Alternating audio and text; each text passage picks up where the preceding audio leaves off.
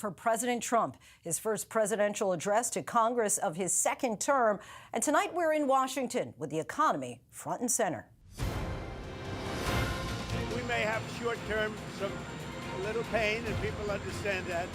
But long-term, the United States has been ripped off by virtually every country in the world. Tariffs with our allies have many warning the price of everyday staples will go up in just a matter of days. We look back at Trump's 44 days in office, from the economy to foreign policy. You're either going to make a deal or we're out. And if we're out, you'll fight it out. If somebody doesn't want to make a deal, I think that person won't be around very long. And the richest man in the world, Trump's side through it all. Elon Musk's controversial plan to reshape our federal government. Is this what you voted for? Is this what you really want? Some unelected bajillionaire coming in and deciding to cut things he had never heard of until yesterday. Tonight, fired federal workers will be in the hall. Musk may even have to cross paths with them. We're standing by to hear from lawmakers on both sides. And we have the best team in the business right here with me. A special edition of ABC News Live Prime starts right now. From ABC News in Washington, this is Prime with Linsey Davis. Good evening, everyone. I'm Linsey Davis. Thanks so much for streaming with us. We are here in Washington, D.C. for President Trump's joint address to Congress after a whirlwind 44 days in office, trade wars, tariffs, an unprecedented effort to reshape our federal government, 76 executive orders, a flurry of lawsuits. It's a lot to keep track of. And tonight, looking live at Capitol Hill, where President Trump will tell the American people how he plans to continue his bold agenda. A theme tonight of the address, renewal of the American dream. And tonight, many feel the American dream is becoming out of reach. Inflation is not slowing down. The trade war with our allies, as CEOs of companies like Target warning the prices Americans pay for fruit and vegetables likely will rise in the next few days. Egg prices are still surging. Front and center tonight, the world's richest man, Elon Musk, who has led an unprecedented effort to reshape the federal government, trying to remake many agencies from within and telling all federal employees to send emails laying out what they do every week. Some of those fired employees will be the guests of Democrats tonight. All of this comes as America's place in the world is being questioned by some of our allies, our closest allies, in fact. President Trump is pulling back on all military aid to Ukraine after that Oval Office meeting on Friday with President Zelensky. And our enemy, Russia, now says America's foreign policy is now largely in line with their vision.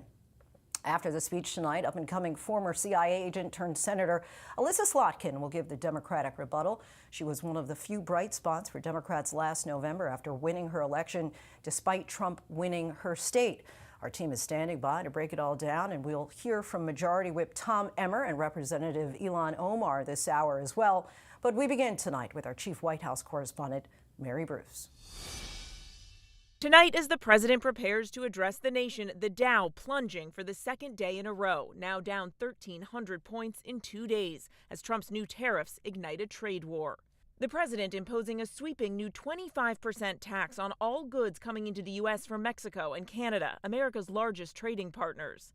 Canadian Prime Minister Justin Trudeau quick to respond. I want to speak first directly to the American people. We don't want this. We want to work with you as a friend and ally. And we don't want to see you hurt either. But your government has chosen to do this to you. As of this morning, markets are down, and inflation is set to rise dramatically all across your country. Your government has chosen to put American jobs at risk. Economists warn that with these tariffs, it's the American businesses who will pay for the products coming into the country and pass those costs on to American consumers. By one estimate, the average household will spend up to $2,000 more a year on everything from produce to clothes to electronics. Today, Target's CEO warning Americans could see prices rise almost immediately on fruits and vegetables imported from Mexico. No, those are categories where we'll try to protect pricing, but the consumer will likely see price increases over the next couple of days.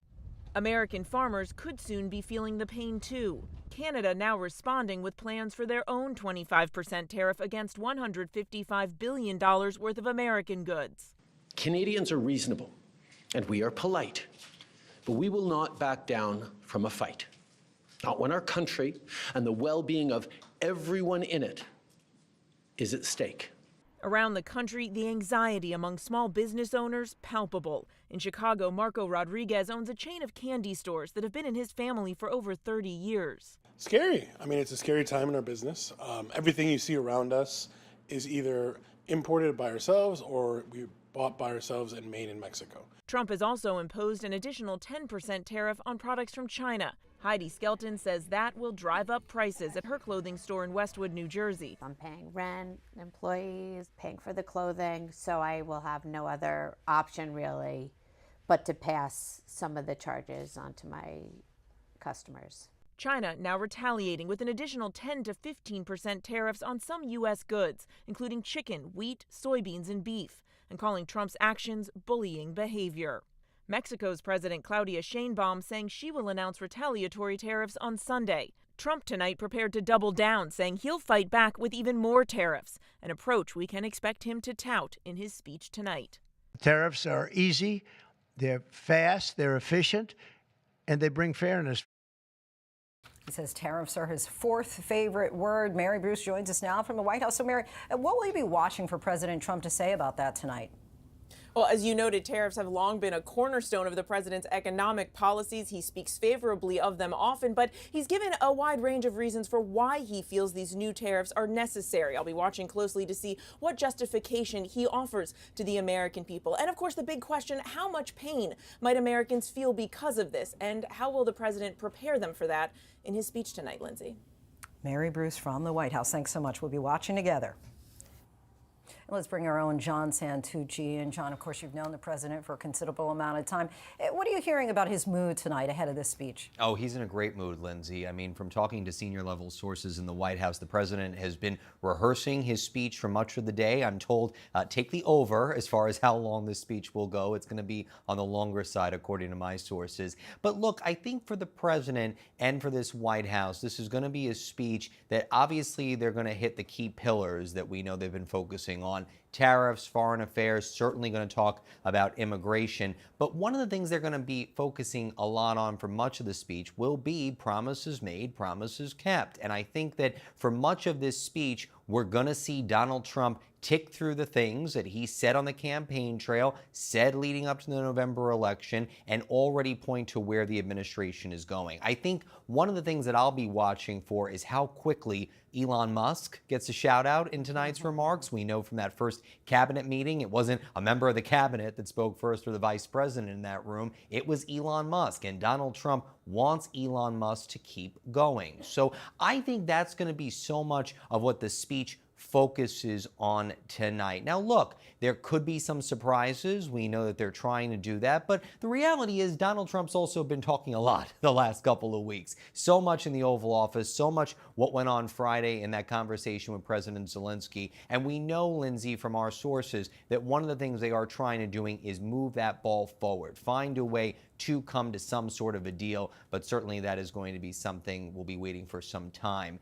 given how tense the situation is right now. Of course. And I'm curious how you think that this might be a different Donald Trump than the one we saw address Congress in his first term. I think this is going to be a guy that is emboldened. This is a person that, is not going to be up there trying to figure it out. This is going to be a person that's looking around there and enjoying every minute of it. Look at Donald Trump when he took the oath of office, right? Look at the speech that he gave within the rotunda just a month ago. We can believe it, give or take. This is a guy that's going to stand in that room and feel the power, feel the mandate. So I think for much of Donald Trump's remarks tonight, if there is any, sign of booing or yelling or jeering from the Democrats, he's going to blow right past it. I mean, this is someone that actually feels very much emboldened. The way I explained it to somebody that asked me the other day from my perspective, it's kind of like the reality of, the way that we grow up and evolve, right? Term one, we're figuring it out. We're still getting our sense on how things work. Term two, you've already seen it. There is no figuring it out, no guesswork. Donald Trump knows what he has to do and is going to execute it. John, real quick before you go, what's the over-under? In the past, Clinton, I think, has the record from 2000. He went an hour and 28 minutes. You think Trump is longer or shorter? So I got a number, but it's off the record, so I can't share it with you, Lindsay. But I think it's going to blow past that. Okay. All right. Fair enough. John Santucci, thank you Thanks, as Lindsay. always. Trump is likely to address, of course, U.S.-Ukraine relations tonight after that tense White House meeting with President Vladimir Zelensky and President Trump's decision to pause military aid there. For more on that, we're joined by ABC senior White House correspondent Selena Wang. Selena, of course, there was that awkward visit in the Oval Office, the pause on military aid, the attempts to end the war with Russia. What are you hearing about how the president will address Ukraine tonight?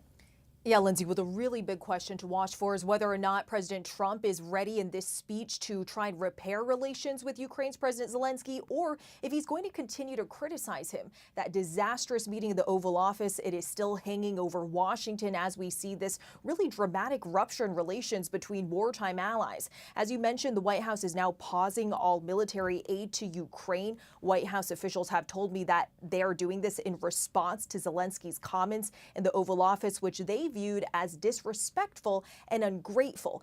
But Russia is the one that's really benefiting from all of this, as it puts them potentially in an even stronger negotiating position.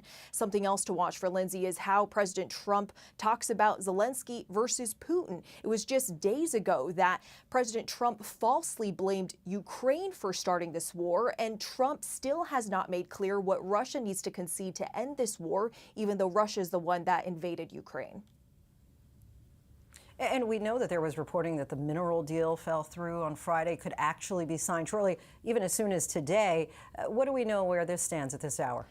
Yeah, you just heard John Santucci touching on that. The White House team is really working hard to try and get this signed as soon as possible. Last we heard is that they were aiming to get this signed before the speech tonight, but we were cautioned that everything is in flux and this is still subject to change. So this is a deal that would have Ukraine share the revenue from its mineral resources with the United States. These are rare earth minerals that are critical for technologies, including your smartphone and electric vehicles.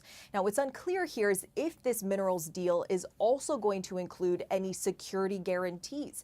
Ukraine's President Zelensky has emphasized that they need a security backstop from the United States to ensure that Putin doesn't invade Ukraine again. This is something that President Trump so far has not agreed to, and he said that he believes Putin wouldn't break a deal if he's the one that was negotiating it. And when it comes to this minerals deal, President Trump sees this as a way for Ukraine to pay the U.S. back for the billions of dollars in military aid and support.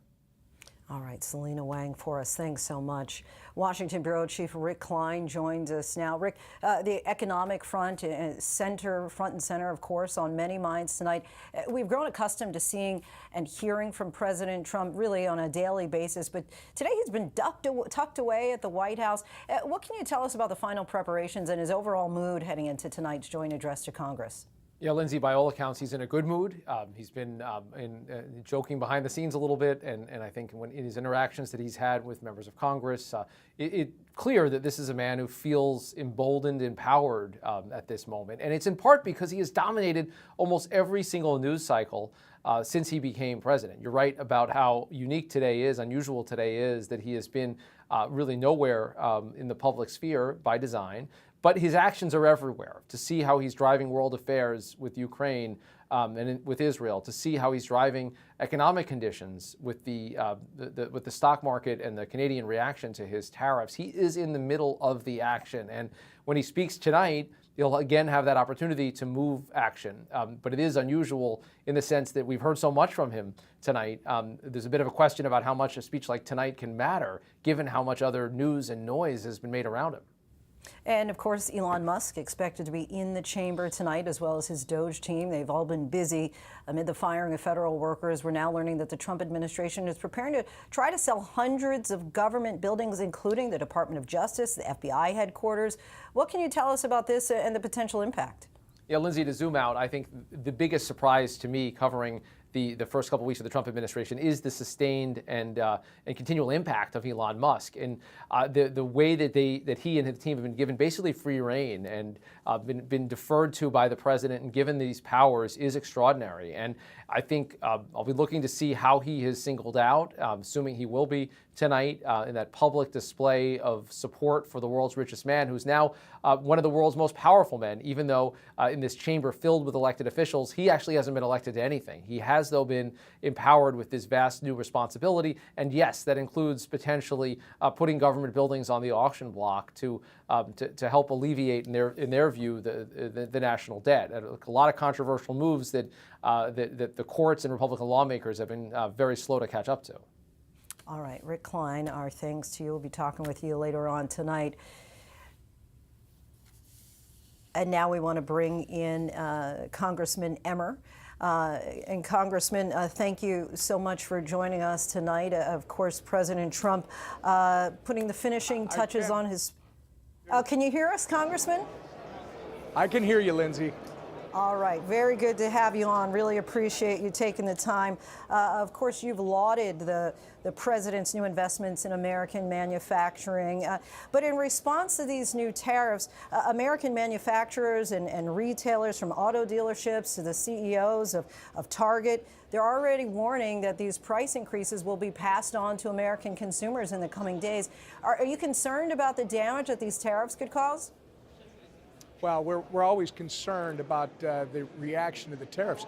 But Donald Trump campaigned on this, Lindsey. He said he wants free trade, but he wants it to be fair. And our trading partners have not been fair. If you're going to put 200% tariffs on something from our country going into Canada, it's only common sense that Donald Trump says, guess what? We're going to do the same thing to you. We're going to treat you the way you're treating us. It looks to me like the response is we like taking advantage of the U.S. and we're not willing to give that up. They don't understand. This is what Donald Trump campaigned on. This is what Americans expect. And this tool, they're going to have to come to the table and resolve this so that Americans can be treated fairly around the world when we try to access other markets. How are you encouraging your constituents and businesses back home to prepare for the possibility of shortages or price hikes? Well, look, a lot of this is just posturing at this point. I had a produce guy tell me today, when it comes to Mexico, they've got 3 or 4 months that they're producing. And right now, we're producing in California, we're producing in Arizona, we're producing in Florida, we're planting all kinds of specialty crops in different places, preparing for it. So I think a lot of this is disruption because people voted for change. This is what they voted for. And I get it. These CEOs aren't used to this sort of thing, so their reaction right away is a negative reaction. That's fine. This will stabilize, and Donald Trump, who is going to continue to fight for the American people so we have free and full access to markets around the globe, he will ultimately get this done. You know, I understand that President Trump suggests that, there was a mandate for all of this. But by and large, people said that, the economy was really the issue, that they didn't have the extra money to pay for groceries and the rising prices of eggs. And now economists who, as you know, rarely agree on most things, pretty much unilaterally, economists say that tariffs are going to drive prices up. And I'm just curious how your constituents are responding to that. Well, a lot of economists in my lifetime are a lot like weather people. It doesn't matter whether they're right or wrong. They always have a story to tell. When it comes to this is a very simple thing. Donald Trump uses tariffs as a tool to make it clear to our trading partners, our friends around the globe, that we're done being taken advantage of, that we are now going to be treated fairly just like everybody else. We want to see the world markets work, but not at the expense of Americans. Donald Trump's going to keep fighting for Americans. If there is a short-term disruption, I think it only makes Donald Trump stronger because he not only campaigned on this, but he warned Americans that our trade partners only care about themselves. They don't care about Americans. So he's going to fight for them. He promised this, and he's going to deliver. As you know, Canada currently sends electricity to 1.5 million homes in states, including Michigan, New York, and your home state of Minnesota. And Ontario's premier has already responded to the president's tariffs by slapping a 25% export tax on that electricity. What message do you have to your constituents who are already concerned about their cost of living? Well, I have a message for Canada, which is we're friends. Why do you want to stop our ag industry from having access to your markets? Why do you want to stop the timber industry from having access? They have huge tariffs on all kinds of U.S. goods. And Lindsey, that's not fair. So If they're going to try to defend it by making it tougher on Americans, I think that just makes Donald Trump's point. And frankly, it's not going to end well for Canada. Let's get this thing back on track. Let's stop with the adversarial approach as opposed to the common sense approach that Donald Trump is taking. We will treat you the way you treat us. Let's be fair with each other. Let's talk about bridging political divides here. Minnesota went to Kamala Harris in the 2024 presidential race. There's local reporting in your district that concerned constituents are saying that you were a no-show at a local town hall last week. How will you seek to unify voters in your own district despite how they voted? Yeah, look, I do town halls, but you're reporting on something that wasn't a town hall. Those were paid activists that were noticing a town hall that they were having while I was in session doing my job. So you guys should probably do some more investigation into what's actually going on there. I do the constituent services work. This is a customer service business, and I serve the customers of Minnesota 6th District as well as anyone could. Understood. All right, House Majority Whip Tom Emmer, always appreciate your time coming on the show. Thank you so much. Thank you, Lindsay. President Trump is also expected to tout his administration's efforts to secure the southern border and claim that crossings and apprehensions have dramatically decreased. The president posted on Truth Social this weekend saying, quote, "The invasion of our country is over." Could this be a snippet of what we'll hear from him tonight? ABC News' national correspondent Maria Villarreal joins us now from Texas. Maria, before we dive into immigration, Representative Emmer said that he spoke to produce person about tariffs, but you're hearing a different reaction in Texas.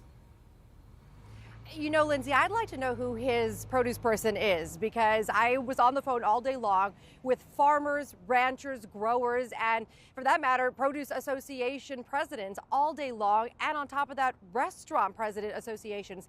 There is some real fear here in Texas that there is going to be not just tariffs, but a ripple effect that could potentially shut down restaurants and legacy-owned ranches and farms down in South Texas. You know, the bigger concern is how quickly this is going to be put into effect. Already, you know, we have transportation companies that are sending notes, you know, to farmers basically saying, listen, we have no other choice but to start to weave in these tariffs into what you are already paying, the high price of just getting, you know, produce from Mexico into the U.S. So the idea that this isn't going to directly impact us very quickly, I think, is probably a, you know, misconception. This is someone that, you know, obviously represents people out of Minnesota, but we're talking people that live on the border, that are working the farms down there right now and saying it is already starting to affect us. And President Trump has claimed that there's been a 94% decrease in border crossings since he became president. Explain those numbers for us. So this is information that was recently given out by the new Border Patrol chief. He basically was comparing numbers from February of this year to February of last year. And we have seen a considerable decrease. However, you have to put those numbers into context. And that, I think, is what we are missing when the Trump administration sends out data and information, especially on apprehensions and lower numbers. I mean, we're talking about a time frame where, yes, we were seeing a surge in December, January, and February of 2024. But that was also the time when we were trying to see that border security bill be passed by Congress. And then finally, that didn't happen in late March going into April. And obviously, the president at the time, Biden administration, had to put an executive order in place, essentially shutting down the border. So what those numbers don't tell you is that we started to see a dramatic decrease starting in June of 2024, the previous administration. And then, yes, a credit to a lot of what we have seen along the border over the last month or so. But again, I think it's all in the way that this is presented to the American people and the lack of context there. Also knowing that the CBP One app, for example, has been completely shut down. And we haven't seen those legal pathways to citizenship anymore. You know, TPS has been taken away. So basically, if you put all that into context, you do realize the numbers do seem to have decreased dramatically during the Trump administration. But really, we have to take a look at about 12 months of data. Understood. All right. Maria Villarreal, our thanks to you as always. For many Americans watching the president's address to Congress tonight, the economy will be top focus. For a look at what the president is likely to say about that and other issues, we're joined by former Trump White House Deputy Director Roma Daravi. Thank you so much for joining us. How do you expect the president to justify the tariffs that went into effect today to an American public already concerned about the rising cost of groceries and other necessities? Well, it's important for the American people to understand where we currently are with tariffs. The U.S. has $370 billion that we pay to countries around the world every year in tariffs, and we only receive about $50 billion in return of tariffs. So this is completely unbalanced. What the president is looking to do here is create an environment of reciprocal tariffs. Less tariffs for everyone is really what we're hoping for, but sometimes you have to be tough to get the change that you want. President Trump understands what is necessary. He's operating from a position of strength. He's taking bold action. And one thing we know for sure is that what has been done throughout the history of U.S. government is not working. We are in a position of bloated government.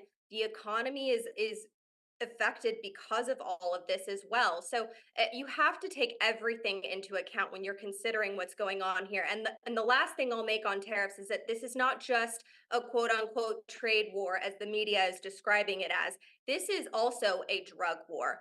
The tariffs that are being put on Mexico and Canada are also going to implement strict action against the drug war that is coming over our northern and southern border. The president is expected to speak also about his Department of Government efficiency tonight. ABC News Live asked Alabama Republican Senator Tommy Tuberville about the mass layoffs hitting federal workers, many of them in his home state. Here's what he had to say. Well, we're going to have to suck it up at the end of the day. And I've told people back in the state of Alabama when President Trump was running, there's going to be some tough times. Is suck it up going to work for Americans already concerned about the cost of groceries, housing, and health care? Well, President Trump has been in office for about a month and a half, so the costs will come down. Just give him a quick second to get things under control.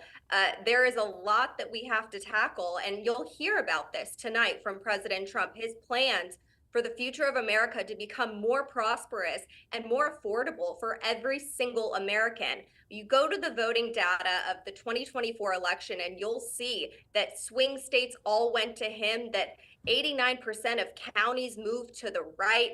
This is a mandate from the American people, and they understand that it might be uncomfortable for the time being. The people who don't understand that are in Washington, D.C., which is, about a 95% Democrat city. So it's not too surprising that they don't have the pulse, their finger on the pulse here. But the rest of America is on board, and they understand the sacrifices that have to be made in order to create a more prosperous country for everyone. Since DOGE posted its wall of receipts to support the savings, the initiative claims to have cut from government contracts. They've had to reduce the total alleged savings from $16 billion to $9 billion. How are people expected to believe the president's and DOGE's claims of efficiency with these kinds of drastic mistakes? Well, Elon Musk said himself the mistakes will be made, and he wants to be able to correct that. Change is going to take bold action, like I said, and that's what you're going to continue to see. But the broader picture here is that there is fraud, waste, and abuse throughout the government. And this is not something that's going to be fixed overnight, but it is going to take really decisive action to make anything change. Washington, D.C., the swamp, as President Trump loves to call it, is a machine that has been operating dysfunctionally for decades. And it really was not until he came down the escalator in 2015 that anyone in this city woke up and realized they're going to be held accountable. He made a lot of progress in his first term, but it is certainly not finished. And he does have a lot more work to do. So I think everyone is on the edge of their seat waiting to hear what he's going to share this evening. But just in the last month and a half, a lot of progress has already been made. It is not all about DOGE. He is bringing hostages home. He is having hundreds of billions of dollars of private sector investment committed to coming back to the United States of America. You have U.S. Steel companies saying that they are excited about the steel tariff that's coming to, overseas, because that's going to bring more jobs back to America. So all of this is part of President Trump's plan. He has written and explained the art of the deal. I'm just waiting to see if Washington catches up to where he's at with that. All right, former White House Deputy Director Roma Daravi, we thank you so much. Joining us now, Democratic strategist Donna Brazile. Donna, good to see you here. A recent Gallup poll released this week shows that President Trump's job approval rating is at 45%, just barely higher than his 40% approval rating during his first term in 2017. Of course, you've prepared presidents for these types of speeches. What do you think that Trump's message will be tonight? And secondly, what do you think it should be? Well, first of all, it's time for the president to address all Americans, not just those Americans who voted for him, but all Americans. Look, the tariffs, as we know them, will be a net tax increase on the American people. We're going to likely have to spend another $1,200 a year from everything from our grocery bills to T-shirts to crude oil to you name it. I mean, God forbid if my refrigerator breaks down right now. So I think the president tonight needs to explain to the American people what he's doing to lower the cost of living. He ran on that. He ran on a promise to fix things, but it looks like he's breaking everything that he touches. And you know so many people in Congress. There's been talk about Democrats walking out of the speech tonight, not showing up at all. What do you think the right approach is? Of course, others have said they're going to wear either black as a sign of mourning. Others have said they're going to wear pink. What's the right approach here? Look, this is about their own conscience and their own individual responsibility to pay attention to their constituents. This is not about performative outrage. We know there's a lot of that comes sometime from the Republicans, especially under the Democratic administration. I think the most important thing is to be respectful, to hear the president out, but be prepared to tell the American people the truth. Tell them about the policies, the impact, the fact that Donald Trump and Elon Musk, they're firing ranchers, scientists, lawyers, accountants, cybersecurity experts, many of them without notice, because they're trying to achieve a goal that might not necessarily be achieved by just chopping off the head of government, rather than going and making sure that you can cut the fat and save some money for the American people. So I think he has a lot of explaining to do, but we know Donald Trump. He loves the microphone. He loves the teleprompter. So I'm sure he's going to be a little bit of witty, but at the same time, I hope he's serious and he understands what's at stake at this moment for the American taxpayers. All right, Donna Brazile, thank you so much for your insight and time, as always. Joining us now from Capitol Hill is Congresswoman Ilhan Omar of Minnesota. Congresswoman, thank you so much for coming on the show. President Trump says that he's going to tell it like it is tonight. Let's start by giving us a sense of who you're with and what your expectations are for his speech. Yeah, thank you so much for having us. I am with Chris Wicker, who is a constituent, a veteran, public servant, who was fired twice by the Trump administration. He used to work for the Small Business Administration, trying to make sure the dreams of entrepreneurs are realized and that they are able to have the American dream. And now he is out of a job. And so, sir, I'm curious what you make of that, because renewal of the American dream is the theme for tonight. Are you starting to feel that that dream is out of touch? Yeah, for me personally, this doesn't feel like the dream that I imagined. I volunteered as a military veteran to rejoin the federal government in a public service capacity, and only 8 months into that job, I was fired completely without reason under the excuse of poor performance when I had written reviews that showed otherwise. And so I've not only lost my dream job, but I've lost my ability to serve the community that I care about the most and the small businesses that I care about the most. All right, Chris, thank you. And Congresswoman, the government funding deadline, of course, as you know, rapidly approaching March 14th. The president and some top Republican leaders are endorsing a short-term bill to fund the government through September. But they need, of course, Democrats to get over the line. Would you support House Minority Leader Jeffries gambling with a government shutdown in an effort to rein in DOGE and the dismantling of the federal government? Well, I think it is really important to remember that the economic chaos that we are seeing, the markets failing, unemployment rising for so many people, not just my constituents, but folks around the country. This now crisis that we have with tariffs that is threatening the $22 billion trade that Minnesota has with Canada is going to be further exacerbated if we have a government shutdown. So I've always been, the kind of person that believes we have to do everything that we can to keep the government running, because there's so many people who rely on the services that the federal government provides. What I am most worried about is us doing our work and then the Trump administration saying, we're not going to fund the programs that you've already funded. We're not going to have the resources go to the American people that you wanted. We're not going to continue to employ the veterans that are supposed to be prioritized when it comes to employment in our federal government. So that is the concern, and we want the Republicans who are in charge of the House and the Senate to exercise the power that they have to create the balance and the checks that should exist in our system and exercise their authority to sue on behalf of Congress this president who is not recognizing our Article 1 authority and has now created a constitutional crisis that we all are trying to figure out how to get this country out of. And Christopher, I want to bring you back in here. You know, President Trump has said time and time again that there was a mandate that voters want him to cut costs and make things more efficient. Did you ever think when he was elected that meant that your job was going to be on the line? Yeah, I'm a businessman by trade, and this is no business strategy that I'm aware of.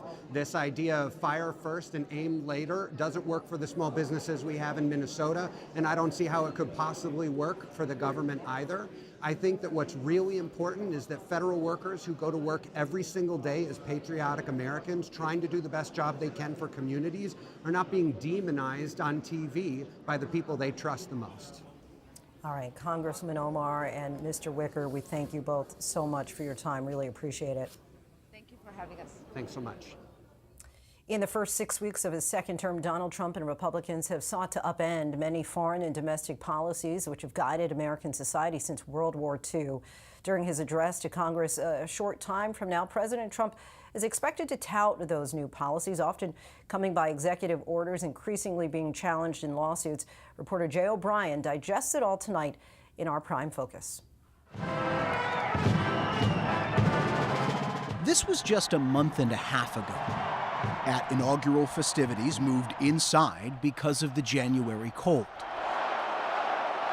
The first images of President Donald Trump in the first hours of his second term, signing a flurry of executive orders. That's a big one. If you thought it's been longer than just 6 weeks, you could be forgiven. Time in President Trump's second term has seemed to race by thanks to a daily deluge of headlines, many shaking the American political fabric to its core. So this is January 6th. These are the hostages. One of those first major moments centering on that violent chapter in the final days of Trump's last term, the January 6th Capitol attack. Trump granted sweeping pardons and commutations for nearly 1,600 defendants charged in connection with the riot, including violent offenders and those convicted of seditious conspiracy, like Oath Keepers founder Stuart Rhodes. What's your message to President Trump again, Mr. Rhodes? Just thank you. Republicans largely defended the move. But what about those who assaulted police officers and then were pardoned by the president? I haven't seen it. I haven't gotten to the details. But there are those pardons that exist. Starting in the early hours of this administration, Trump signing more than 70 executive orders so far, taking a sledgehammer to federal diversity, equity, and inclusion policies, scrubbing DEI language from federal websites, even leading to the cancellation of some Black History Month events. Another order threatening federal funding for care for transgender youth. And another seeking to end birthright citizenship. Many of those moves now tied up in litigation and put on hold by judges. The administration also moving swiftly to fulfill the president's campaign promise of mass deportations. pledging to ramp up ICE arrests, deploying troops to the southern border, sending more migrants to be housed at Guantanamo Bay, and deporting thousands of others, and pushing hard on another signature campaign pledge, sweeping trade tariffs. We may have short-term a little pain, and people understand that, but long-term, the United States has been ripped off by virtually every country in the world. The president threatening the country's two biggest trading partners, Canada and Mexico, with 25% tariffs because of what he says are lax border and drug policies. On the morning of tonight's joint address to Congress, those tariffs snapping into place, the stock market plunging. And another signature Trump proposal still generating headlines came after this surprise moment at a news conference with Israeli Prime Minister Benjamin Netanyahu. President Trump pitching a plan for the U.S. to own Gaza, decimated by the brutal Israel-Hamas war. I don't want to be cute, I don't want to be a wise guy, but the Riviera of the Middle East, this could be something that could be so bad, this could be so magnificent. The moment causing concern reverberating across the Middle East. Trump promising no U.S. troops on the ground.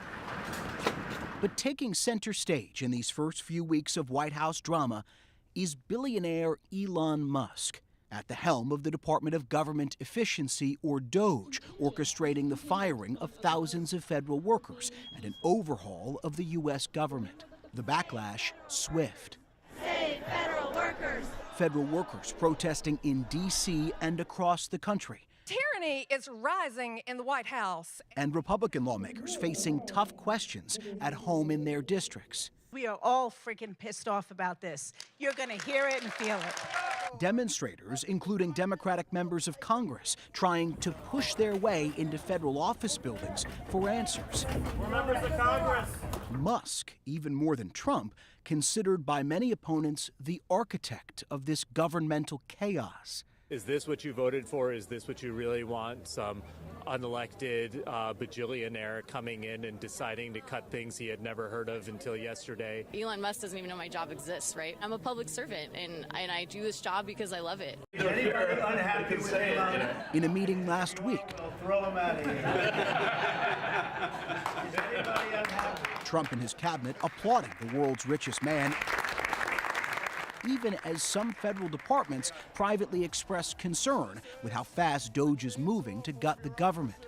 Through it all, Republicans not wavering, asserting Trump is in charge, not Musk. What makes you so sure he's not calling the shots now? Republicans won the election. President Trump won the election. He doesn't have the authority to. I mean, maybe the president. He's framing it as if he does. Well, of course, sure. I mean, but, you know, that's a little form of self-promotion. The president notching some key victories, getting every member of his hand-picked cabinet confirmed, except former Florida Congressman Matt Gaetz, briefly tapped for Attorney General. But a handful of Republican senators defecting on key votes. And the nomination is confirmed. Secretary of Defense nominee Pete Hegseth needing a last-minute tie-breaking vote from Vice President J.D. Vance to push his nomination across the finish line.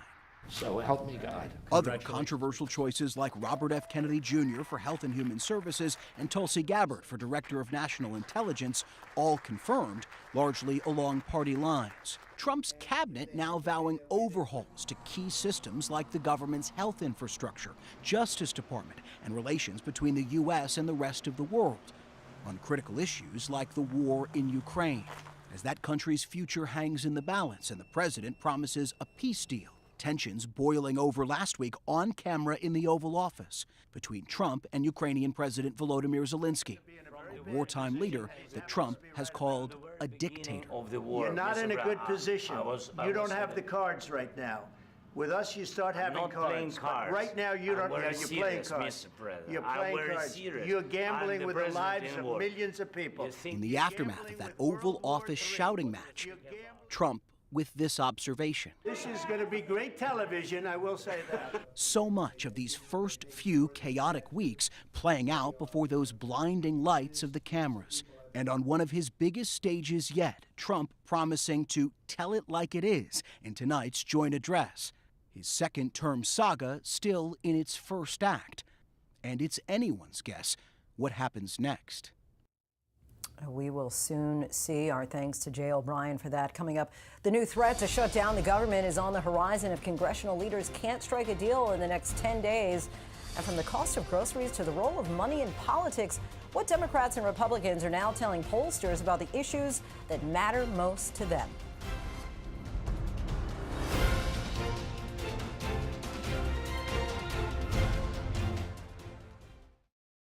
I'd never seen that many skeletal remains. Thousands. This killer, he's the Dahmer you've never heard of. There were mannequins, almost like it was a club. I felt the presence of evil. Never before a face-to-face interview with a camera. Why now? Let me ask you, am I the evil culprit, the accomplice? I'd like to know how the audience views me. The Fox Hollow Murders, Playground of a Serial Killer, only on Hulu. Getting that golden ticket today. Good luck coming out the golden ticket. Will change my life. I know you're nervous. Show me a place where dreams come true. I've never seen anything like it. You're going to Hollywood. My dream came true. There are surprises in every person. Where dreams come true.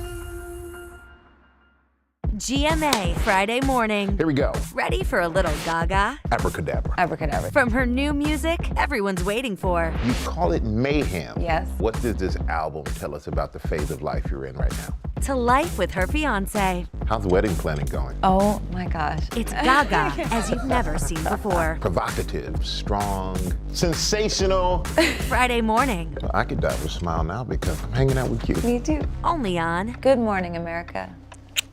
Friday night, David Muir reporting. We take you inside two cases. A mother just 19 years old. She was trying to protect her daughter. She fought like hell. Another case into a beloved teacher, her whole future ahead of her. Mysterious cold cases. It gives you chills even today. Yes. What links both of those cases is the cutting-edge forensic technology inside this lab. It sounded like science fiction at the time. Can they be solved? You'll see it unfold right here as they unmask the killer in both cases. Catching the Killers, 2020, Friday on ABC. Look at where we are. Life could be a dream. Practicing medicine on the ocean. If I take you up to paradise. It's heaven on earth, right? Life could be a dream. We are surrounded by sharks. We can't move and we can't send a distress signal.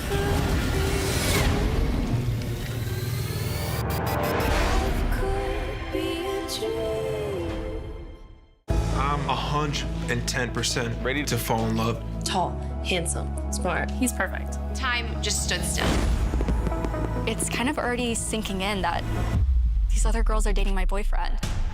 Everybody just really wants Grant, and we're all fighting for his love. You act like you don't care. He knows how I feel. I know I'm in trouble. Everyone's so mean. I did not know how hard this was gonna be.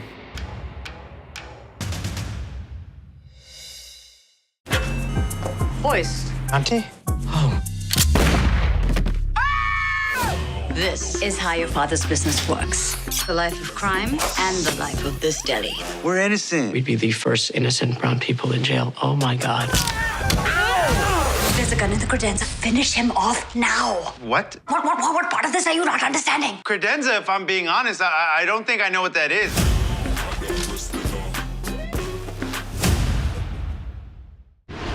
Reporting from the path of Hurricane Helene in Tallahassee, Florida, I'm Mike Ajachi. Wherever the story is, we'll take you there. You're streaming ABC News Live.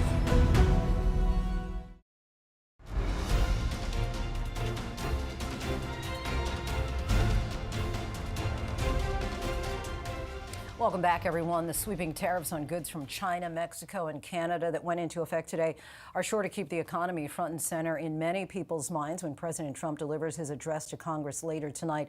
Already, economic issues are a top concern for a majority of Americans, according to a recent Pew survey. Here's a closer look by the numbers. More than 75% of Americans think the economy is in fair or poor condition, with a majority of Republicans and Democrats identifying several economic issues as a very big problem.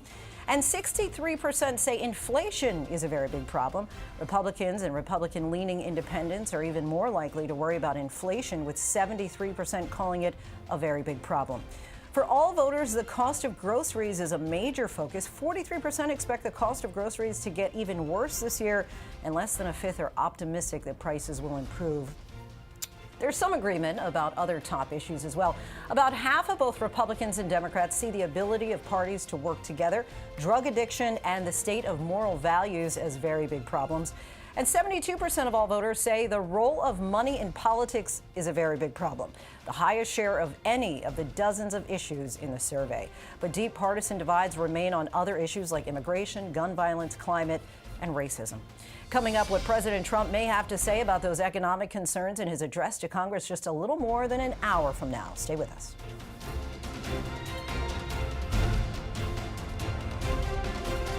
A 12-year-old girl fighting for her life, stabbed 19 times. Her two so-called friends accused of the heinous crime. How did a sleepover end in a brutal attack? Now, 11 years later, with the two girls who brutally stabbed her, one released and free, and one about to be released. Inside the case that gripped the nation and still captivates true crime junkies worldwide. It is everywhere, and our jaws were on the floor. Surviving Slender Man, now streaming on Hulu. Thursday. We have a possible hostage situation. I got his location. There's nobody here. 911 is back. Something's not right. Almost nothing is right about it. As its most intense season yet continues. Zip ties, rope, blood. He's a damn serial killer. And it looks like he took Maddie with him. We're gonna find her. The 911 two-part return begins Thursday, 8/7 Central on ABC and stream on Hulu. Boys. Auntie? Oh. This is how your father's business works. The life of crime and the life of this deli. We're innocent. We'd be the first innocent brown people in jail. Oh my God.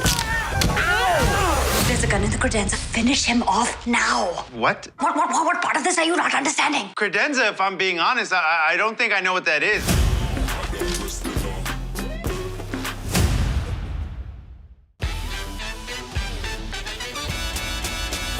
Attention teachers, no child is to be sent to the principal's office today. Kids, if you want to do crime, now's the time. Happy first day at school. Yes. Weren't there like 4 more of these? Yeah, we were robbed. Hey, buy 3, get 1 free. I'ma call your mother on you. Bring the rest back here, boy.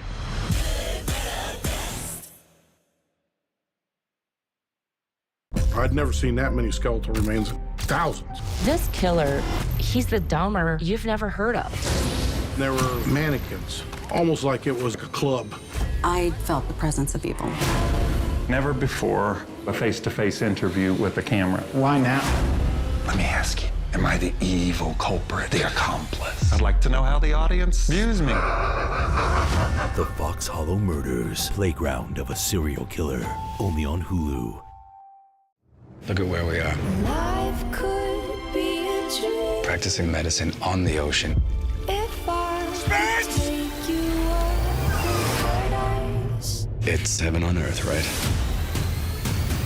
Life could be a dream. We are surrounded by sharks. We can't move, and we can't send a distress signal.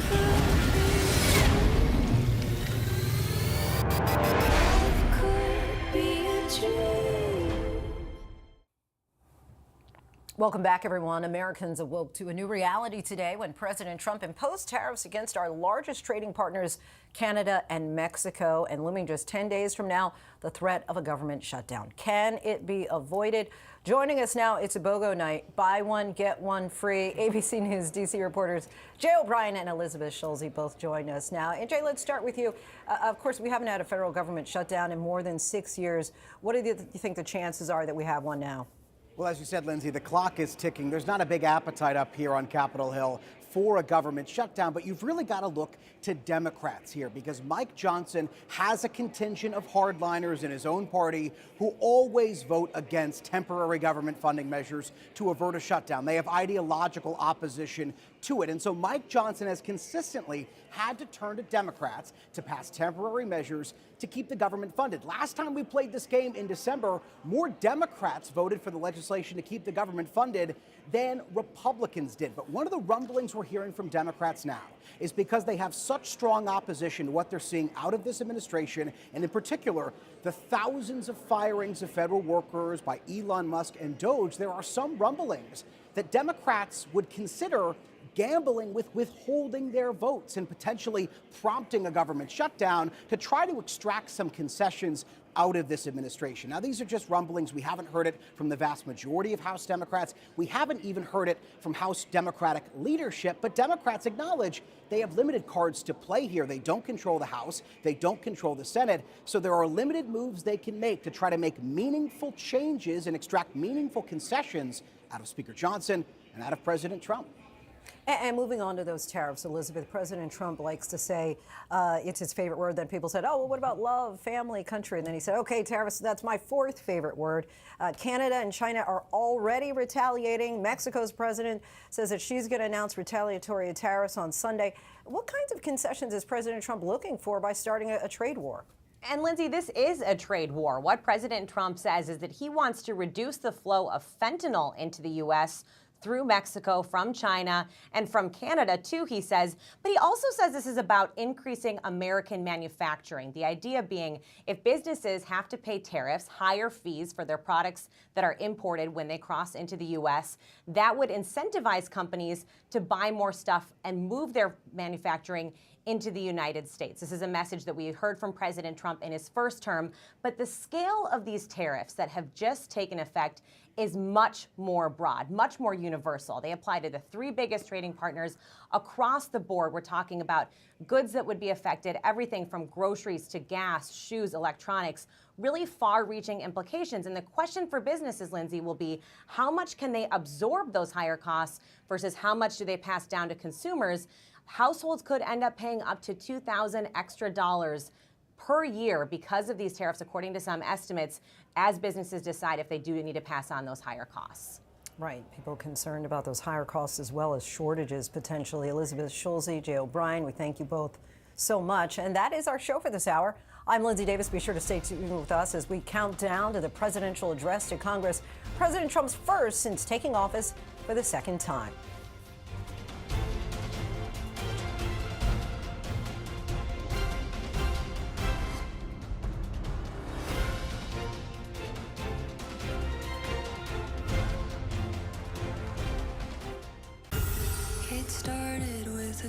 Getting that golden ticket today. Good luck on the golden ticket.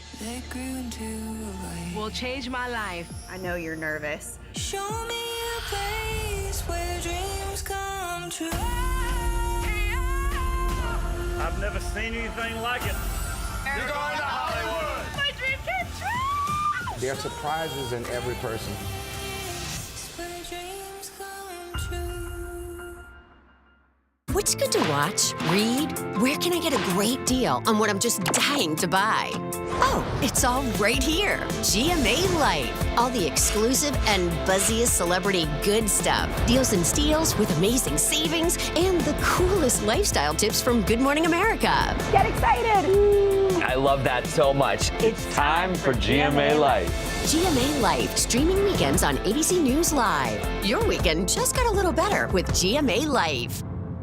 I'd never seen that many skeletal remains. Thousands. This killer, he's the Dahmer you've never heard of. There were mannequins, almost like it was a club. I felt the presence of evil. Never before a face-to-face interview with a camera. Why now? Let me ask you, am I the evil culprit, the accomplice? I'd like to know how the audience views me.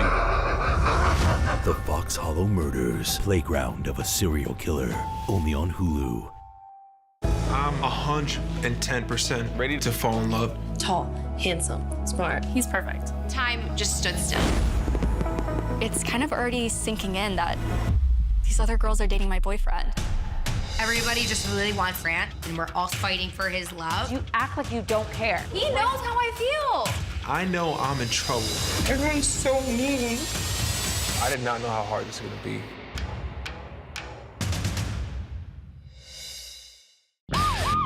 Thursday. We have a possible hostage situation. I got his location. There's nobody here. 911 is back. Something's not right. Almost nothing is right about it. As its most intense season yet continues. Zip ties, rope, blood. He's a damn serial killer. And it looks like he took Maddie with him. We're gonna find her. The 911 two-part return begins Thursday, 8/7 Central on ABC and stream on Hulu. The news never stops. From Tampa, we are here tonight as Hurricane Milton has just made landfall. The surge just keeps coming up. Right on the border between Ukraine and Russia. In downtown Tel Aviv, rockets or missiles coming in. ABC News Live everywhere. We're not far from where this rally took place, so just stick with us here. Here in London. From the front lines. Off the coast of Gaza. Wherever the story is. We're going to take you there. You're streaming ABC News Live. ABC News Live. You're streaming ABC News Live. ABC News Live, streaming free everywhere. Reporting from the White House on election night, I'm Mary Alice Parks. Wherever the story is, we'll take you there. You're streaming ABC News Live.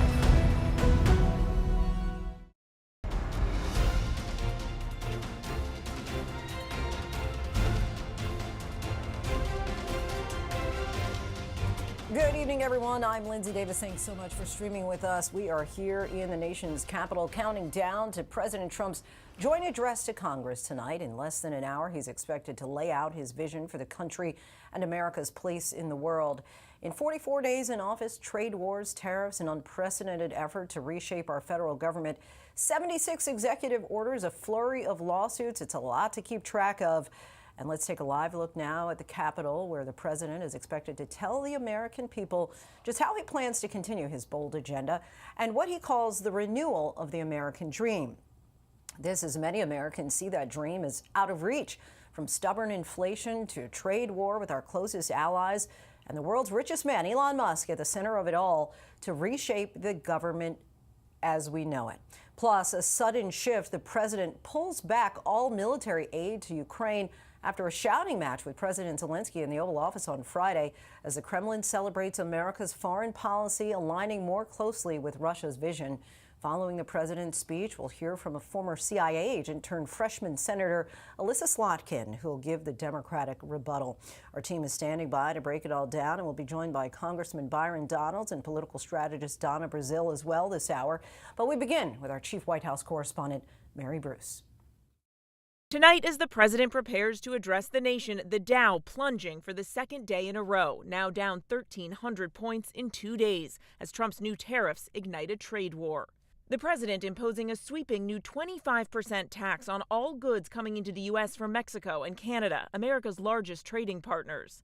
Canadian Prime Minister Justin Trudeau quick to respond. I want to speak first directly to the American people. We don't want this. We want to work with you as a friend and ally. And we don't want to see you hurt either. But your government has chosen to do this to you. As of this morning, markets are down, and inflation is set to rise dramatically all across your country. Your government has chosen to put American jobs at risk. Economists warn that with these tariffs, it's the American businesses who will pay for the products coming into the country and pass those costs on to American consumers. By one estimate, the average household will spend up to $2,000 more a year on everything from produce to clothes to electronics. Today, Target's CEO warning Americans could see prices rise almost immediately on fruits and vegetables imported from Mexico. No, those are categories where we'll try to protect pricing, but the consumer will likely see price increases over the next couple of days. American farmers could soon be feeling the pain too. Canada now responding with plans for their own 25% tariff against $155 billion worth of American goods.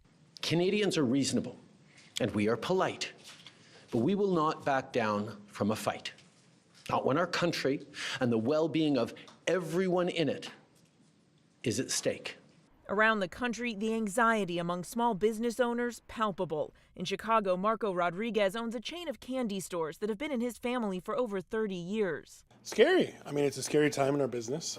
Everything you see around us is either imported by ourselves or we bought by ourselves and made in Mexico. Trump has also imposed an additional 10% tariff on products from China. Heidi Skelton says that will drive up prices at her clothing store in Westwood, New Jersey. I'm paying rent, employees, paying for the clothing, so I will have no other option really but to pass some of the charges onto my customers. China now retaliating with an additional 10 to 15% tariffs on some U.S. goods, including chicken, wheat, soybeans, and beef, and calling Trump's actions bullying behavior.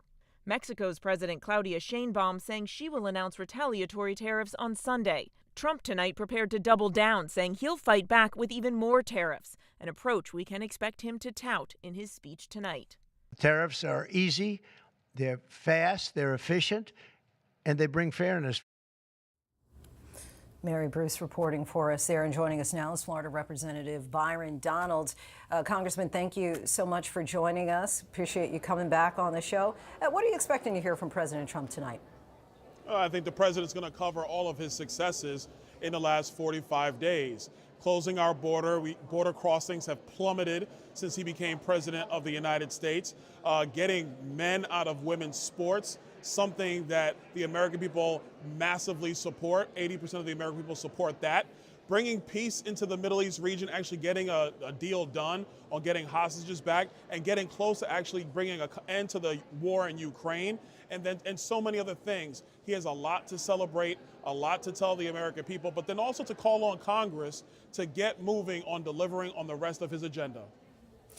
Business leaders and consumers as well tell us that they worry that the president's latest tariffs will only raise prices on a number of goods. Economists insist that that's exactly what will happen. How do you think that the president will try to put those fears to rest tonight?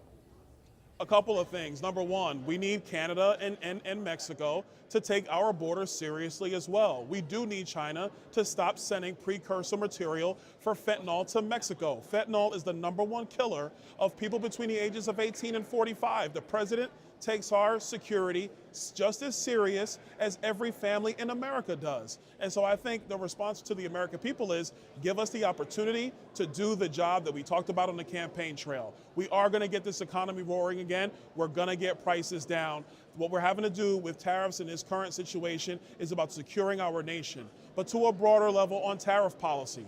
For a long time, free trade meant that there were bad trade deals where the American manufacturer, the American farmer, the American business person is being taken advantage of because other nations tariff our goods and we do not respond in kind. That's why the president laid out reciprocal tariff policy so that we can actually get to an even playing field so we not only have free trade, but also fair trade.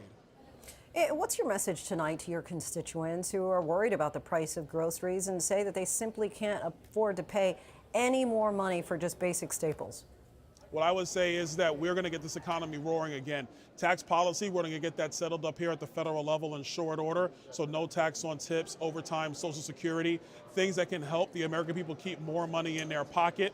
Number two, when we go through the regulatory environment, which we're already starting to do with DOGE, we're going to expound upon that.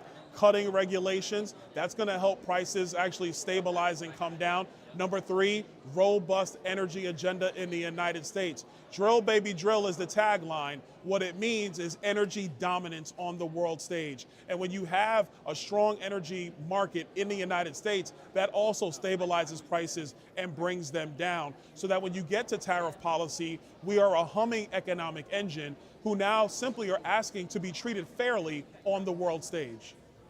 On Monday, the president paused military aid to Ukraine. What role do you think that Ukraine should have with regard to the peace deal that Trump is seeking between Ukraine and Russia? Vladimir Zelensky needs to sign the deal on minerals. Listen, this conflict's been going on for 3 years. The reality is that the previous administration, led by Joe Biden and Kamala Harris, they had no way of trying to even get this close to a peace deal. The minerals deal is the pathway to getting peace in that region. That's how you start it. Vladimir Zelensky, this is in his interest and the Ukrainian people's interest, because at some point they're going to have to rebuild Ukraine from this conflict. Better to do that with fresh investment coming into your country because of the rare earth minerals that Ukraine has, which, by the way, the United States does need access to. So it is a good deal for both countries. If you want to get the peace process moving, I would tell Vladimir Zelensky, sign the deal. Let's get started. And before you go, of course, you announced last week your candidacy to be Florida's next governor. Governor Ron DeSantis is term limited. You've already received the president's endorsement. And you said at CPAC that you want to show the other 49 states how to get it done. Why do you believe that you're the right person to lead your state? Well, look, we've had great governors. Ron DeSantis, our current governor, Rick Scott before him.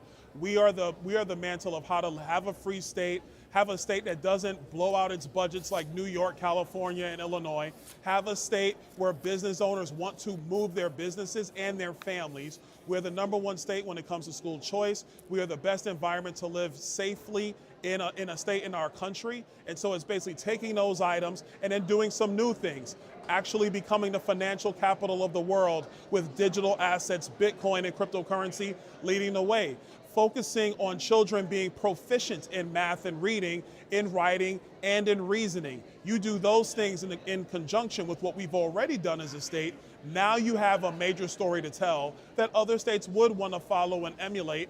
And a quick shout out to my friend in Ohio, Vivek Ramaswamy. He says he wants to be the best state in the country. Love you, Vivek, but you get to be #2 because Florida is going to remain #1. All right, love that little challenge there. Representative Donalds, always appreciate your time. Good luck on the gubernatorial run. Hope to see you back on the show again soon. Of course, thank you.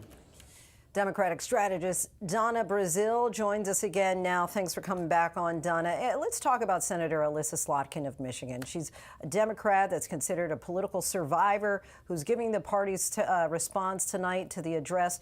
What can you tell us about her and why she was selected tonight? First of all, I think she's an incredible choice. Not only does she have a wonderful background in foreign policy, working both in the Bush and Obama administration, a CIA analyst, a veteran. She represents the heartland. She knows how to speak to those values that we all care about in this country, whether it's making sure that every American can make ends meet. She's going to highlight some of the pain that people are now feeling as a result of some of the policy of the Trump administration. Look, I respect the congressman. I love the state of Florida, but let me just say that there are a lot of people tonight who are on high anxiety. They're worried, sick, not just about the cost of eggs, but rent, groceries, gas. They don't know if these taxes at the border, the tariffs, will ruin their lives, take away their jobs. So I think the president has a lot of explaining to do. This is not a victory march tonight. This is an address to the American people, and we have a lot of questions. I hope he can answer it. And in addition to Congressman Adriano Espaillat, a Democrat from New York, will deliver the Spanish language response to Trump. He's the first formerly undocumented immigrant to serve in Congress. What can you tell us about him and his message to Americans? Well, he's another rising star in the Democratic Party. You know, people have been complaining that the Democrats are spending too much time in the wilderness. Well, we're coming out of the wilderness. We're coming out because we're tired, we're frustrated, and quite honestly, we have some answers. We have some answers to working families across the country on what policies Democrats will fight for. We're very concerned that the policies, especially in the House budget, will hurt people on Medicaid, take away their health care. So he's going to talk about that. And you know, yo estudio español de Universidad de LSU. Mi habla español mucho poquito. I never said that on TV, but let me just say, I'm glad that we're able to communicate to a broader audience. And I think he is the best lawmaker. But one thing you know, Linsey, is that many of the lawmakers tonight, especially on the Democratic side, they're going to bring their constituents into the gallery. They want to hear from their constituents. They're not going to hide. Unlike the Republicans that do not want to hear from their constituents, we want to hear from everybody. We want to hear from the ranchers who are being fired, the firefighters. We want to hear from the scientists at the Food and Drug Administration. We want to hear from those ordinary Americans who go to work hard. Many of them are veterans who are losing their jobs simply because Elon Musk has been given a task to cut without looking at how to heal and how to make sure that we have the best workforce in America. In the world. Tú hablas español muy bien, mi hermana. Now let's Sí, move on señorita, sí. Muy bien. Very good. Let's move on to the spending fight. Of course, we've asked Democratic lawyers, lawmakers all day long about the line in the sand when it comes to a government shutdown. Has it already been crossed? Do you think the Democrats will walk away from the bargaining table, and should they? Look, Democrats have bailed the Republicans out over the last 2 years. The 118 Congress was a Congress that Democrats not only helped Speaker Mike Johnson, fellow LSU graduate, of course, they bailed him out. They bailed him out in his speaker job. They bailed him out with the debt ceiling. They have bailed the Republicans out time and time again. But the one thing they will not do is pull the rug from under the American people, especially those hardworking Americans. And they're not going to allow these deep cuts in the social safety net in order to give millionaires and billionaires more spending money. They want to make sure that the American people can make ends meet. And that's the obligation of not just Democrats, but Republicans. We have to serve the American people, not serve the small, narrow interests of a few. All right, Donna Brazil, appreciate your time. Adios para ahora. Hasta luego. Gracias. Gracias. And for more on what this speech could mean for Ukraine, we bring in ABC Chief White House correspondent Selena Wang. Selena, President Zelensky just today called what happened at that White House meeting on Friday regrettable and said Ukraine valued how much America has done to help them and that they're ready to return to negotiations. I imagine Ukraine will be closely watching what President Trump has to say tonight.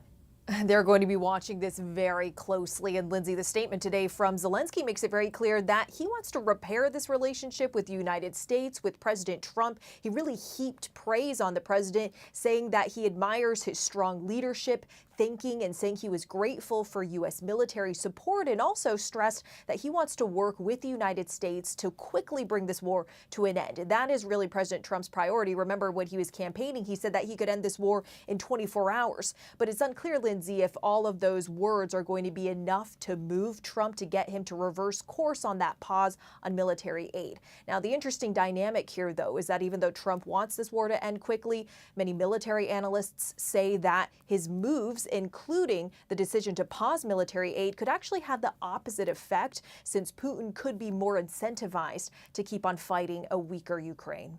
And we have a split screen there. We can see a live view of people starting to walk into the Capitol in anticipation of the president's address tonight.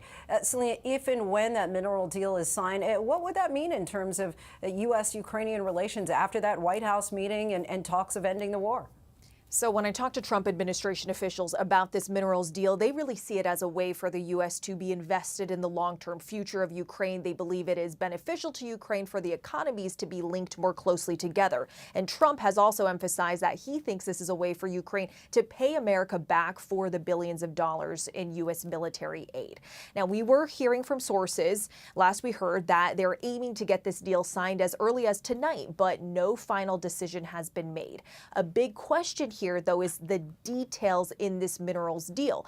We know that it includes Ukraine sharing revenue from its rare earth minerals, but Ukraine has said that they also need more than that. They need security guarantees from the U.S. to ensure that Putin doesn't try to invade Ukraine again. Trump so far has not committed to that, and he said before that he believes Putin isn't going to break a deal if he's the one negotiating it, even though Putin has broken deals in the past, Linsey. It'll be very interesting to see if he's able to make that announcement today, perhaps, that a mineral deal has been signed. All right, Selena Wang, our thanks to you. I want to bring back in Washington Bureau Chief Rick Klein. And Rick, let's take a step back. Politically, what's at stake for President Trump tonight? You know, Linsey, we've seen the president, by his own judgments or his own metrics around popularity, he's been riding relatively high. In modern American politics, it's hard to be above water, and he's been there slightly above water the last couple of weeks. But it's a time of tremendous tension. If you just think about the turmoil on the world stage, the turmoil on the economic front with the tariffs, there is so much that is up in the air right now. And I think a lot of Americans who may have voted for Donald Trump are worried still about what it all means. And Trump thrives when there's a lot of chaos around him, and he has gotten that. And often there's a method to it, not always. But I think tonight is an opportunity for him to stitch some of it together and explain, this is what's going on. This is why you're seeing what you are out of Ukraine. This is why you're seeing what you are out of the tariffs, and hope that people will be with him. He doesn't really have to worry about the audience in the room in a direct way because they're very much loyal to him, but he will have to worry about their votes at some point. And he does have to worry about public opinion because so much of that support that he enjoys inside the House chamber is derived from the perception that he is so popular outside of it, not just with the Republican base, but with independents. And the fact that he comes into the room for the first time having won the popular vote as president. That's a big thing, and it's a big deal and a big marking point for a lot of those members of Congress. Many eyes will be on Elon Musk in the chamber tonight. What are you watching for with regard to Elon? Well, what the president says about him, it is astounding that for all of the powerful people with all the titles, it's someone that doesn't have a government job at all and hasn't been elected to anything in Elon Musk that might be as powerful as the president himself. Certainly his power is reflected through Trump, but what exactly is said about him, and the fact that so many Democrats are bringing people who lost their jobs in the last couple of weeks because of the Department of Government Efficiency makes for kind of an interesting split screen or some interesting sight lines. Elon Musk is someone who's been championed so far by Donald Trump. Unclear if he's going to be a major part of this administration throughout, but at least for tonight, I'd expect him to be center stage, if not literally, then certainly in the president's mind. All right, Rick Klein, always appreciate your insight. Thanks so much. Thanks, Lindsay. In his address tonight, President Trump is also likely to address his commitment to mass deportations. One of the most recent raids less than 24 hours ago, right here in the Washington, D.C. area. Our Rachel Scott was there embedding with agents from ICE, the FBI, and other agencies as they made arrests. Here's ABC's senior political correspondent, Rachel Scott. Tonight, the president preparing to tout his signature promise, the largest deportation effort in American history. And well before dawn, we were on the front lines. And we want to be rolling by 03:45. The administration says they are going after the worst first. They tell us their target here in Northern Virginia, a Guatemalan man in the country illegally with a criminal record. Almost 4 a.m. and we are now rolling. ICE agents say the subject of the investigation today, a known member of the 18th Street gang. We are there as heavily armed agents, guns drawn, use flashbangs to get inside, leading the suspect out in cuffs, loading him into a waiting patrol car. Authorities say they've arrested more than 20,000 people since Trump took office. ICE and Border Patrol say more than 43,000 are held in detention. But amid this push, thorny questions emerge, as we see on the second raid of the morning. Multiple agencies on the ground right now, the FBI, the DEA, the ATF. You can see the agents inside right now. Armed agents seen through a window making another arrest. Well, this target here was wanted for sexual assault and for battery, multiple re-entries into the country. But also in the home, his 2 American children and his brother, who authorities say is also undocumented, but has no known criminal record. That brother can now be deported too. We asked Homeland Security Secretary Kristi Noem what happens to the children. There is that likelihood that these families could be separated. There is consequences, and we're giving him time to leave these children with someone else. All right, Rachel Scott for us there. President Trump is also expected to tout his administration's efforts to secure the southern border and claim that crossings and apprehensions have dramatically decreased. The president posted on Truth Social this weekend saying, quote, "The invasion of our country is over." Could it be a snippet of what we'll hear from him tonight? ABC News' national correspondent Maria Villarreal joins us once again from Texas. So, Maria, one of President Trump's biggest campaign promises, if not the biggest one, was to secure the border and to lead what he calls the largest deportation operation in American history. We'll probably hear about that tonight. But are numbers reflecting what he promised? You know, that's a difficult question to answer only because we're not really getting a ton of numbers from this particular administration.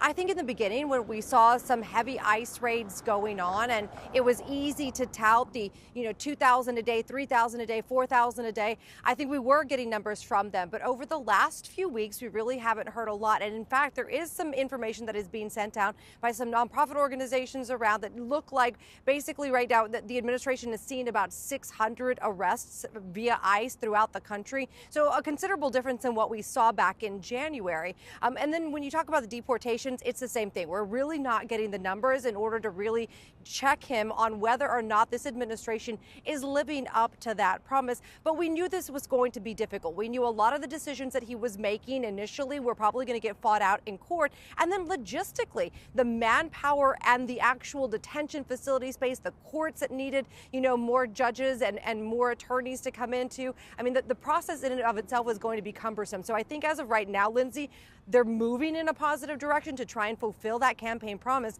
but I'm not sure if they're there just yet. And a big part of securing the border has to do with joining forces with the Canadian and Mexican governments.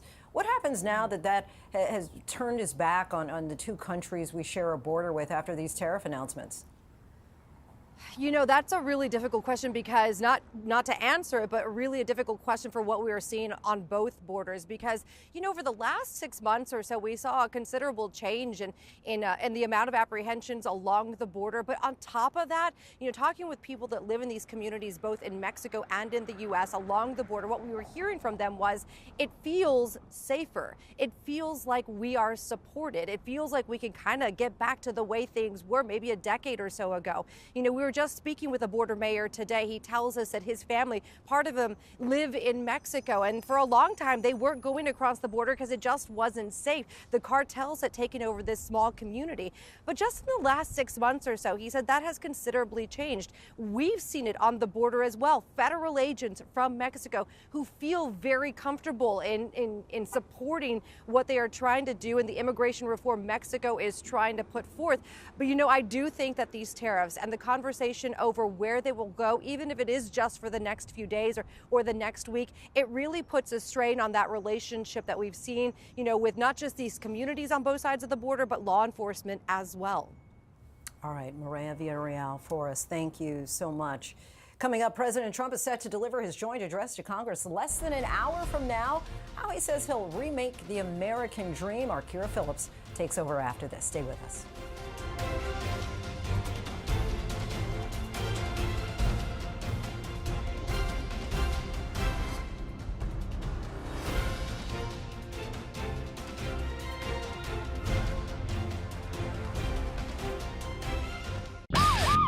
Thursday. We have a possible hostage situation. I got his location.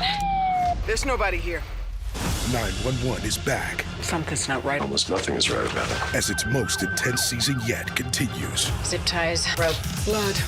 He's a damn serial killer. And it looks like he took Maddie with him. We're gonna find her. The 911 two-part return begins Thursday, 8/7 Central on ABC and stream on Hulu. I'm 110% ready to fall in love. Tall, handsome, smart. He's perfect. Time just stood still. It's kind of already sinking in that these other girls are dating my boyfriend. Everybody just really wants Grant, and we're all fighting for his love. You act like you don't care. He knows how I feel. I know I'm in trouble. Everyone's so mean. I did not know how hard this was gonna be. Amanda Riley was a mother, wife. Everybody loved her. I heard the words, "You have stage 3 blood cancer." We gave our hearts, our prayers. We thought she was God's gift, but she was a liar. Why would somebody fake cancer? There's all these pictures of her in the hospital with IVs, tubing. It was only a matter of time until Amanda's whole world came tumbling down. Oh my God! Scamanda. All episodes now streaming on Hulu. It was a kidnapping, torture case. A crime of greed and cruelty. The men tortured the victim by beating, tasing, and burning him. And this is where it gets really horrible. The guy was cutting off my roommates. It was like a bad dream. This crime was horrific. He's a psychopath. How could you possibly defend somebody like that? This was a story about greed, sadism, evil. Wicked Game, Devil in the Desert, only on Hulu. A 12-year-old girl fighting for her life, stabbed 19 times. Her two so-called friends accused of the heinous crime. How did a sleepover end in a brutal attack? Now, 11 years later, with the two girls who brutally stabbed her, one released and free, and one about to be released. Inside the case that gripped the nation and still captivates true crime junkies worldwide. It is everywhere, and our jaws were on the floor. Surviving Slender Man, now streaming on Hulu. Getting that golden ticket today. Good luck coming out the golden ticket. Will change my life. I know you're nervous. Show me a place where dreams come true. I've never seen anything like it. You're going to Hollywood. My dream came true. There are surprises in every person. Where dreams come true.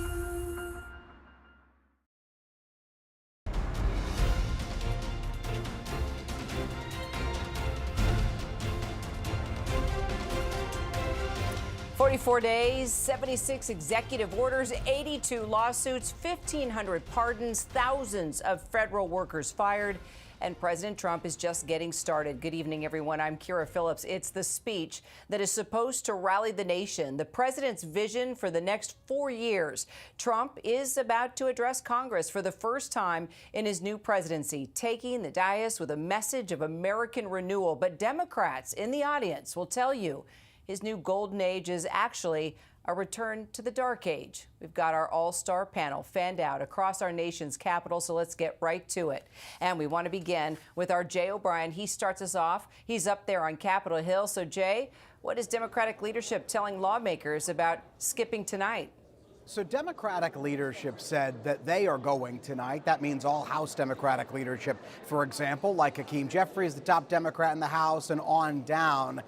But in a letter to colleagues, Jeffries said that going tonight is a quote-unquote personal choice. And we do know there are some Democrats planning to skip this as a means of demonstrating against President Trump, this administration, and in particular, this overhaul of government we have seen Trump and the administration put into place, particularly those thousands of firings of federal workers orchestrated by Elon Musk and Doge, et cetera, et cetera. So for the Democrats who do show up, Jeffries said that they should be, quote unquote, dignified in how they react to this speech. We know that there are Democrats who are going to bring signs on various issues. Some of those signs, we're told, are going to be about Elon Musk, not even about Donald Trump, the person addressing the chamber. We know that Democrat after Democrat have invited fired federal workers as their guests to this speech to make a point there. And there is this possibility, we have heard these rumblings of Democrats finding other ways to make their voices heard in the chamber. It doesn't necessarily mean that there are going to be outbursts or things of that nature, but we know Democrats are going to dress all in one certain color, for instance, the Women's Caucus all dressing in pink and things of that nature. So keep an eye on the visuals, that crowd that President Trump is looking out on for another message that Democrats intend to send. And speaking of Democratic messaging, as we wait for the president to arrive, he will be stepping out right here within this live picture any moment now, Jay. But let's talk about the Democratic response. Yes, there's a lot to talk to with regard to, and as we're switching over the feed there, we'll get back on track. A lot of moving parts. There we go. We got a live picture from inside the Capitol there on the floor, but we are monitoring that one live shot where the president will be arriving. But let's just talk about, before we delve into the president's speech and what he'll be talking about tonight, since we're talking about Democrats and these plans for protest, will they protest? Will they not protest? How loud will they be? Will they be censored as Republicans are now threatening if they do make a scene? Will they be more powerful if they just sit there in protest by the way they look at at their Republican counterparts as they stand up and cheer for the president? Alyssa Slotkin was picked for the Democratic response. Why? Battleground state Democrats seen as a rising star in the Democratic Party. Jay, we got the president right now. We see him stepping out, getting into the car, First Lady by his side as we follow the motorcade now as he makes his way to the Capitol. Moments ago, Elon Musk also apparently was with the president as he was getting ready to step out and get into the car. Maybe we start there. The fact that Elon Musk, the Musk in the room, we must talk about.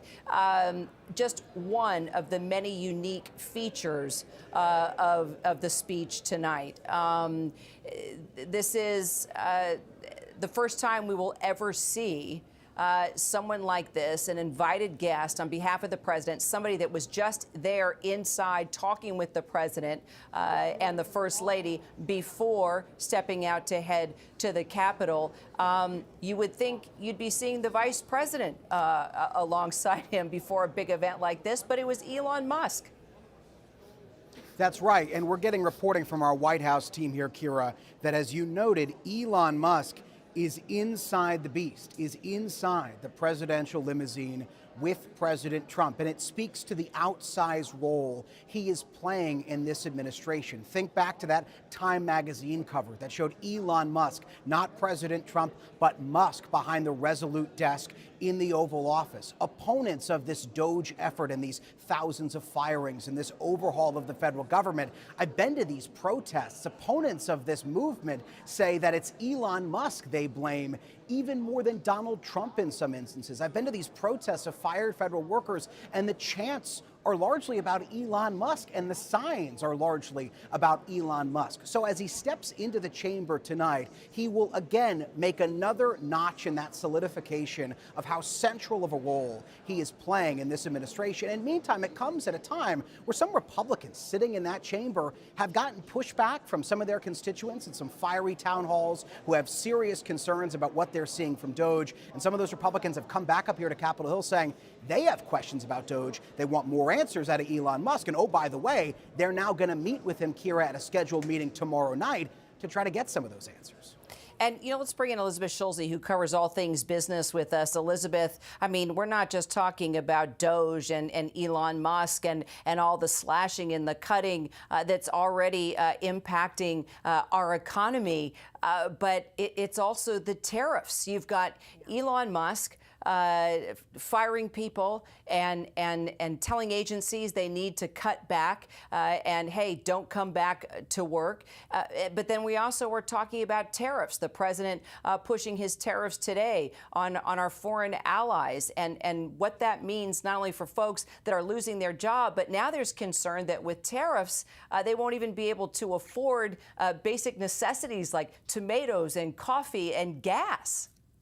And Kira, those tariffs could cost the typical American household on average $2,000 in 1 year because of how businesses would need to potentially pass down the higher costs that they're paying from tariffs to the consumer. And that's something that President Trump has talked about, lowering prices on day one. Well, now we're looking at potentially higher prices within days on groceries, especially when you talk about those fresh imports coming from Mexico. As you say, tomatoes, avocados, strawberries, those prices, and companies like Target, major retailers, are warning that those price hikes could take effect within days. You also have the reality that there is this underlying question of how much uncertainty is being caused in the economy because of the policies from this administration. I mean, when you look at the stock market alone, Kira, it tells a big story in the past 2 days. The Dow Jones Industrial Average is down 1,300 points. The S&P 500, that's what tracks most Americans' retirement accounts, has now wiped out its gains from the election. We saw this wave of optimism from companies and from CEOs leading up to President Trump's inauguration, expecting tax cuts and deregulation. Well, now they're looking at some of the policies that are being put in place, and they're a lot more anxious about that. What does that mean for the bottom line of companies, and what will that mean for consumers and households, which have powered the economy over the past couple of years?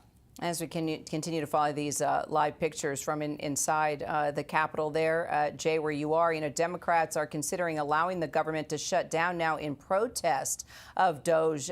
Jay, is that likely? Is there concern that that could backfire?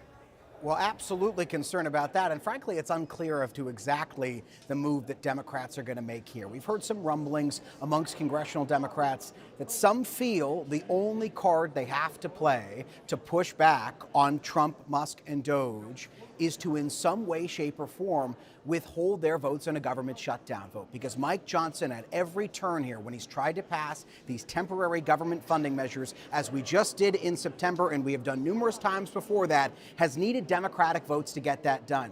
In December, Mike Johnson needed more Democrats than Republicans. More Democrats than Republicans voted for that temporary government funding measure. And so now what we've heard from some congressional Democrats is, because they don't control the House, because they don't control the Senate, they feel they have limited options. And one of those options may be gambling with gambling with withholding those votes, threatening the potential for a government shutdown to try to extract concessions out of Speaker Johnson and in large part President Trump and Elon Musk. I just talked to one Democratic source earlier tonight, and I asked how real of a plan is this? And look, this has not been something that's been endorsed by Democratic leadership. It isn't even something that's been endorsed by a wide array of Democratic lawmakers. But this one Democratic source seemed open to it and said, quote unquote, it's not our government to keep open, trying to put the onus on Republicans here, Kira, to get the votes to fund the government. And it doesn't look like that's likely. Apparently, Jay, we're getting word, the designated survivor. We were wondering who that could be tonight. We are now we know it's VA Secretary Doug Collins. Jay, I don't know if you can see the live picture right now. Can you see the lawmakers that are making? Better, Kira. They're walking right in front of me about 3 feet away. So our camera shot faces the wall, but they're walking through the middle of the room. This is the president's cabinet, led by J.D. Vance and others in tow.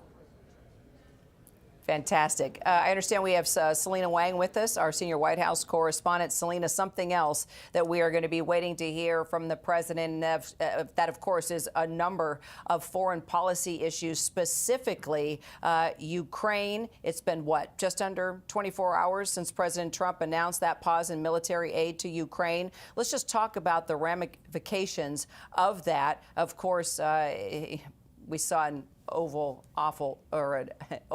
There's a slip in words there. A pretty, I guess, uncomfortable spat in the White House between Zelensky and President Trump when talking about Ukraine. It got so ugly, Zelensky was booted out of the White House. Now, apparently, Zelensky wants to come back, figure out some type of deal. Is it possible that we could hear something tonight? Yeah, so many questions here. I mean, first of all, when it comes to this speech, Kira, I think the big question is, does President Trump try to repair this relationship with Zelensky, or is he going to continue to criticize him? When it comes to a potential agreement, we're hearing from sources that actually they've been trying to get this agreement signed with Ukraine, this minerals deal, as soon as tonight, but that no final decision has been made here. So that minerals deal, it would include Ukraine sharing revenues from its rare earth minerals. President Trump is casting this as a way for Ukraine to pay the U.S. back for billions of dollars of military aid. Trump administration officials I speak to also say they believe this is beneficial for the United States to have a long-term economic stake in the future of Ukraine. But very unclear what's exactly in that deal, Kira, since Zelensky had made it very clear that they need security guarantees, that it's not enough to just have this economic relationship. They need U.S. military security guarantees to ensure that Putin does not try to invade again. Now, that is something that President Trump has not agreed to. In fact, Trump has said that he believes Putin won't break his promise if it's him who's negotiating this deal. But as we know, Putin has broken deals and agreements in the past, Kira. All right, Selena, we're going to just take folks inside now to just get a feel for the pomp and circumstance that's taking place. Vice President J.D. Vance making his way in alongside fellow lawmakers. This, of course, is the moment he starts to shake hands, talk to various supporters, even a number of Democrats in there. Of course, not so excited about the entrance of the vice president right now. Our Rachel Scott, though, is inside the Capitol. Rachel, not sure how far you are from where we're getting this live picture, but do tell us what you see, what you're hearing, and give us a feel just for the night as we are moments away from the president giving his address. Well, Kira, we have made our way inside of the chamber. I am seated here along with our other reporter, John Parkinson, and Lauren Peller, also in this chamber. And we are keeping an eye out for all of the action that is unfolding right now. Vice President J.D. Vance making his way down as we anticipate President Donald Trump's arrival. Notable, this is very familiar for the vice president, of course. He was a senator, and he has been making his way not only to Republicans, but also to Democrats across the aisle. You'll notice here, sitting in this chamber, a sea of pink. And that is Democrats saying that this is the color of protest and power for them tonight. The president says he's going to be telling it like it is tonight. But make no mistake about it, Kira, this is President Donald Trump's Washington. He has the majority in the House. He has the majority in the Senate, a conservative-leaning Supreme Court. The Republican Party here is almost made entirely in his image, and he faces basically little to no resistance, so much so that Democrats are really struggling to find a way to try to counteract what is happening. It's also notable tonight just the guests that are going to be invited. Seated in this very chamber today will also be some federal workers who were fired as a result of the Department of Government Efficiency's actions. And of course, billionaire Elon Musk, the president's most powerful advisor, well, he's on his way here tonight with the president, of course. And let's not forget, Rachel, 4 years ago, this is the exact chamber where MAGA supporters desecrated democracy. I mean, what a difference 4 years makes. It's a remarkable turn of events, especially when we look at President Donald Trump. I mean, the last time that he stood at this podium, he had just been acquitted in his first impeachment trial. Democrats had just started their presidential primary in 2020. COVID had not even really hit the United States yet in full force. And here we are, 5 years later, he was impeached again. He left Washington in a shadow after January 6th, after we saw rioters storm the United States Capitol. So many of the members sitting in this very chamber running for their lives. And then now you can't even get members of this own Congress to really agree on the events that happened that day. The president has survived 2 assassination attempts. He won the popular vote, and now he is back, coming before this Congress once again with the Republican majorities in both chambers, Kira.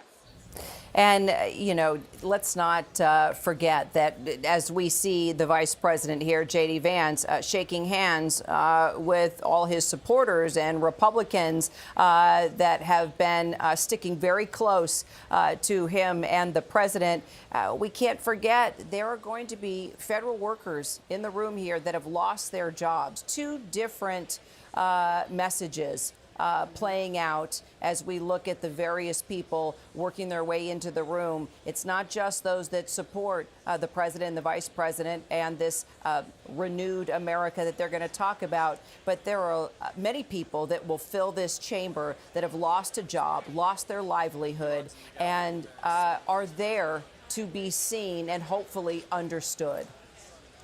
Exactly, Kira. And this is going to be quite the striking balance. We are just told that Elon Musk is making his way in, and there we do see him. Elon Musk now in this very chamber on the point that you were just making. And here we are hearing some applause, people shouting Elon. They're trying to wave to him. This is the president's most powerful senior advisor now in this room, but he's also in this room alongside many of these fired federal workers, people that have been directly impacted by the Department of Government Efficiency and their efforts. And it's interesting because it's unclear if Elon Musk has really come face to face with any of those workers. I will tell you, one group of people who have, the Republicans in this room, they have been getting an earful at some of their town halls, so much so that Republican leaders have been encouraging them to have these town halls virtually now. I talked to one Republican from Georgia, Rich McCormick, who told me that it's not just Democrats that are showing up, that it's Republicans too. And it's not just the fact that they don't believe necessarily that the federal government needs to be downsized. He says that he does support those efforts, but the question is whether or not they're moving too quickly. I'm just spotting one Republican right now holding Adrian Smith, John Parkinson, our fantastic reporter, is reminding me, holding this sign in support of Doge. This is about to get underway. The anticipation here very high, Kira. Rachel, thank you so much. And just to note, we do know that the president is in the holding room right now. We have seen the vice president side by side with the speaker, Mike Johnson. Also, we are told that Elon Musk, who was a part of the president's motorcade, has arrived and will be sitting in the First Lady's gallery. And we're starting to see just various shots of the guests and various lawmakers that invited them to the party here. As we continue to monitor all these live pictures and wait for the president to step up to the podium and give his remarks tonight, let's bring in our Chief Justice correspondent, Pierre Thomas. You know, we were talking about those federal workers that are going to be there in the room, those that have lost their job. We have to talk about the lawsuits. Since Trump was inaugurated, his administration has been sued at least 98 times now, Pierre. That's 3 lawsuits for every business day that he's been in office. The question is his strategy of flooding the zone going to work? Well, it may well, because, as you know, litigation takes time. And the time that it takes, these workers, many of them are in limbo. They're hoping that some of these courts will issue some injunctions, some rulings that will give some clarity as to what can take place while the situations unfold. And also, we're seeing it across the board. Even the FBI Agents Association has gone to court to take action because they're concerned about the way the administration is going about looking at people who worked on the January 6th related investigations, Kira. So this is affecting people across the board throughout government. So let's talk about why we're going to see some of the Supreme Court justices, but not all of them, Pierre. Well, again, clearly, I believe the justices who were appointed by President Trump and the Chief Justice will be there. Whether some of the other justices are not showing up because of protests, we don't exactly have all the answers to that yet, Kira. But again, it's a reminder that Washington is still a very partisan place, even though this is perhaps the most powerful president we've seen in quite some time, with control of both sides of the aisle in Congress, both houses, the House and the Senate, and also a Supreme Court that is stocked with Republicans who have been so far leaning in the direction of things the president would want to do. Everyone remembers that crucial ruling by the Supreme Court in terms of presidential immunity, which paved the way for a enhanced President Trump who's now back in power. And Pierre, the president now there's a shot of Elon Musk there, who will be sitting in the First Lady's gallery. Also a huge supporter of the president, has stood by his side, his pick for Attorney General, Pam Bondi. Indeed. Another example of a sea change at the Department of Justice. We've perhaps seen the greatest overhaul of DOJ since Watergate. We have an Attorney General who is very much a supporter of President Trump. We have an FBI director who is close to being a campaign surrogate, who's now the FBI director. All the past leadership in terms of the key positions at Main Justice, in terms of even career people, gone. So this is a stunning transfer of power and a new Washington, if you will. Let's talk about that new Washington with our new bureau chief. Well, he's not so new anymore. Rick Klein, also our political director. Rick, I could take on so many different topics with you, but let's just start with the significance of tonight. This is a very different cabinet, shall we say, since the last time President Donald Trump was president. These are all people he's handpicked. He has handpicked his cabinet now, and his advisors and those around him. Didn't necessarily have that choice last time around. He was told who to have around him, who he should pick, and we saw how that turned out. How many, we talk about federal workers being fired. He was firing everybody around him the first time he was president. Now he's got controversial people like Kash Patel heading the FBI, and a number of folks, as we look around the room here and look at live pictures, that are very controversial lawmakers. Yeah, we just had the picture of Kash Patel with Chris LaCivita, the campaign advisor, who's not actually on the inside of the administration. But you're right, it is remarkable how quickly and how almost flawlessly the cabinet has been filled. But for Matt Gaetz, who was originally nominated for Attorney General, but then pulled back, all of the picks that Donald Trump made for his cabinet have been confirmed. Many of them with no opposition inside his own party. A couple of them with 1 or 2 no votes. That includes some very controversial people, including Patel, who had to replace a sitting FBI director to even get into that role. In addition to that, Pete Hegseth, Secretary of Defense. A lot of people that I talked to thought in the immediate aftermath of that pick that there was no way that was going to happen. You've seen, and I think you see tonight, that Donald Trump's party is ascendant in Washington. This is a divided country, but the Republicans control Washington. The visual right now of Vice President Vance and Speaker Mike Johnson will be flanking Donald Trump during the speech tonight. Tells you what you need to know. And the fact that a couple of Democrats aren't showing up changes the math slightly. And even though this is a divided Congress, you're going to see very much a Trump show because Republicans are so loyal to him. And you're right, Kira, the fact that he was able to get his own picks here, people that were loyal to him, that may have been the first and foremost quality that they had. Those are the people that are now advising him. Those are the people in his cabinet. And you haven't seen the kind of staff turmoil and turnover that you saw in Trump 1.0. You know, it's interesting, too, as we saw a shot of the entire Trump family there in support of, their father-in-law. We didn't see Barron, but we did see the rest of the family. You talk about all of, and there's his daughter-in-law, actually, that's Don Jr.'s new girlfriend, I believe. As we look at these live pictures, it's hard to keep track sometimes, Rick. But as looks like the speaker is getting ready. Yeah, Rick, stay with me. Let's go ahead and listen in. United States into the chamber, the following. The gentleman from Louisiana, Mr. Scalise. The gentleman from Minnesota, Mr. Emmer. The gentlewoman from Michigan, Mrs. McClain. The gentleman from North Carolina, Mr. Hudson. The gentleman from Pennsylvania, Mr. Reschenthaler. The gentleman from Utah, Mr. Moore. The gentlewoman from Indiana, Mrs. Houchin. The gentleman from Oklahoma, Mr. Hearn. The gentleman from New York, Mr. Jeffries. The gentlewoman from Massachusetts, Ms. Clark. The gentleman from California, Mr. Aguilar. The gentleman from California, Mr. Liu. The gentleman from Colorado, Mr. Neguse. The gentlewoman from Washington, Ms. Delbene. The gentlewoman from Michigan, Mrs. Dingell. The President of the Senate, at the direction of that body, appoints the following senators as members of the committee on the part of the Senate to escort the President of the United States into the House chamber. The Senator from South Dakota, Mr. Thune. The Senator from Wyoming, Mr. Barrasso. The Senator from Arkansas, Mr. Cotton. The Senator from Oklahoma, Mr. Lankford. The Senator from West Virginia, Mrs. Capito. The Senator from South Carolina, Mr. Scott. The Senator from New York, Mr. Schumer. The Senator from Illinois, Mr. Durbin. The Senator from Minnesota, Ms. Klobuchar.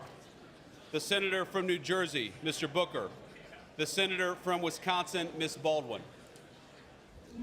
The members of the escort committee will exit the chamber through the lobby doors.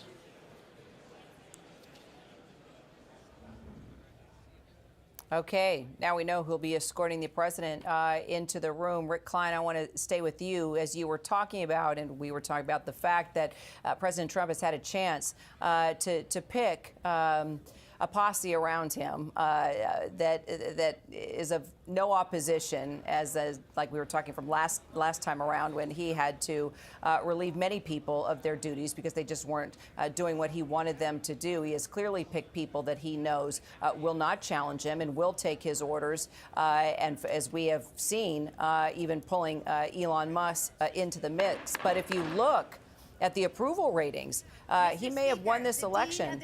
He may have a cabinet around him that he has handpicked. But if you look at approval ratings, he's struggling. Yeah, and there's a lot of anxiety out there, and I'm curious if that's acknowledged in any way, shape, or form in the president's speech tonight, that he's going to paint a pretty rosy portrait of his first 40-something days. But a lot of people in that chamber, members of Congress and people that have lost their jobs through the efforts of the Department of Government Efficiency, are feeling uncertain right now. And just looking at the events of the last couple days, look at the chaos that ensued after the Zelensky Oval Office meeting, the turmoil in the markets and in world affairs with the imposition of tariffs. There are so many fronts where there is massive uncertainty at this moment, and it is reflected in the polling. Donald Trump is doing better in the polls than he did during much of his first term, but that isn't to say that he's a runaway winner right now. A lot of people are skeptical of his leadership and skeptical of the direction that the country's heading in overall. Elizabeth Schulze, I'll let you follow up on that as we talk about anxiety and fear. Much of that may not be about a war in Ukraine or a trade war over tariffs. It's just your everyday American that's paying twice as much for eggs right now and can't even fill up the gas in their car. And then if you talk to federal workers that are getting fired by the day, there's where that fear is coming from. Kira, we know that uncertainty over the economy and the unease over persistently high prices is what essentially propelled Donald Trump to the White House. It's something that he promised to address on day one. And so many households are hoping and expecting that is a promise he can deliver on. They are seeing those record high prices at the grocery store.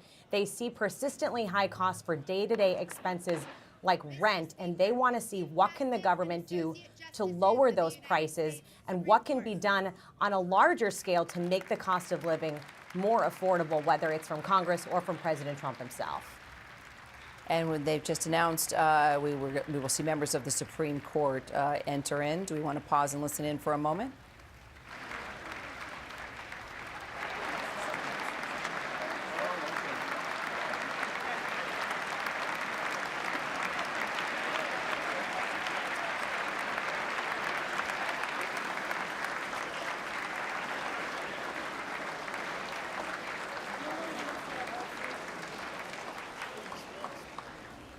Selena. All right, as we watch the members of the Supreme Court now enter into the chamber, Selena Wang, I just want to take a question to you. We've got word there are protesters outside the Capitol there in support of Ukraine. That is one question being asked tonight now that Zelensky seems to want to come to some sort of deal with President Trump. Is it possible we could hear about a possible deal tonight? Well, we know that the Trump administration has been working towards this, and we saw from the statement from Zelensky today, Kira, that after that disastrous Oval Office meeting, he very much wants to repair this relationship. He was heaping praise on the president, saying he admires his strong leadership, that Ukraine is willing to work with the United States as quickly as possible to bring this war to an end. But it is unclear, Kira, if any of that is enough to move President Trump. We are seeing this pretty dramatic rupture in relations between wartime allies. We're talking about the U.S. pausing all military aid to Ukraine, and this could have a profound impact if it lasts long enough. In fact, a Ukrainian intelligence official tells us that the impact of that freeze could be felt in 2 weeks and that the ammunition shortage could get very serious during the summer. Now, White House officials had told me that they believed Zelensky was disrespectful, that he was ungrateful in that Oval Office meeting. Zelensky very much trying to right that ship and make sure that hopefully this aid can be unpaused, Kira. Jay O'Brien, a minute and 30 away from the president's speech, where he will enter the chamber, the same chamber where 4 years ago we saw MAGA supporters desecrate democracy. Now he is the president of the United States, and he'll be making that address before the nation. The whole country will be watching, because it's everything from domestic to international issues that he will be talking about, as we are about to hear from the president in about a minute and 6 seconds. Tell me what you're thinking about, and how do you think he'll start? Yeah, keep an eye on two things tonight, Kira. First, obviously, in addition to what Trump says, keep an eye on what Democrats do in that chamber, the signs of resistance they show, whether they're audible or silent, the colors they're wearing, etc. And also keep an eye on Elon Musk. He's going to get the bulk of the attention in that room, in addition to President Trump, because of the outsized role he's playing. Musk, remember, riding in the motorcade with Trump on his way over here from the White House, not in the Beast, the presidential limousine as we first thought, but in the motorcade, sitting there in the chamber in a prominent place, in a prominent role in this administration, unlike one we've seen in decades in this country. So in addition to the words coming out of President Trump's mouth, watch Elon Musk in that room too. Jay O'Brien, thank you. Minutes away now from the start of the presidential address to Congress. We hand it over now to our David Muir and team. Stay with us. Our live coverage continues.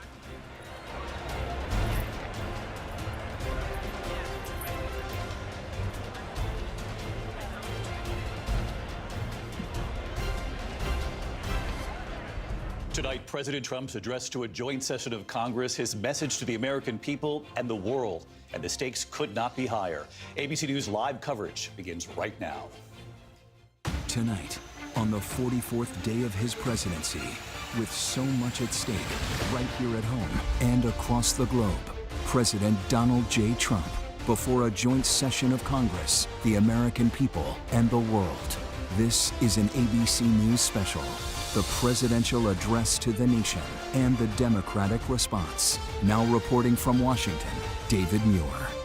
And good evening tonight from the nation's capital. We are just moments away from President Trump's address to a joint session of Congress and the American people. And make no mistake, the world will be watching this address to Congress as well, perhaps closer than it has in years, simply because of the news already made in these first 44 days of President Trump's presidency. New tariffs, obviously, the economy, his move on these tariffs in just the last 24 hours, and the Dow's response. The president's approach to the world, our allies, our adversaries, the Oval Office meeting with President Zelensky of Ukraine. We're told the theme of tonight's address will be the renewal of the American dream. Just before we came on the air, the president making his way from the White House to Capitol Hill, returning to the chamber for the first time since winning the 2024 election. The president and his party in control of Washington. Republicans are, of course, in control of the House and the Senate, with thin majorities, but in both majorities nonetheless. In just 6 weeks since the start of the second Trump presidency, the new administration has attempted an aggressive downsizing of the federal government, led, of course, by Elon Musk and his team. The administration laying off thousands of government employees, targeting some federal agencies, including USAID, the CDC, NOAA, among others. Elon Musk is in the chamber tonight as we look at live pictures of the chamber. Rachel Scott is also there. And Rachel, there he is, Elon Musk, special government employee.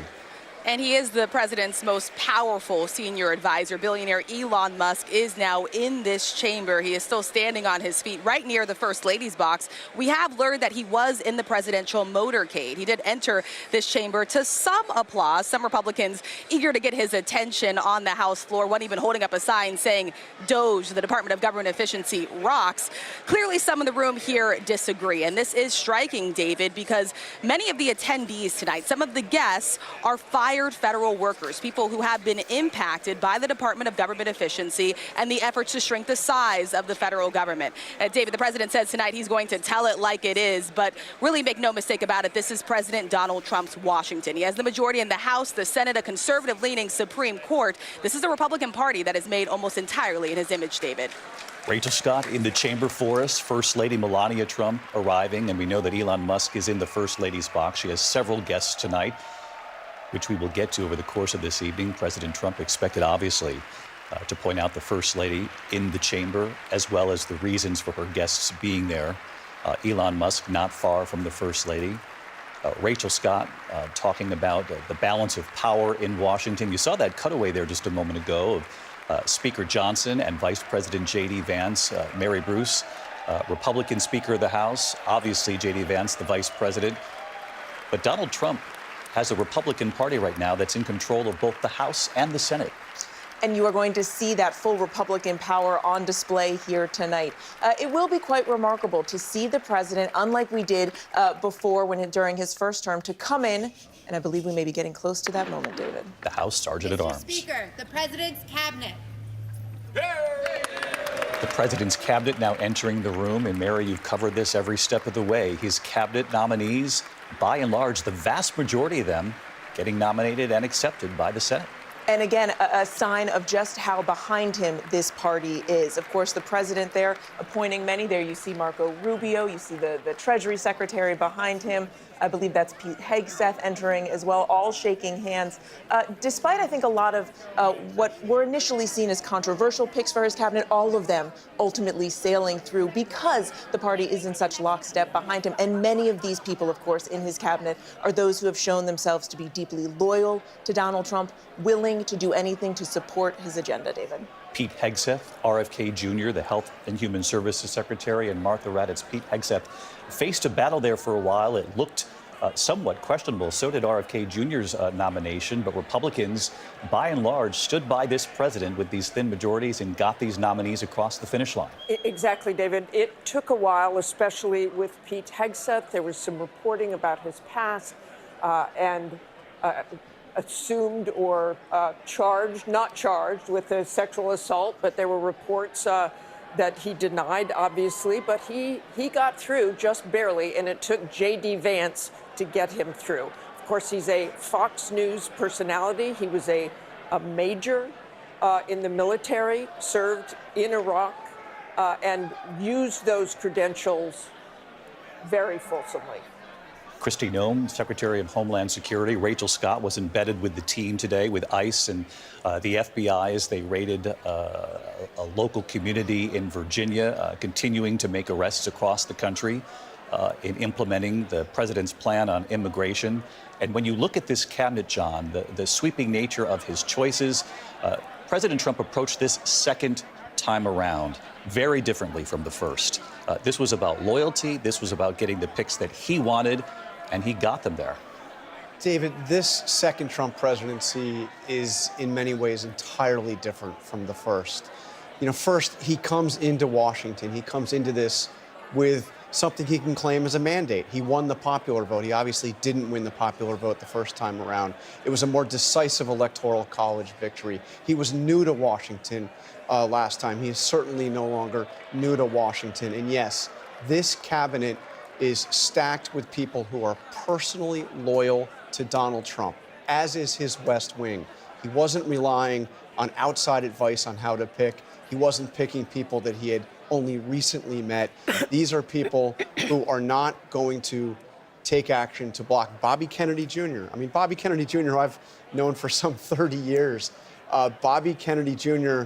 of course, from one of the most famous Democratic families in American history. Bobby Kennedy Jr. endorsed Donald Trump and was rewarded with the Health and Human Services Secretary post. And interestingly, not a single Democrat voted to confirm Bobby Kennedy. It was an extraordinary scene to witness, and not only that, but several members of the Kennedy family spoke out against RFK Jr. and this nomination, including Ambassador Caroline Kennedy, who waited till the very last moment before she stepped in to make her opinion known that she did not believe that her cousin should be secretary, but he is secretary nonetheless. And his first major challenge could be the measles outbreak that we've seen in West Texas and cases popping up elsewhere in the country. J.D. Vance, Speaker Johnson laughing about something there at the front of the chamber there. Linsey Davis is also with us here in the studio tonight. And Linsey, a lot of eyes will also be on the Democrats inside that chamber. And there has been a lot of debate about whether or not they have any sort of cohesive response as of yet to what they've seen in these first 44 days. Sure. A number of Democrats have said that they're absolutely not going to even show up tonight. Some have said that they're going to wear black as a symbol of this being a somber evening. Several women have said that they're going to wear pink. Many people doing kind of different versions of protests. But look, the stock market is down. Inflation is up. Donald Trump has said he's going to tell it like it is tonight. We have to wonder if he's going to really touch on those issues in the first 44 days. It has been a dizzying time, right? He's signed at least 76 executive orders. There are about 100 lawsuits that are pushing back on some of those. But this is more activity than we've seen in any other American president in their first 100 days in more than 40 years. And we're talking about a wide variety, from paper straws in federal agencies being banned to mandating that this country only recognize two genders with males and females. But I think that ultimately he has to break through to the American people why tariffs are so important to him, at one point calling them his favorite word, but potentially at the expense of the American people. These tariffs that he warned were coming, in fact, went into effect at midnight last night. Imposing the tariffs on our neighbors, Canada and Mexico, and additional tariffs on China. Tonight, Canada has responded. The Prime Minister, Justin Trudeau, with retaliatory tariffs against American goods now going to Canada. And he said directly to the American people today, your government is doing this to you. We didn't want this. He made that very clear. He said this was a dumb thing to do. Legendary investor Warren Buffett has reached the consensus over the last couple of days that he believes that tariffs are, in effect, an act of war. He said with a chuckle, but you could tell he was questioning the impact of these tariffs if and when they were, in fact, implemented. And Mary Bruce, as you just heard from Linsey, we saw this swing on the Dow 2 days in a row over these tariffs, down some 1,300 points in 2 days. And the president knows that. The American people are watching tonight. The question is, will he explain why he's done this and why he's doing it now? What he thinks this temporary pain that he has spoken about, how long it lasts, and why it's worth it for the American people. This is a chance for the president, in front of the largest audience that he's likely to have this year, certainly, to offer some clarity as to why he is doing this and what Americans should be bracing for. He is well aware, certainly, that many Americans supported him because of the economy. He promised to bring down prices on day one. We haven't seen that yet, and now you hear from experts and economists warning the opposite, that these tariffs may actually raise prices on Americans. And the president has said, this is just the beginning, that he's willing to go even further, that countries that put tariffs on us, well, he's going to tariff them right back. We did also, though, hear from his Commerce Secretary earlier today saying the president may be looking for ways to meet in the middle. I think, David, this speaks to some of the confusion that Americans have about what this means. And the president tonight needs to really offer a clear explanation of why he feels placing these stinging tariffs on our largest trading partners is necessary. So far, we've seen a range of explanations from him. Will he be able tonight to clarify that for the American people and get them on board? And will he brace them to pay a price for all of this? They're running a couple of minutes behind here. The president expected to enter this chamber at any moment, and the moment it happens, we'll go to the House Sergeant at Arms announcing the President of the United States. As Mary points out, he'll likely talk about the economy, about his move on tariffs tonight, even with some of our closest allies. Certainly with China as well. China retaliating against the U.S. tonight. Mexico saying they'll retaliate by Sunday in response. And Mary, as you point out, economists across the board have said, remember these tariffs, it's the American businesses and companies bringing these products in that pay the tariff when those products arrive. And in many cases, those companies then pass those additional costs to the American consumer. And John Carl, we saw it just today as we keep our eyes trained on this live picture that, retailers from Best Buy to Target are warning American consumers that prices could rise and quickly here. Automobile manufacturers are warning them that even cars made in the United States are made largely with parts that are imported from Canada and from Mexico. If you're worried about the price of eggs, we have eggs that come in from Canada, dairy that comes in from Canada. Look, this is a big gamble for this president, and we've seen how the markets have reacted. We've seen anxiety from businesses, large and small in the country. But David, I think it's important to say, this is exactly what Donald Trump promised to do during the campaign. He spoke over and over and over again about what he thought could be accomplished with tariffs. At times, he talked about tariffs of 20%, 25%, 100%. Was that a speech where he talked about 200% tariffs that he could do? So this is not a surprise, but it certainly has caused anxiety. We hear the gavel. Let's listen in. Mr. Speaker, the President of the United States. William McFarland, the House Sergeant at Arms, announcing President Trump's return to that chamber. He has not been here for an address to Congress. Later in the presidency, of course, we'll call it the State of the Union, but it's called an address to a joint session of Congress for presidents in their first month or two, because there hasn't been a lot of time to preside over the Union. Although some would say in these first 44 days, and Linsey made the point, it has been a dizzying number of actions taken by the president. You have to wonder if that's going to be a defining sort of move for presidents who come after President Trump to act more quickly in these first initial days. It's also a sign that this president has done this before. He fought for re-election. He won the election, both the popular vote and the Electoral College. And Rachel Scott, he got right to work. He picked people who he knew would be loyal to him. He had a plan, and as John Carl said, he campaigned on these issues, and he got to work on them. Right away, David, and he's faced very little resistance from Republicans, and this is the divide in Washington that we are seeing play out right here inside of this chamber. Of course, you have Republicans that are rushing to greet the president on the aisles. You have Democrats that are staying seated sort of in protest here as he makes his way down. It is remarkable. The last time that the president stood at this podium, he had just been acquitted in his first impeachment trial. Democrats had just begun their 2020 presidential primary. COVID wasn't even at its peak yet in the United States, and here we are.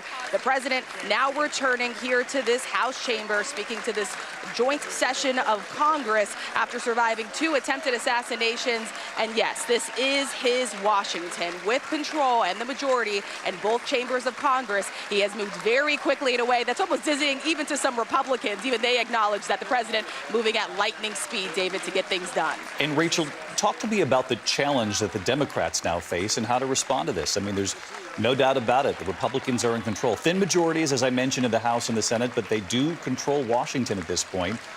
And this president, at least for the first 44 days, really didn't turn to Congress for much, if at all. These were executive orders and actions. And now comes this address to a joint session, and perhaps he'll try to make the case on things that they need to work together on. But as you pointed out, you're looking around the room, many Democrats aren't even standing. And that's what I'm looking for tonight, David. Does the president appeal to Democrats from across the aisle to try to suggest something that they could work on together, some sort of bipartisanship? As you mentioned, he moved forward with a slew of executive actions from his very first day inside of the Oval Office. The big question here for Democrats, what exactly can they do? And this is something that they are struggling with internally. They really do not have a coherent message. Democratic leaders will even tell you that they don't have the majorities in either chamber, so much so that they're actually considering whether or not they want to leverage a possible government shutdown in just 10 days and a way to push back against some of the efforts from the Department of Government Efficiency and Elon Musk and the Trump administration. We'll have to see if they go forward with that. But Democrats, they are keenly aware of what they are up against here. They are having some challenges figuring out a way to confront it, but they're also keenly aware that the president won on the issues, right? We're talking talking about the economy and immigration. Of course, two things the president is expected to focus on tonight, David. Rachel, thank you as we watch as the president greets members of not only the Supreme Court, but the military, and big changes at the Pentagon, Martha. The chairman of the Joint Chiefs out in just the last couple of days. One of the first things he said he wanted to do was get rid of woke generals. Pete Hegseth said the same thing, Secretary of Defense. He fired General C.Q. Brown, just about ready to speak there, and also the Chief of Naval Operations. So some of those people are unfamiliar there tonight. Chants of USA inside the chamber.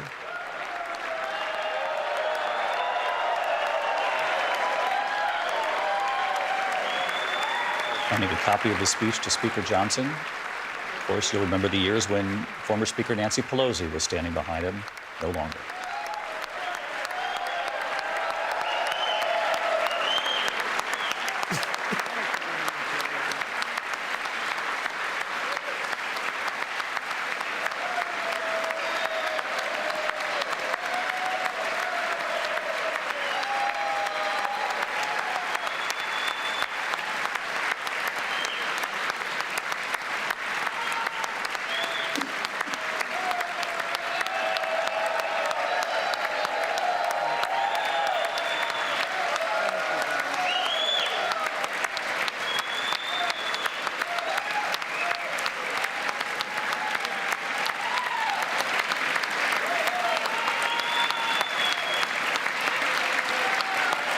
Thank you.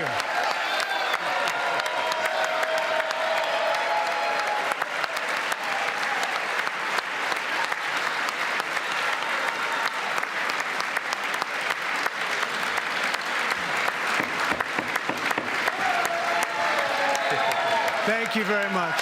Thank you very much. It's a great honor. Thank you very much. Speaker Johnson, Vice President Vance, the First Lady of the United States,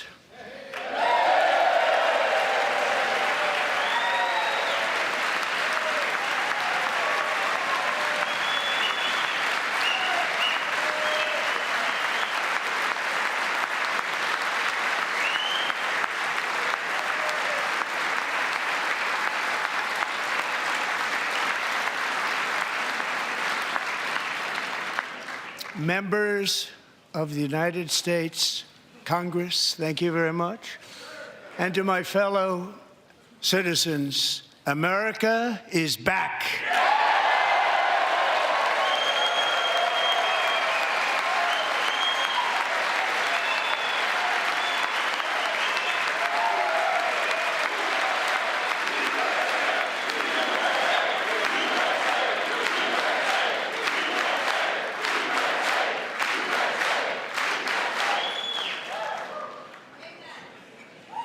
6 weeks ago, I stood beneath the dome of this Capitol and proclaimed the dawn of the golden age of America. From that moment on, it has been nothing but swift and unrelenting action to usher in the greatest and most successful era in the history of our country. We have accomplished more in 43 days than most administrations accomplished in 4 years or 8 years, and we are just getting started.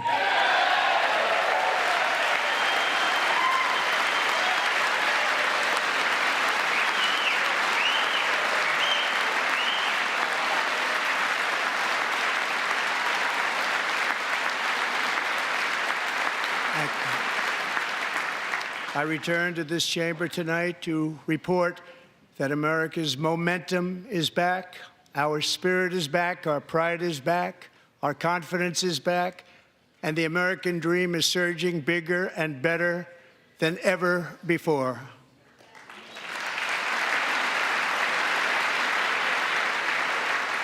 The American dream is unstoppable, and our country is on the verge of a comeback, the likes of which the world has never witnessed and perhaps will never witness again.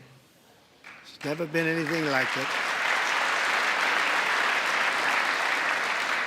The presidential election of November 5th was a mandate like has not been seen in many decades. We won all 7 swing states, giving us an electoral college victory of 312 votes.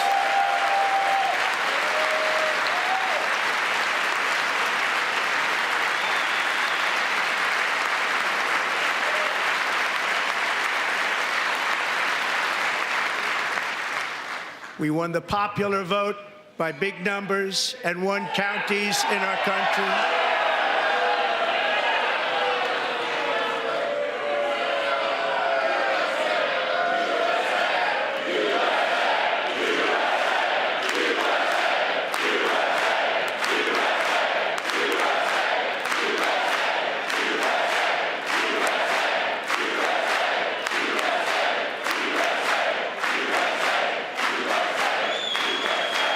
And won counties in our country, 2,700 to 525, on a map that reads almost completely red for Republican.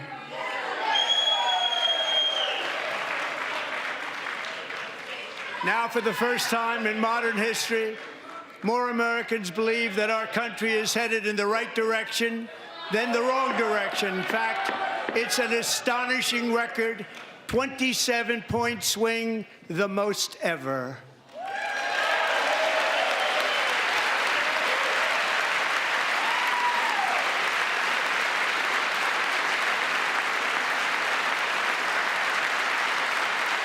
Likewise, small business optimism saw its single largest one-month gain ever recorded, a 41-point jump.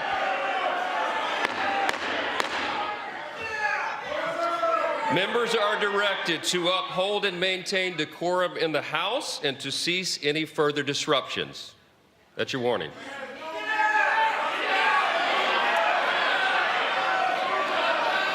Members are engaging in willful and continuing breach of decorum, and the chair is prepared to direct the Sergeant-at-Arms to restore order to the joint session.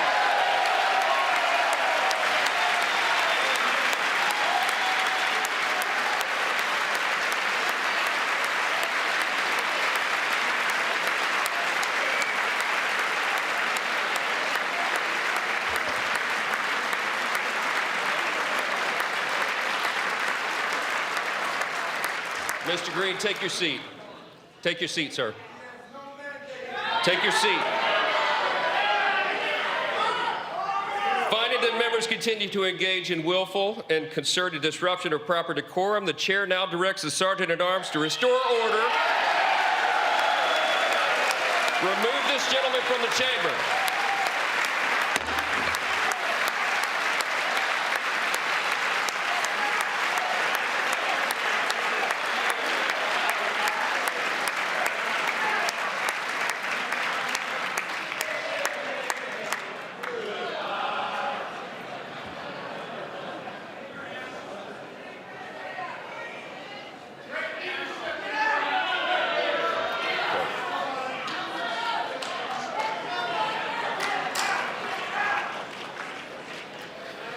Members are directed to uphold and maintain decorum in the House. Mr. President, you continue. Thank you. Over the past 6 weeks, I have signed nearly 100 executive orders and taken more than 400 executive actions, a record, to restore common sense, safety, optimism, and wealth all across our wonderful land. The people elected me to do the job, and I'm doing it.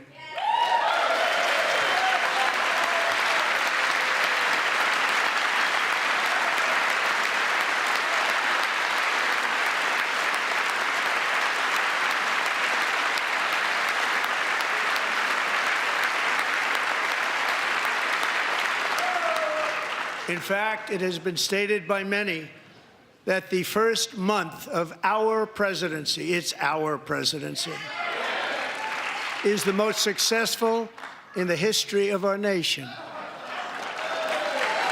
By many.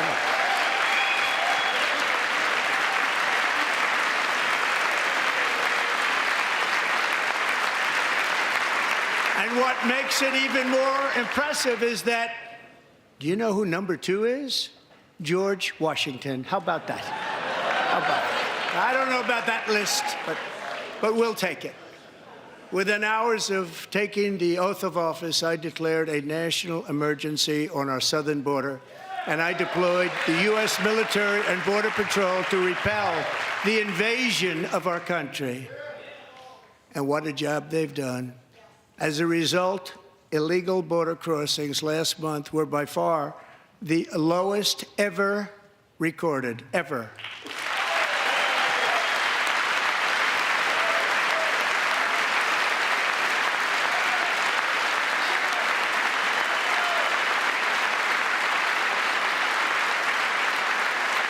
They heard my words and they chose not to come. Much easier that way. In comparison, under Joe Biden, the worst president in American history, there were hundreds of thousands of illegal crossings a month, and virtually all of them, including murderers, drug dealers, gang members, and people from mental institutions and insane asylums, were released into our country. Who would want to do that? This is my fifth such speech to Congress. And once again, I look at the Democrats in front of me, and I realize there is absolutely nothing I can say to make them happy or to make them stand or smile or applaud. Nothing I can do. I could find a cure to the most devastating disease, a disease that would wipe out entire nations, or announce the answers to the greatest economy in history, or the stoppage of crime to the lowest levels ever recorded. And these people sitting right here will not clap, will not stand, and certainly will not cheer for these astronomical achievements. They won't do it, no matter what. Five times I've been up here. It's very sad, and it just shouldn't be this way.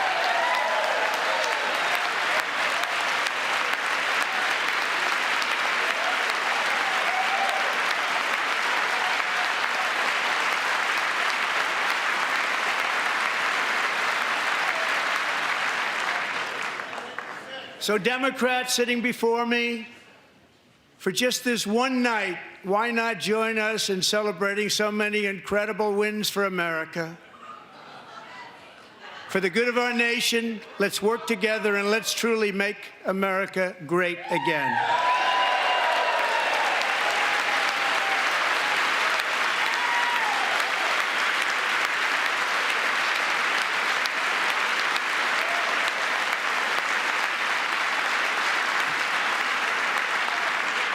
Every day, my administration is fighting to deliver the change America needs to bring a future that America deserves, and we're doing it.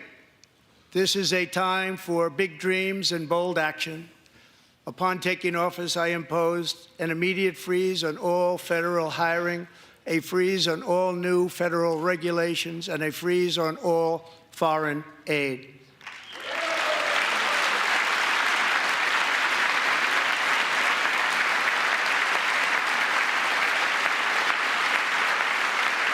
I terminated the ridiculous Green New Scam. I withdrew from the unfair Paris Climate Accord, which was costing us trillions of dollars that other countries were not paying. I withdrew from the corrupt World Health Organization.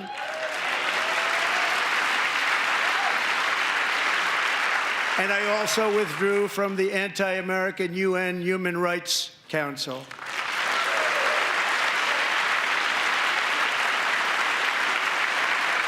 We ended all of Biden's environmental restrictions that were making our country far less safe and totally unaffordable.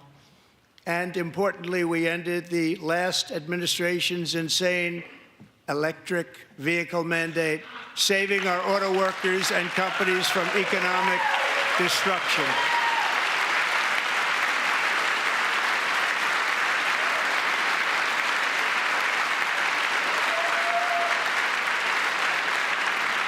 To unshackle our economy, I have directed that for every one new regulation, 10 old regulations must be eliminated, just like I did in my very successful first term.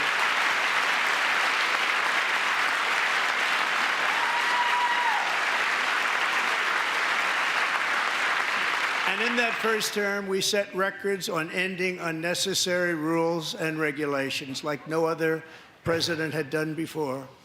We ordered all federal workers to return to the office. They will either show up for work in person or be removed from their job.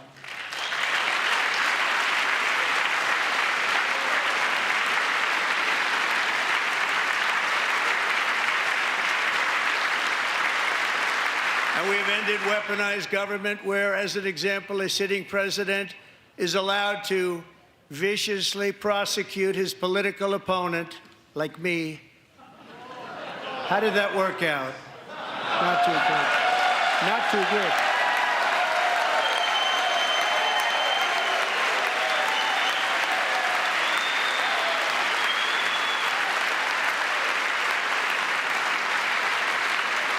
And I have stopped all government censorship and brought back free speech in America. It's back.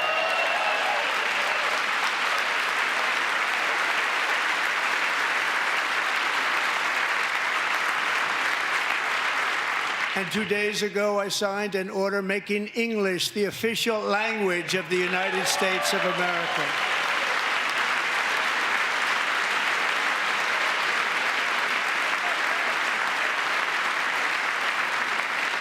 I renamed the Gulf of Mexico the Gulf of America.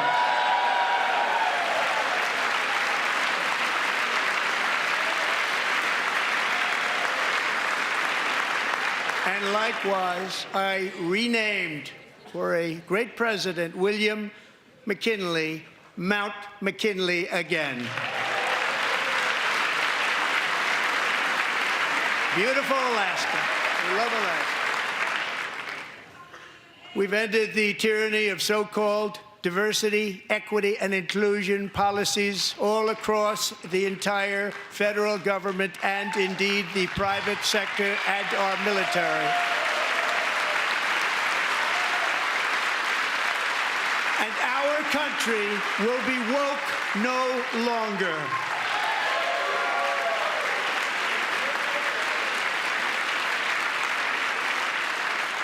We believe that whether you are a doctor, an accountant, a lawyer, or an air traffic controller, you should be hired and promoted based on skill and competence, not race or gender. Very important.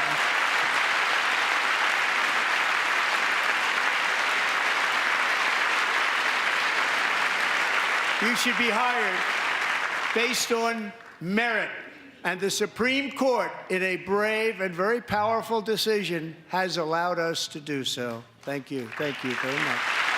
Thank you. We have removed the poison of critical race theory from our public schools, and I signed an order making it the official policy of the United States government that there are only two genders, male and female.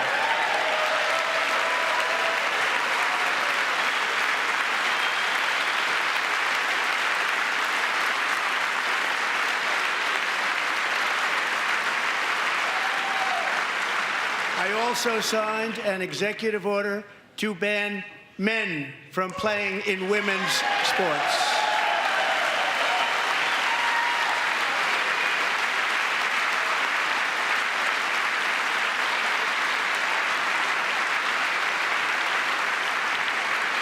Three years ago, Peyton McNabb was an all-star high school athlete, one of the best, preparing for a future in college sports. But when her girls' volleyball match was invaded by a male, he smashed the ball so hard in Peyton's face, causing traumatic brain injury, partially paralyzing her right side and ending her athletic career. It was a shot like she's never seen before. She's never seen anything like it. Peyton is here tonight in the gallery, and Peyton, from now on, schools will kick the men off the girls' team, or they will lose all federal funding.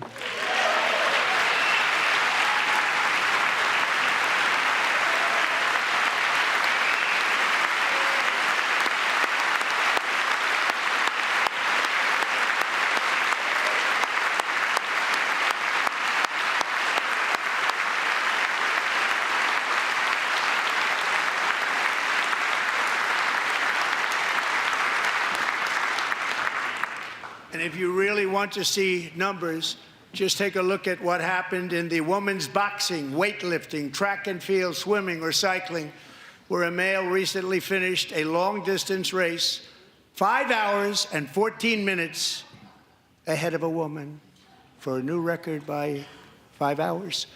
Broke the record by 5 hours. It's demeaning for women, and it's very bad for our country. We're not going to put up with it any longer.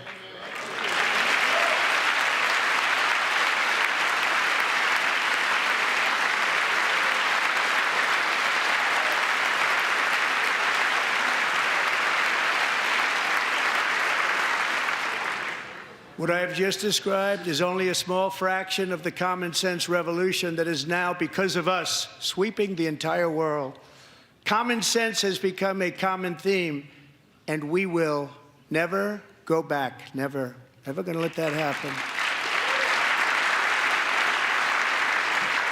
Among my very highest priorities is to rescue our economy and get dramatic and immediate relief to working families. As you know, we inherited from the last administration an economic catastrophe and an inflation nightmare. Their policies drove up energy prices, pushed up grocery costs, and drove the necessities of life out of reach for millions and millions of Americans. They've never had anything like it. We suffered the worst inflation in 48 years, but perhaps even in the history of our country. They're not sure. As president, I'm fighting every day to reverse this damage and make America affordable again.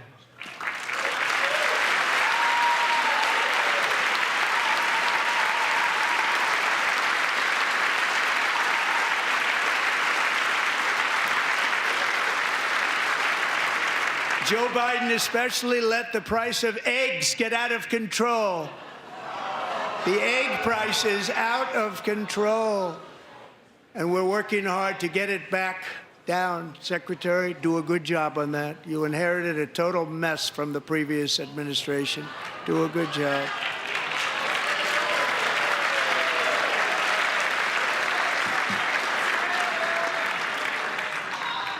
A major focus of our fight to defeat inflation is rapidly reducing the cost of energy. The previous administration cut the number of new oil and gas leases by 95%, slowed pipeline construction to a halt, and closed more than 100 power plants. We are opening up many of those power plants right now.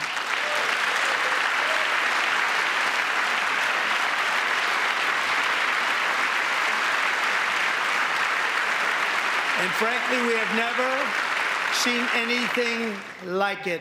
That's why on my first day in office, I declared a national energy emergency. As you've heard me say many times, we have more liquid gold under our feet than any nation on earth, and by far. And now I fully authorize the most talented team ever assembled to go and get it. It's called Drill, Baby, Drill.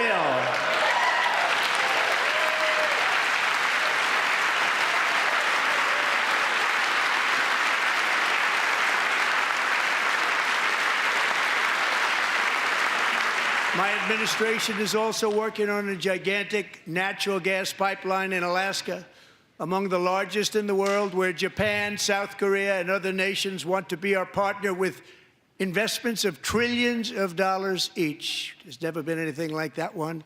It will be truly spectacular. It's all set to go. The permitting is gotten. And later this week, I will also take historic action to dramatically expand production of critical minerals and rare earths here in the USA.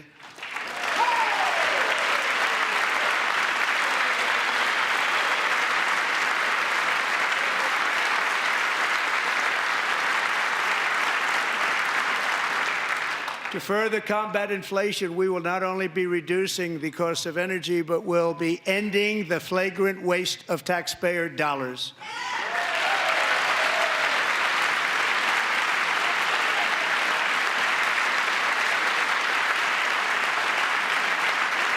And to that end, I have created the brand new Department of Government Efficiency, DOGE. Perhaps you've heard of it. Perhaps.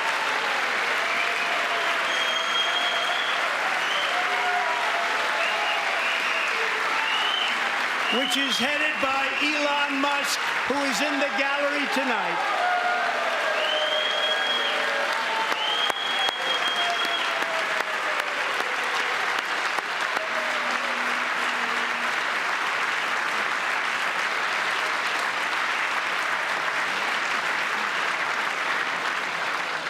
Thank you, Elon. He's working very hard. He didn't need this.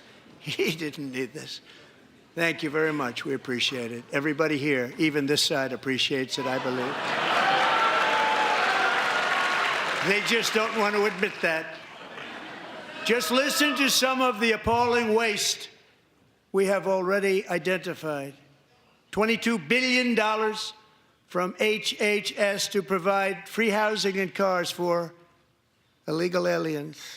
$45 million for diversity, equity, and inclusion scholarships in Burma. $40 million to improve the social and economic inclusion of sedentary migrants. Nobody knows what that is. $8 million to promote LGBTQI+ in the African nation of Lesotho, which nobody has ever heard of. $60 million for indigenous peoples and Afro-Colombian empowerment in Central America. $60 million. $8 million for making mice transgender. This is real. $32 million for a left-wing propaganda operation in Moldova. $10 million for male circumcision in Mozambique. $20 million for the Arab Sesame Street in the Middle East. It's a program. $20 million for a program. $1.9 billion to recently created Decarbonization of Homes Committee, headed up, and we know she's involved. Just at the last moment, the money was passed over by a woman named Stacey Abrams. Have you ever heard of her? A $3.5 million consulting contract for lavish fish monitoring. $1.5 million for voter confidence in Liberia. $14 million for social cohesion in Mali. $59 million for illegal alien hotel rooms in New York City. He's a real estate developer. He's done very well. $250,000 to increase vegan local climate action innovation in Zambia. $42 million for social and behavior change in Uganda. $14 million for improving public procurement in Serbia. $47 million for improving learning outcomes in Asia. Asia's doing very well with learning. You know what we're doing. Should use it ourselves. And $101 million for DEI contracts at the Department of Education, the most ever paid, nothing even like it. Under the Trump administration, all of these scams, and they're far worse, but I didn't think it was appropriate to talk about them. They're so bad. Many more have been found out and exposed and swiftly terminated by a group of very intelligent, mostly young people, headed up by Elon, and we appreciate it. We found hundreds of billions of dollars of fraud.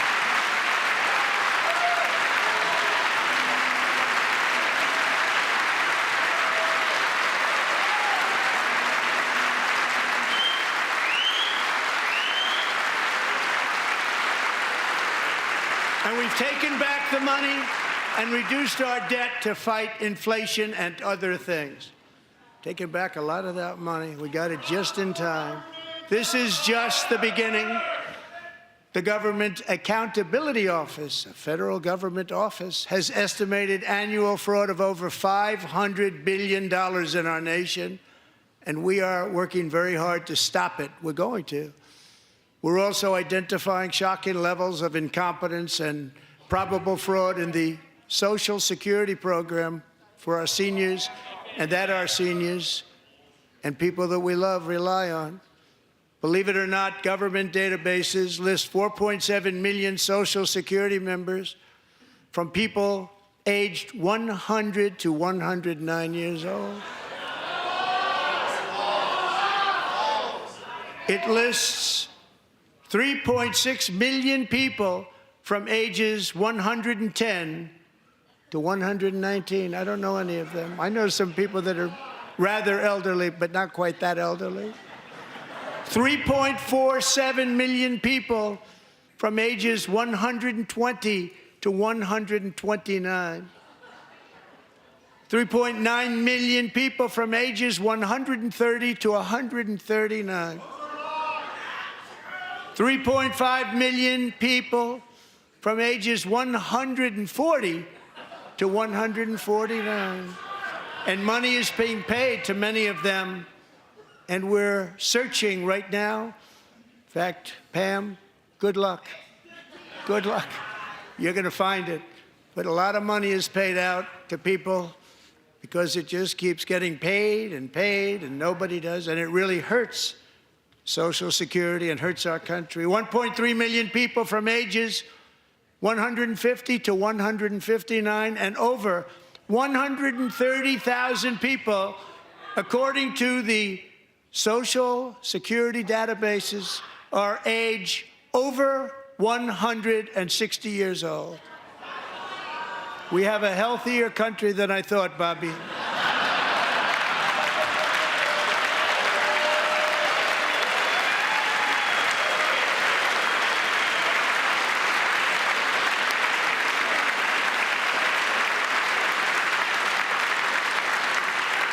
Including, to finish, 1,039 people between the ages of 220 and 229, one person between the age of 240 and 249, and one person is listed at 360 years of age. More than 100 years older than our country. But we're going to find out where that money's going, and it's not going to be pretty. By slashing all of the fraud, waste, and theft we can find, we will defeat inflation, bring down mortgage rates, lower car payments and grocery prices, protect our seniors, and put more money in the pockets of American families.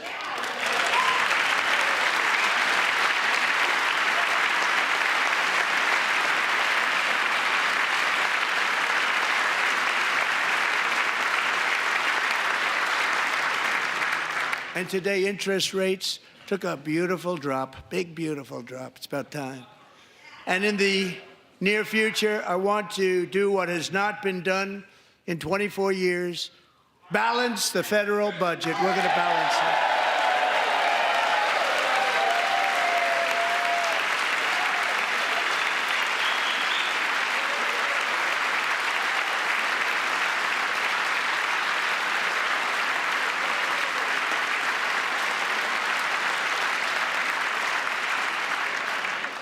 With that goal in mind, we have developed in great detail what we are calling the Gold Card, which goes on sale very, very soon.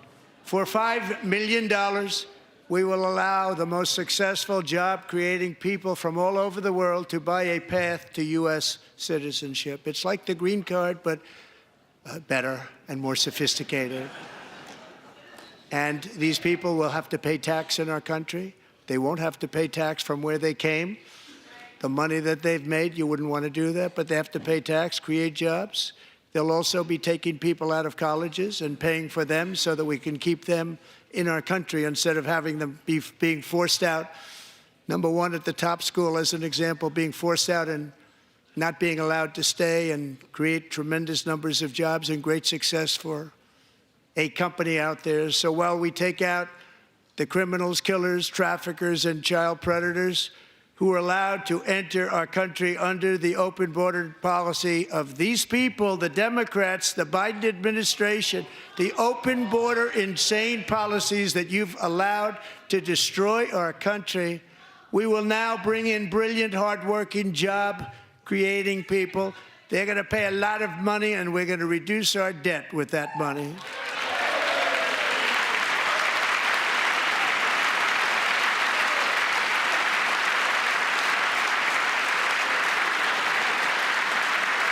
Americans have given us a mandate for bold and profound change. For nearly 100 years, the federal bureaucracy has grown until it has crushed our freedoms, ballooned our deficits, and held back America's potential in every possible way. The nation founded by pioneers and risk-takers now drowns under millions and millions of pages of regulations and debt. Approvals that should take 10 days to get instead take 10 years, 15 years, and even 20 years before you're rejected. Meanwhile, we have hundreds of thousands of federal workers who have not been showing up to work. My administration will reclaim power from this unaccountable bureaucracy, and we will restore true democracy to America again.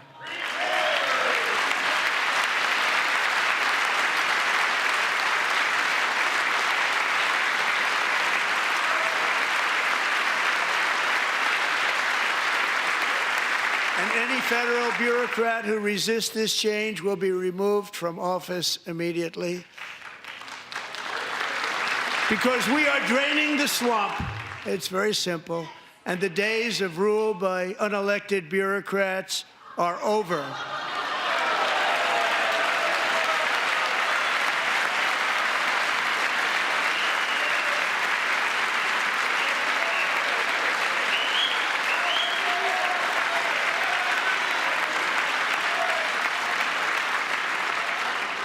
And the next phase of our plan to deliver the greatest economy in history is for this Congress to pass tax cuts for everybody. They're in there. They're waiting for you to vote.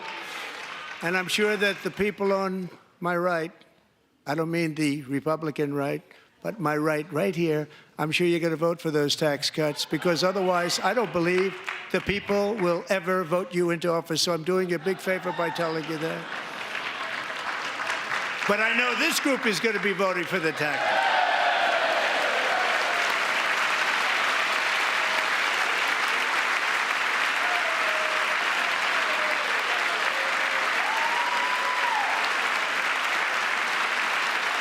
Thank you. It's a very, very big part of our plan. We had tremendous success in our first term with it. A very big part of our plan. We're seeking permanent income tax cuts all across the board. And to get urgently needed relief to Americans hit especially hard by inflation, I'm calling for no tax on tips, no tax on overtime, and no tax on Social Security benefits for our great seniors.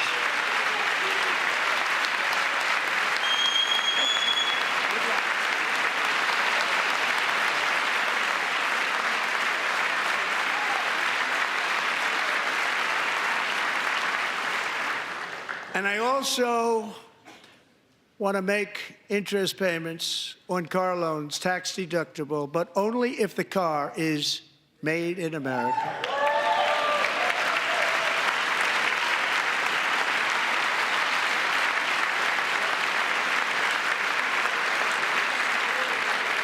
And by the way, we're going to have growth in the auto industry like nobody's ever seen. Plants are opening up all over the place. Deals are being made. Never seen. That's a combination of the election win and tariffs. It's a beautiful word, isn't it?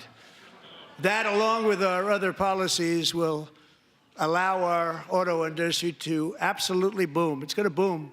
Spoke to the majors today, all three, the top people, and they're so excited. In fact, already numerous car companies have announced that they will be building massive automobile plants in America, with Honda just announcing a new plant in Indiana, one of the largest anywhere in the world.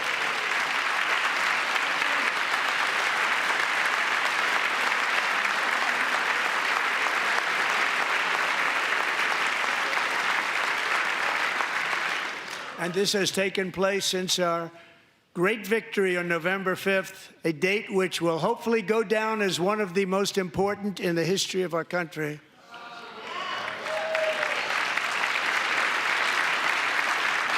In addition, as part of our tax cuts, we want to cut taxes on domestic production and all manufacturing.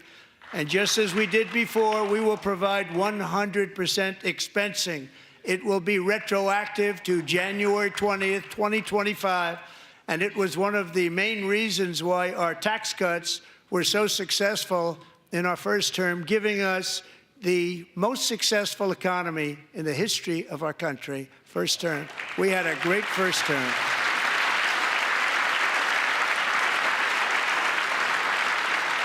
If you don't make your product in America, however, under the Trump administration, you will pay a tariff, and in some cases, a rather large one.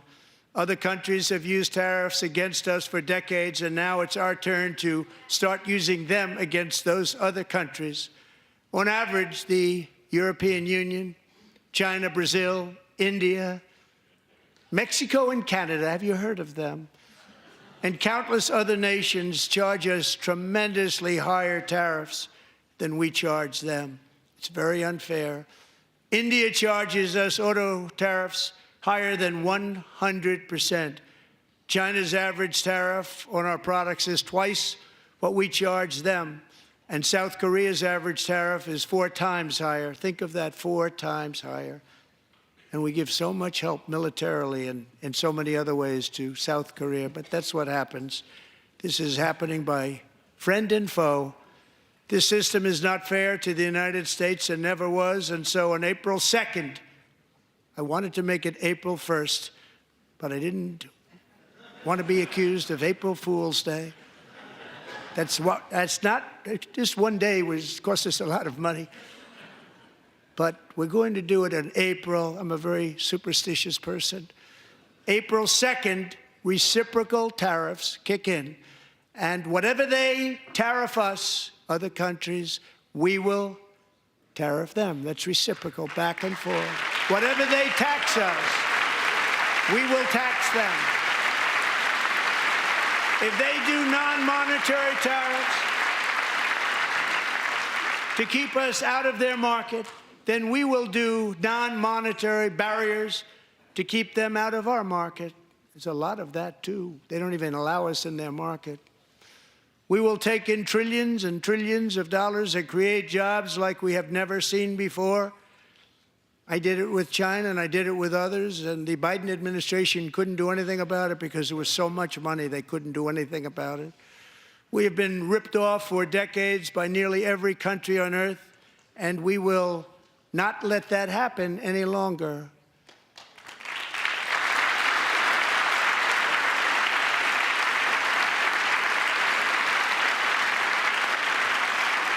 Much has been said over the last 3 months about Mexico and Canada, but we have very large deficits with both of them. But even more importantly, they've allowed fentanyl to come into our country at levels never seen before, killing hundreds of thousands of our citizens and many very young, beautiful people, destroying families. Nobody's ever seen anything like it. They are, in effect, receiving subsidies of hundreds of billions of dollars. We pay subsidies to Canada and to Mexico of hundreds of billions of dollars, and the United States will not be doing that any longer. We're not going to do it any longer.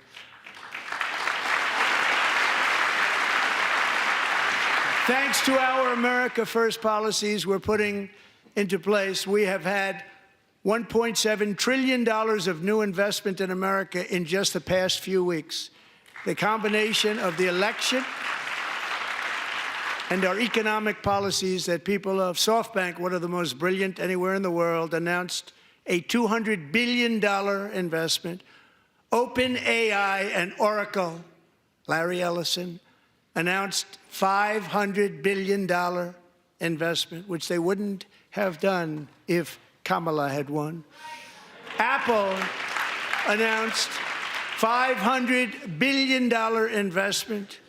Tim Cook called me. He said, I cannot spend it fast enough. It's going to be much higher than that, I believe. They'll be building their plants here instead of in China. And just yesterday, Taiwan Semiconductor, the biggest in the world, most powerful in the world, has a tremendous amount, 97% of the market. announced a $165 billion investment to build the most powerful chips on earth right here in the USA.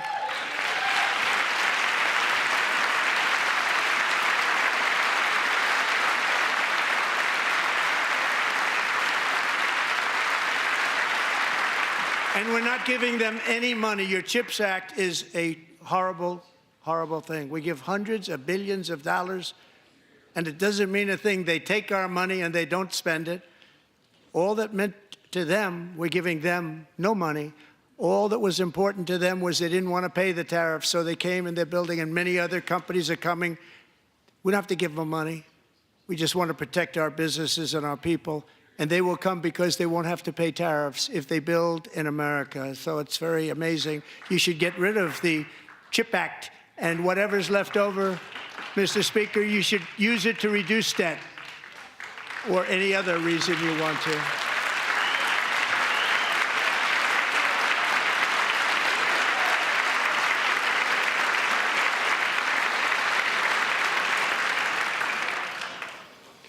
Our new trade policy will also be great for the American farmer. I love the farmer.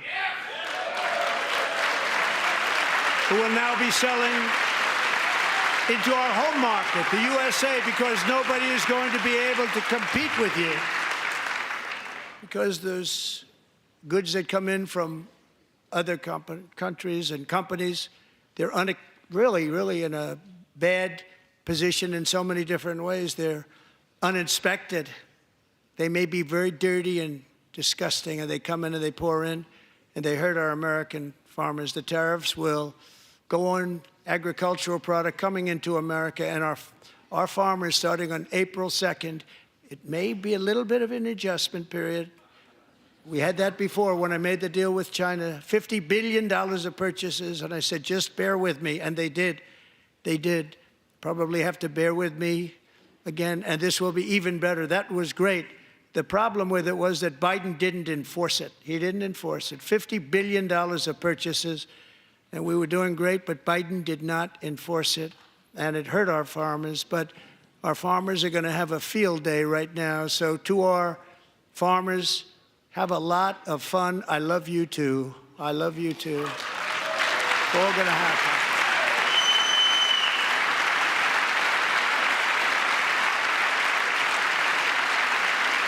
And I have also imposed a 25% tariff on foreign aluminum, copper, lumber, and steel, because if we don't have, as an example, steel and lots of other things, we don't have a military, and frankly, we just won't have a country very long.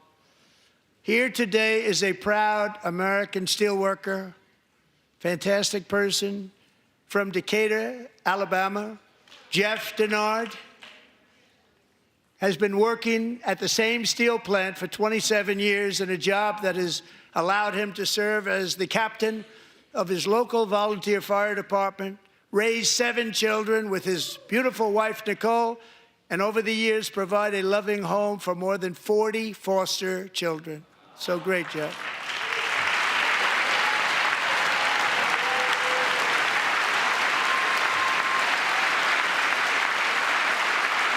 Thank you, Jeff. Thank you, Jeff.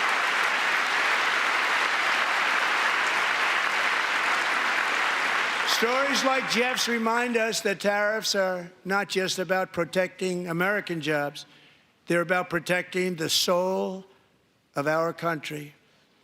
Tariffs are about making America rich again and making America great again, and it's happening, and it will happen rather quickly. There'll be a little disturbance, but we're okay with that. It won't be much. No, you're not. Oh.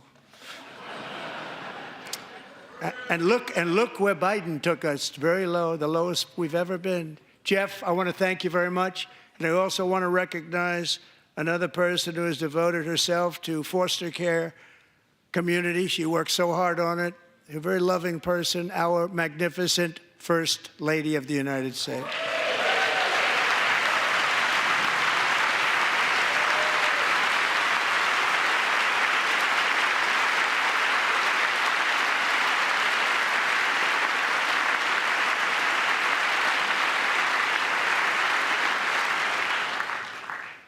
Melania's work has yielded incredible results, helping prepare our nation's future leaders as they enter the workforce. Our First Lady is joined by two impressive young women, very impressive. Haley Ferguson, who benefited from the First Lady's Fostering the Future initiative and is poised to complete her education and become a teacher. And Elliston Berry, who became a victim of an illicit deepfake image produced by a peer. With Elliston's help, the Senate just passed the Take It Down Act, and this is so important. Thank you very much, John. John Thune, thank you. Stand up, John. Thank you, John.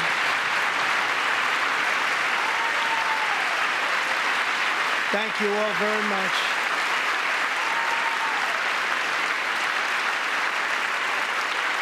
Thank you. And thank you to John Thune and the Senate. Great job. To criminalize the publication of such images online is a terrible, terrible thing. And once it passes the House, I look forward to signing that bill into law. Thank you. And I'm going to use that bill for myself, too, if you don't mind.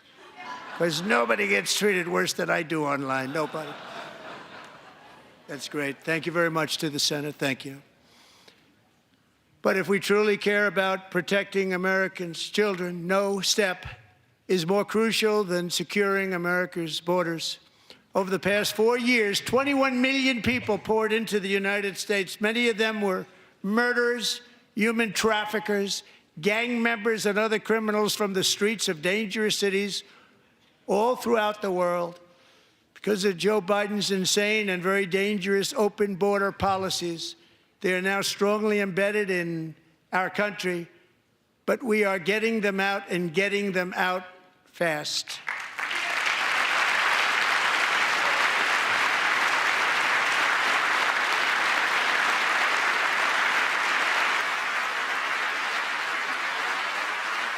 And I want to thank Tom Homan and Christy. I want to thank you and Paul of Border Patrol. I want to thank you. What a job they've all done. Everybody, Border Patrol, ICE, law enforcement in general is incredible. We have to take care of our law enforcement. Have to.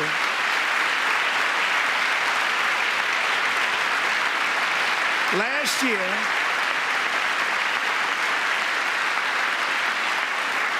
a brilliant 22-year-old nursing student named Laken Riley, the best in her class, admired by everybody, went out for a jog on the campus of the University of Georgia. That morning, Laken was viciously attacked, assaulted, beaten, brutalized, and horrifically murdered. Laken was stolen from us by a savage illegal alien gang member who was arrested while trespassing across Biden's open southern border and then set loose into the United States under the heartless policies of that failed administration. It was indeed a failed administration. He had then been arrested and released in a Democrat-run sanctuary city, a disaster, before ending the life of this beautiful young angel. With us this evening are Laken's beloved mother, Allison, and her sister, Lauren.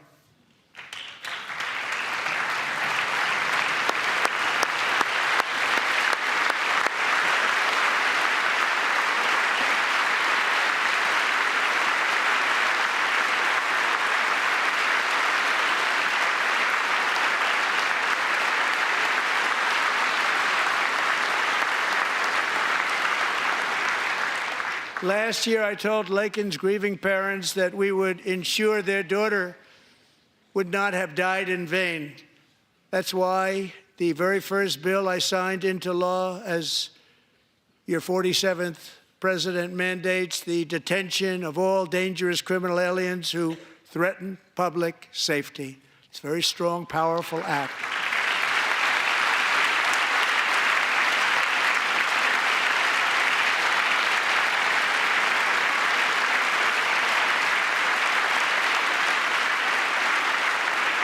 It's called the Laken-Riley Act. So Allison and Lauren, America will never, ever forget our beautiful Laken Hope Riley.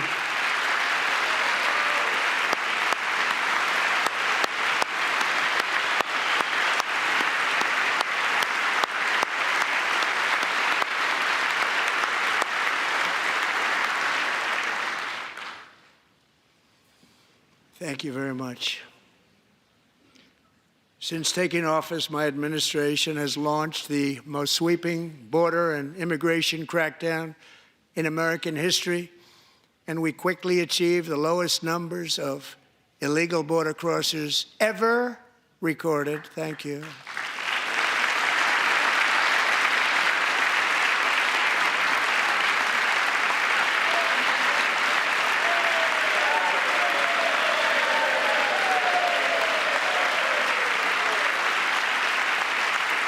The media and our friends in the Democrat Party kept saying we needed new legislation. We must have legislation to secure the border.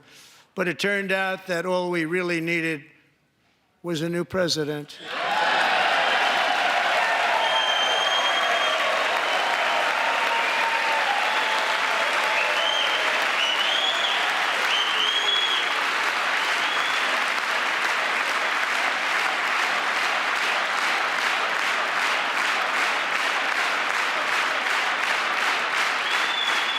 Thank you.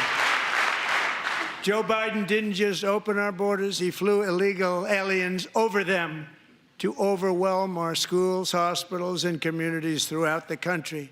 Entire towns like Aurora, Colorado, and Springfield, Ohio, buckled under the weight of the migrant occupation and corruption like nobody's ever seen before. Beautiful towns destroyed. Now, just as I promised in my inaugural address, we are achieving the great liberation of America.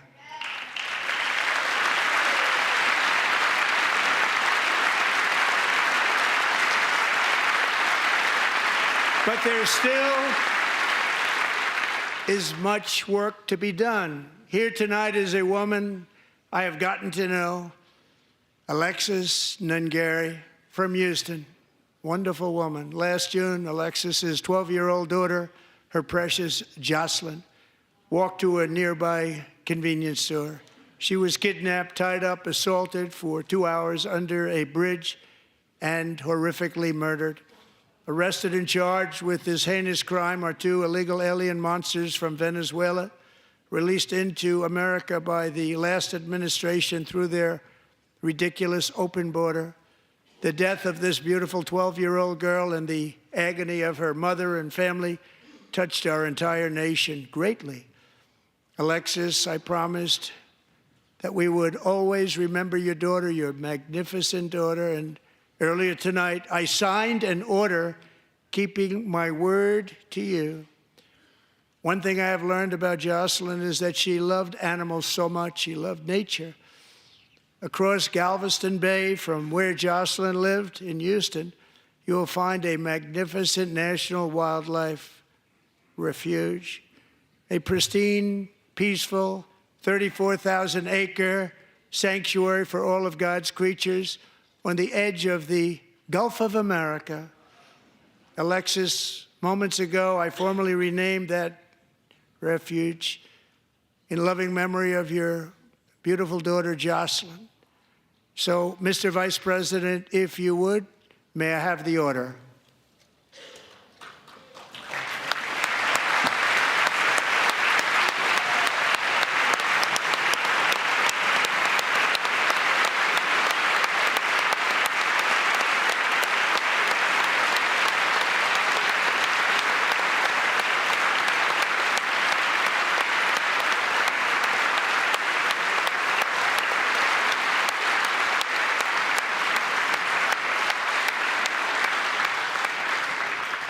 Thank you very much.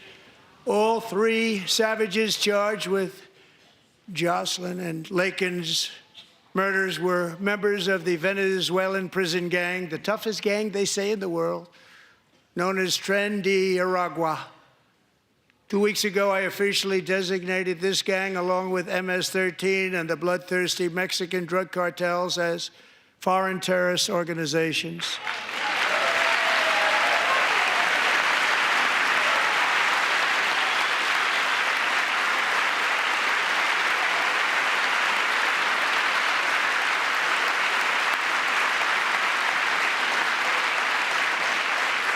They are now officially in the same category as ISIS, and that's not good for them. Countless thousands of these terrorists were welcomed into the U.S. by the Biden administration. But now every last one will be rounded up and forcibly removed from our country, or, if they're too dangerous, put in jails, standing trial in this country, because we don't want them to come back ever. With us this evening is a warrior on the front lines of that battle, Border Patrol Agent Roberto Ortiz. Great guy.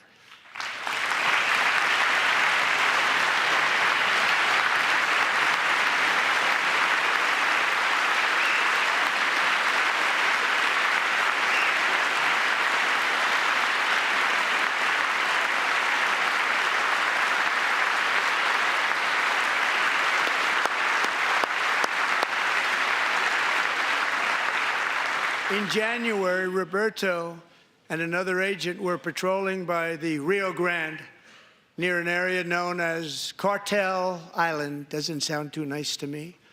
When heavily armed gunmen started shooting at them, Roberto saw that his partner was totally exposed, at great danger, and he leapt into action, returning fire and providing crucial seconds for his fellow agent to seek safety, just barely.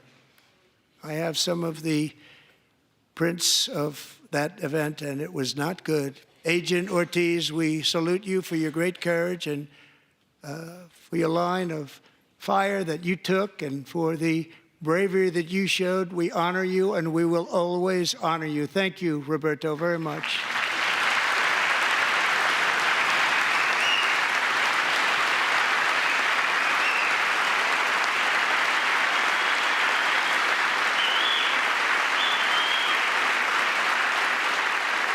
Thank you, Roberto. And I actually got to know him on my many calls to the border. He's a great gentleman. The territory to the immediate south of our border is now dominated entirely by criminal cartels that murder, rape, torture, and exercise total control. They have total control over a whole nation, posing a grave threat to our national security.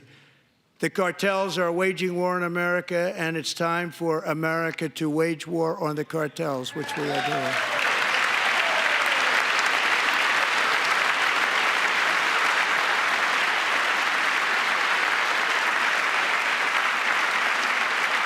Five nights ago, Mexican authorities, because of our tariff policies being imposed on them, think of this, handed over to us 29 of the biggest cartel leaders in their country. That has never happened before. They want to make us happy. First time ever.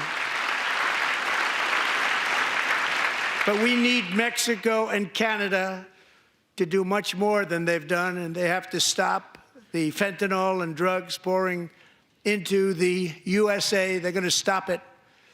I have sent Congress a detailed funding request laying out exactly how we will eliminate these threats to protect our homeland and complete the largest deportation operation in American history, larger even than current record holder President Dwight D. Eisenhower, a moderate man, but someone who believed very strongly in borders. Americans expect Congress to send me this funding without delay so I can sign it into law. So, Mr. Speaker, John Thune, both of you, I hope you're going to be able to do that, Mr. Speaker. Thank you. Mr. Leader, thank you. Thank you very much. And let's get it to me. I'll sign it so fast, you won't even believe it.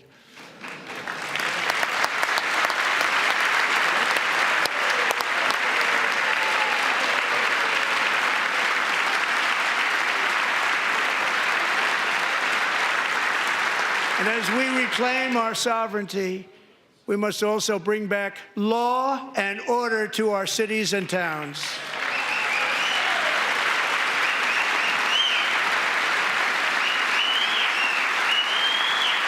In recent years, our justice system has been turned upside down by radical left lunatics. Many jurisdictions virtually ceased enforcing the law against dangerous repeat offenders while weaponizing law enforcement against political opponents like me. My administration has acted swiftly and decisively to restore fair, equal, and impartial justice under the constitutional rule of law, starting at the FBI and the DOJ. Pam, good luck. Cash, wherever you may be, good luck. Good luck. Pam Bondi, good luck. So important. Going to do a great job. Cash, thank you. Thank you, Cash.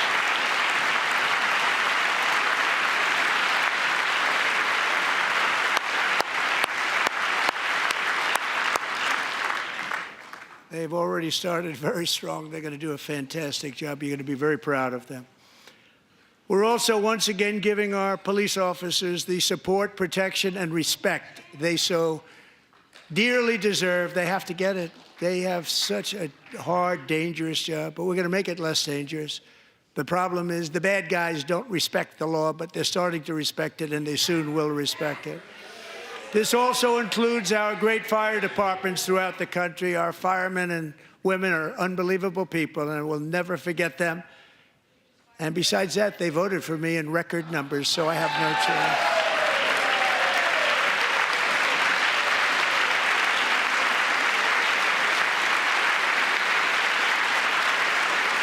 1 year ago this month, 31-year-old New York police officer Jonathan Diller, unbelievably wonderful person and a great officer, was gunned down at a traffic stop on Long Island. I went to his funeral. The vicious criminal charged with his murder had 21 prior arrests, and they were rough arrests, too. He was a real bad one. The thug in the seat next to him had 14 prior arrests and went by the name of Killer. He was Killer. He killed other people, they say, a lot of them.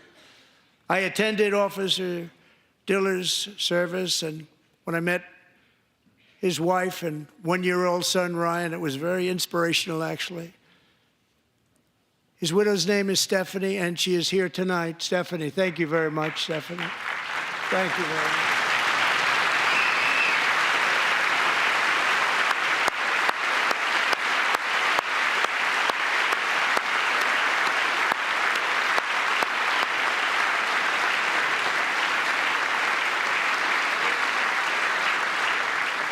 Stephanie, we're going to make sure that Ryan knows his dad was a true hero, New York's finest, and we're going to get these cold-blooded killers and repeat offenders off our streets, so we're going to do it fast. Got to stop it. They get out with 28 arrests. They push people into subway trains. They hit people over the head, back of the head with baseball bats. We got to get them out of here. I've already signed an executive order requiring a mandatory death penalty for anyone who murders a police officer, and tonight I'm asking Congress to pass that policy into permanent law.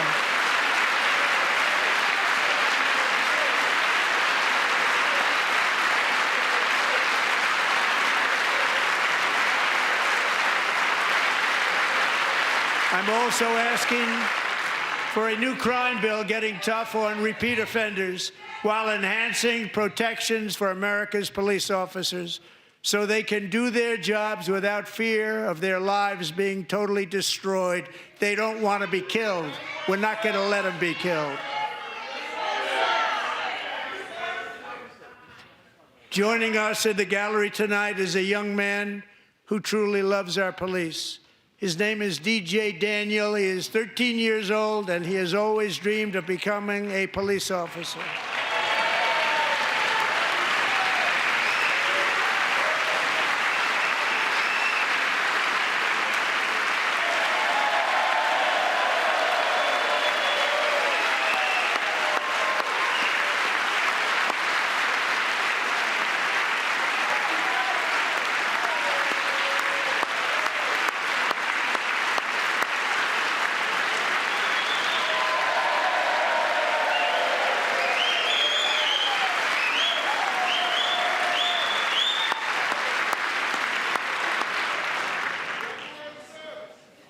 But in 2018, DJ was diagnosed with brain cancer.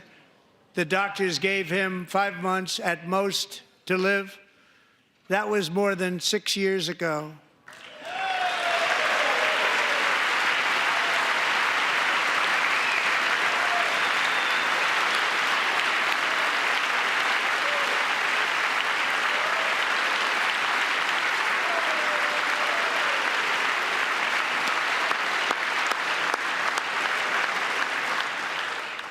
Since that time, DJ and his dad have been on a quest to make his dream come true, and DJ has been sworn in as an honorary law enforcement officer, actually a number of times. The police love him, the police departments love him. And tonight, DJ, we're going to do you the biggest honor of them all. I am asking our new Secret Service Director, Sean Curran, to officially make you an agent of the United States Secret Service.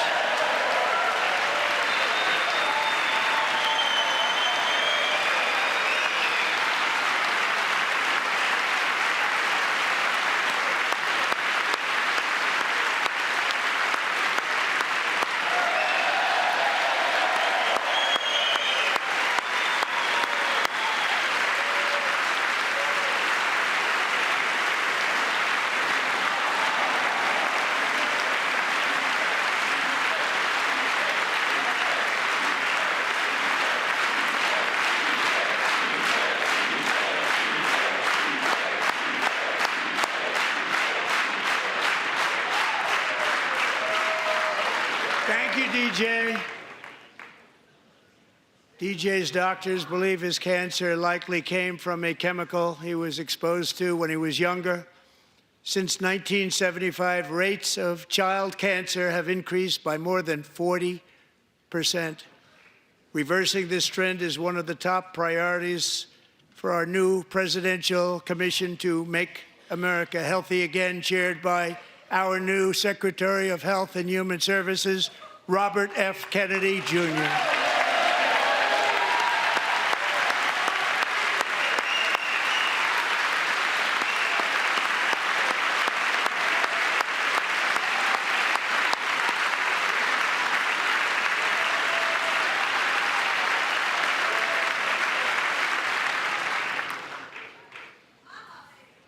With the name Kennedy, you would have thought everybody over here would have been cheering. How quickly they forget. Our goal is to get toxins out of our environment, poisons out of our food supply, and keep our children healthy and strong. As an example, not long ago, and you can't even believe these numbers, 1 in 10,000 children had autism, 1 in 10,000. And now it's 1 in 36. There's something wrong, 1 in 36, think of that. So we're gonna find out what it is, and there's nobody better than Bobby and all of the people that are working with you. You have the best to figure out what is going on. Okay, Bobby, good luck. It's a very important job, thank you.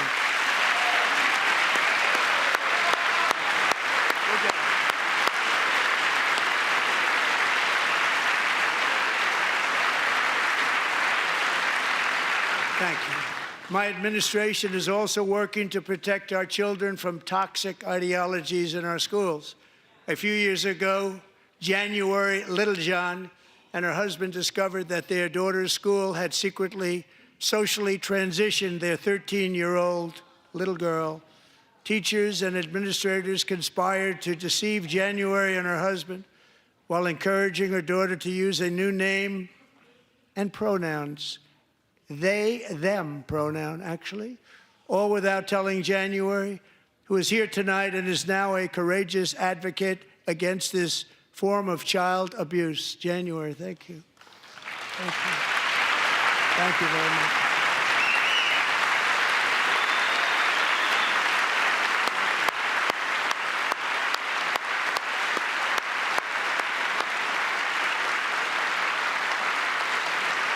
Thank you. Stories like this are why, shortly after taking office, I signed an executive order banning public schools from indoctrinating our children with transgender ideology.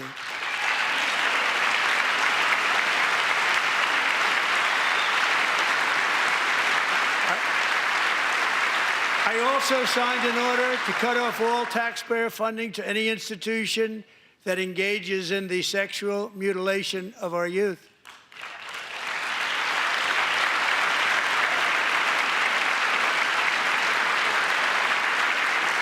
And now I want Congress to pass a bill permanently banning and criminalizing sex changes on children and forever ending the lie that any child is trapped in the wrong body. This is a big lie.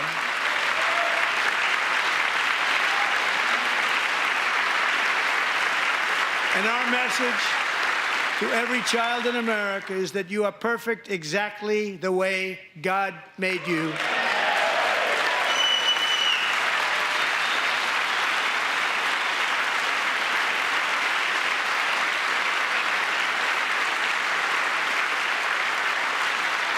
Because we're getting wokeness out of our schools and out of our military, and it's already out, and it's out of our society. We don't want it. Wokeness is trouble. Wokeness is bad. It's gone. It's gone. And we feel so much better for it, don't we? Don't we feel better? Our service members won't be activists and ideologues. They will be fighters and warriors. They will fight for our country. And Pete, congratulations. Secretary of Defense, congratulations.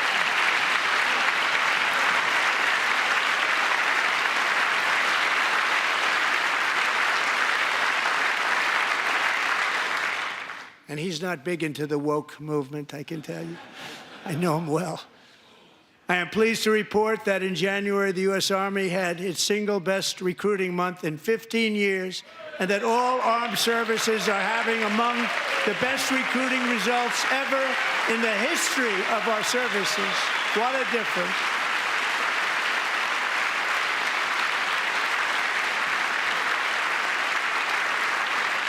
And you know, it was just a few months ago where the results were exactly the opposite. We couldn't recruit anywhere. We couldn't recruit.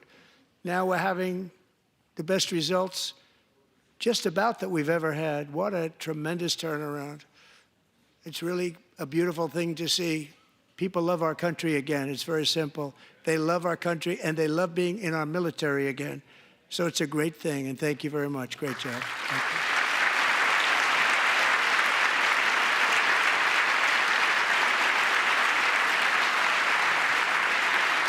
We're joined tonight by a young man, Jason Hartley, who knows the weight of that call of duty. Jason's father, grandfather, and great-grandfather all wore the uniform. Jason tragically lost his dad, who was also a Los Angeles County Sheriff's deputy when he was just a boy, and now he wants to carry on the family legacy of service.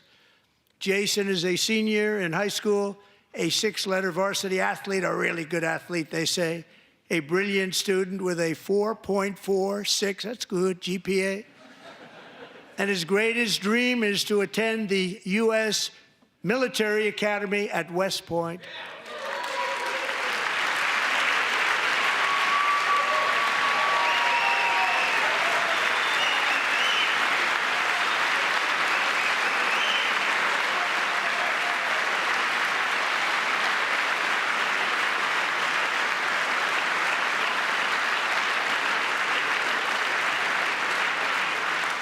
And Jason, that's a very big deal getting in. That's a hard one to get into. But I'm pleased to inform you that your application has been accepted.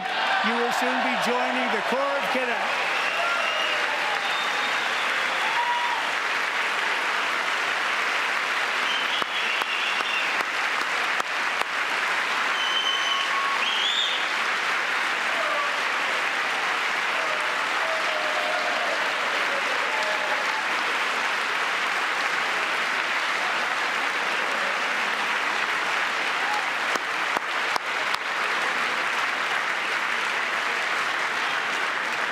Thank you.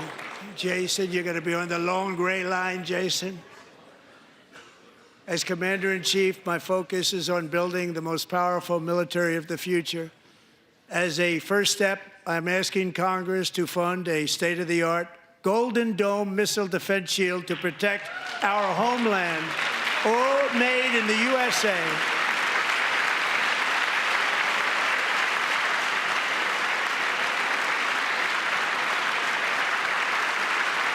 And Ronald Reagan wanted to do it long ago, but the technology just wasn't there, not even close. But now we have the technology. It's incredible, actually. And other places, they have it. Israel has it. Other places have it. And the United States should have it too, right, Tim, right? They should have it too. So I want to thank you. But it's a very, very important. This is a very dangerous world. We should have it. We want to be protected, and we're going to protect our citizens like never before. To boost our defense industrial base, we are also going to resurrect the American shipbuilding industry, including commercial shipbuilding and military shipbuilding.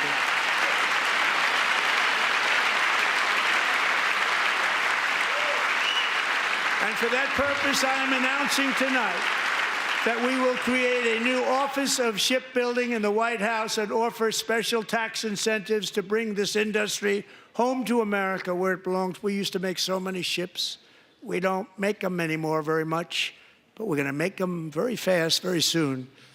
It will have a huge impact. To further enhance our national security, my administration will be reclaiming the Panama Canal, and we've already started doing it.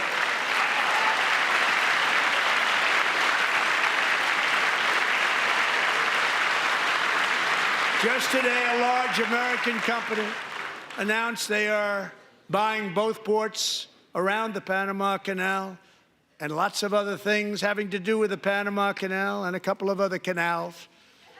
The Panama Canal was built by Americans for Americans, not for others, but others could use it. But it was built at tremendous cost of American blood and treasure. 38,000 workers died building the Panama Canal. They died of malaria. They died of snake bites and mosquitoes. Not a nice place to work. They paid them very highly to go there, knowing there was a 25% chance that they would die. The most expensive project also that was ever built in our country's history, if you bring it up to modern day costs. It was given away by the Carter administration for $1. But that agreement has been violated very severely. We didn't give it to China. We gave it to Panama, and we're taking it back.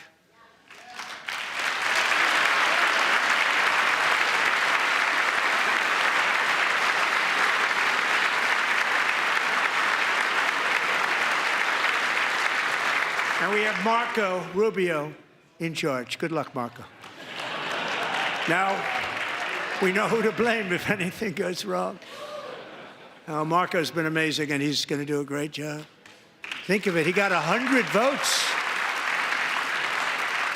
You know, he was approved with actually 99, but the 100th was this gentleman, and I feel very certain. So let's assume he got 100 votes, and I'm either very, very happy about that or I'm very concerned about it. But he's already proven. I mean, he's a great gentleman. He's respected by everybody, and we appreciate you voting for Marco. He's going to do a fantastic job. Thank you. Thank you. He's doing a great job. Great job. And I also have a message tonight for the incredible people of Greenland. We strongly support your right to determine your own future. And if you choose, we welcome you into the United States of America. We need Greenland for national security and even international security, and we're working with everybody involved to try and get it. But we need it really for international world security, and I think we're going to get it. One way or the other, we're going to get it. We will keep you safe. We will make you rich, and together we will take Greenland to heights like you have never thought possible before. It's a very small population, but very, very large piece of land and very, very important for military security. America is once again standing strong against the forces of radical Islamic terrorism. 3.5 years ago, ISIS terrorists killed 13 American service members and countless others in the Abbey Gate bombing during the disastrous and incompetent withdrawal from Afghanistan. Not that they were withdrawing, it was the way they withdrew. Perhaps the most embarrassing moment in the history of our country. Tonight, I am pleased to announce that we have just apprehended the top terrorist responsible for that atrocity, and he is right now on his way here to face the swift sword of American justice.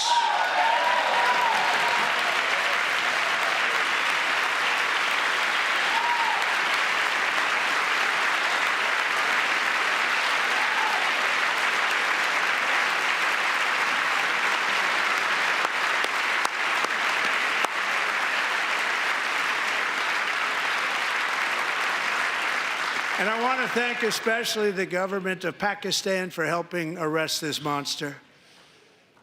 This was a very momentous day for those 13 families who I actually got to know very well, most of them, whose children were murdered, and the many people that were so badly, over 42 people, so badly injured on that fateful day in Afghanistan. What a horrible day. Such incompetence was shown that when Putin saw what happened, I guess he said, wow, maybe this is my chance. That's how bad it was. Should have never happened. Grossly incompetent people.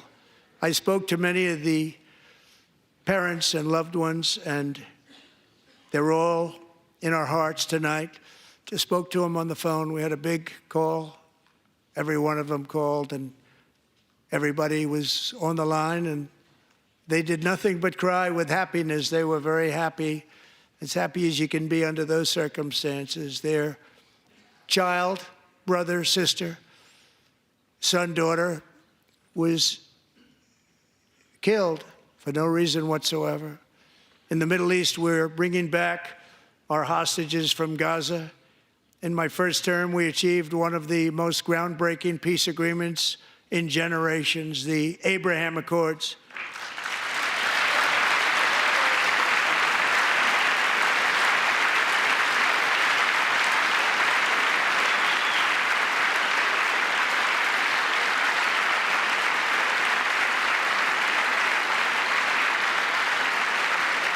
And now we're going to build on that foundation to create a more peaceful and prosperous future for the entire region. A lot of things are happening in the Middle East. People have been talking about that so much lately with everything going on with Ukraine and Russia.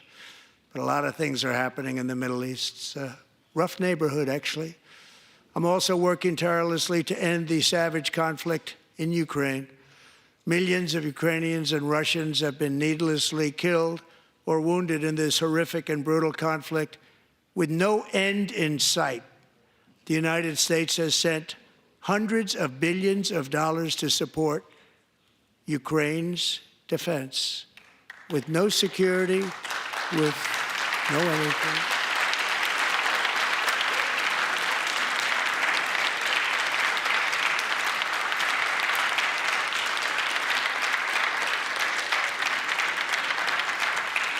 Do you want to keep it going for another 5 years? Yeah, you would say Pocahontas says yes.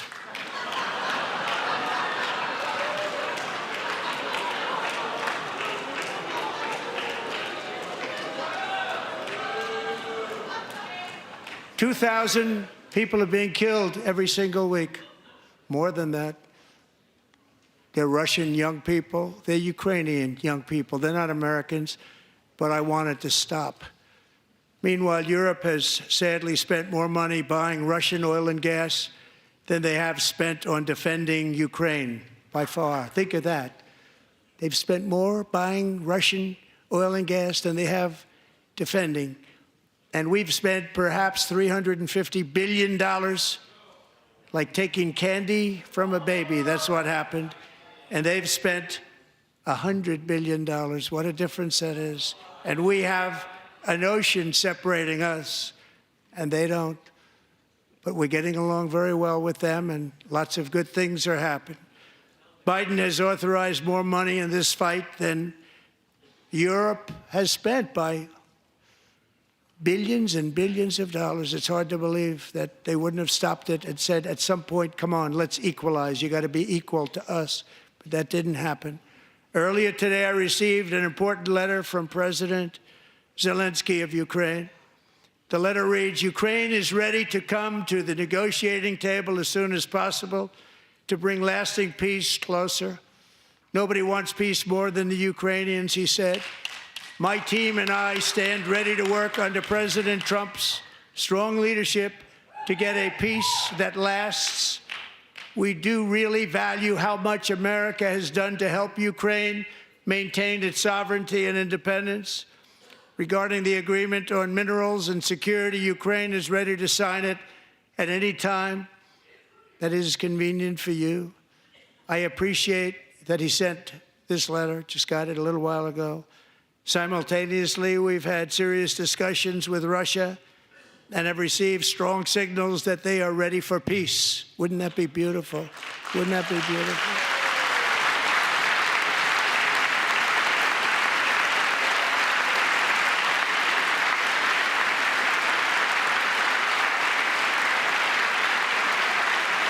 Wouldn't that be beautiful?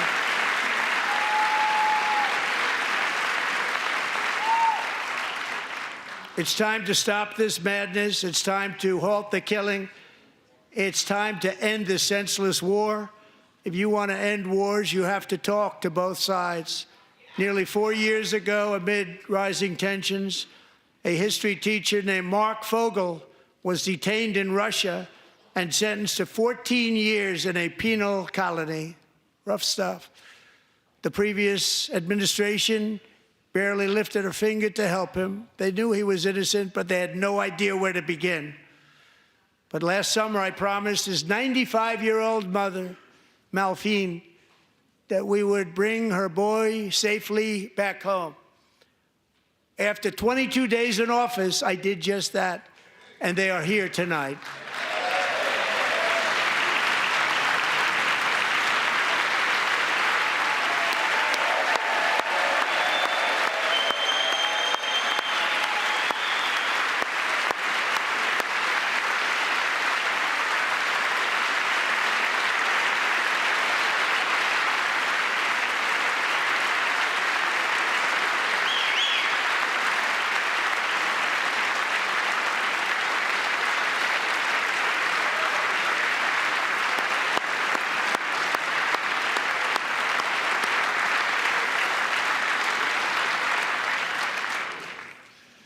To Mark and his great mom, we are delighted to have you safe and sound and with us.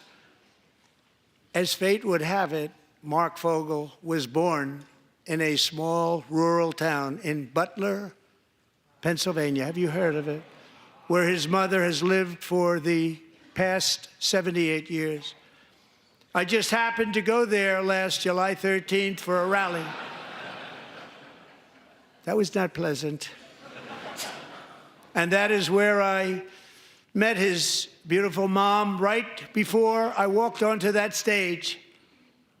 And I told her I would not forget what she said about her son. And I never did I? Never forgot. Less than 10 minutes later, at that same rally, gunfire rang out, and a sick and deranged assassin unloaded 8 bullets from his sniper's perch into a crowd of many thousands of people. My life was saved by a fraction of an inch, but some were not so lucky. Corey Comparator was a firefighter, a veteran, a Christian, a husband, a devoted father, and above all, a protector. When the sound of gunshots pierced the air, it was a horrible sound. Corey knew instantly what it was and what to do. He threw himself on top of his wife and daughters and shielded them from the bullets with his own body. Corey was hit really hard. You know the story from there. He sacrificed his life to save theirs. 2 others, very fine people, were also seriously hit. But thankfully, with the help of 2 great country doctors, we thought they were gone and they were saved. So those doctors had great talent. We're joined by Corey's wife, Helen, who was his high school sweetheart, and their two beloved daughters, Allison and Kaylee. Thank you.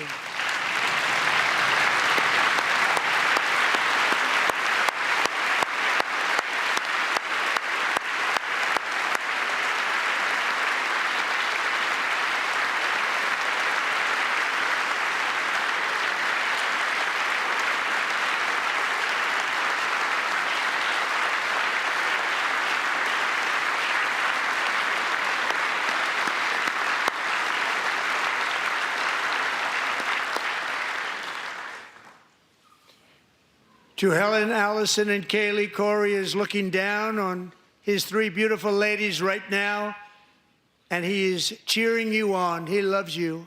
He is cheering you on. Corey was taken from us much too soon, but his destiny was to leave us all with a shining example of the selfless devotion of a true American patriot. It was love like Corey's that built our country, and it's love like Corey's that is going to make our country more majestic than ever before. I believe that my life was saved that day in Butler for a very good reason. I was saved by God to make America great again. I believe that. Thank you. Thank you.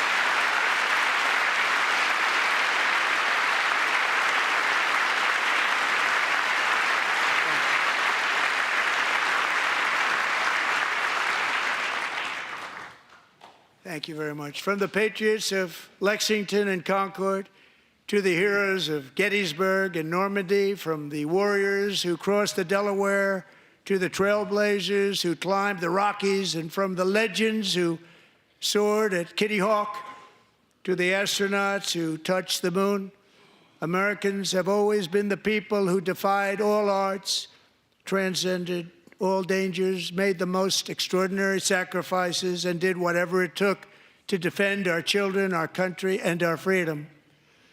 And as we have seen in this chamber tonight, that same strength, faith, love, and spirit is still alive and thriving in the hearts of the American people. Despite the best efforts of those who would try to censor us, silence us, break us, destroy us, Americans are today a proud, free, sovereign, and independent nation that will always be free, and we will fight for it till death. We will never let anything happen to our beloved country, because we are a country of doers, dreamers, fighters, and survivors. Our ancestors crossed a vast ocean, strode into the unknown wilderness, and carved their fortunes from the rock and soil of a perilous and very dangerous frontier. They chased our destiny across a boundless continent. They built the railroads, laid the highways, and graced the world with American marvels like the Empire State Building, the mighty Hoover Dam, and the towering Golden Gate Bridge. They lit the world with electricity, broke free of the force of gravity, fired up the engines of American industry, vanquished the communists, fascists, and Marxists all over the world, and gave us countless modern wonders sculptured out of iron, glass, and steel. We stand on the shoulders of these pioneers who won and built the modern age, these workers who poured their sweat into the skylines of our cities, these warriors who shed their blood on fields of battle and gave everything they had for our rights and for our freedom. Now it is our time to take up the righteous cause of American liberty. And it is our turn to take America's destiny into our own hands and begin the most thrilling days in the history of our country. This will be our greatest era. With God's help, over the next 4 years, we are going to lead this nation even higher. And we are going to forge the freest, most advanced, most dynamic, and most dominant civilization ever to exist on the face of this earth. We are going to create the highest quality of life, build the safest and wealthiest and healthiest and most vital communities anywhere in the world. We are going to conquer the vast frontiers of science, and we are going to lead humanity into space and plant the American flag on the planet Mars and even far beyond.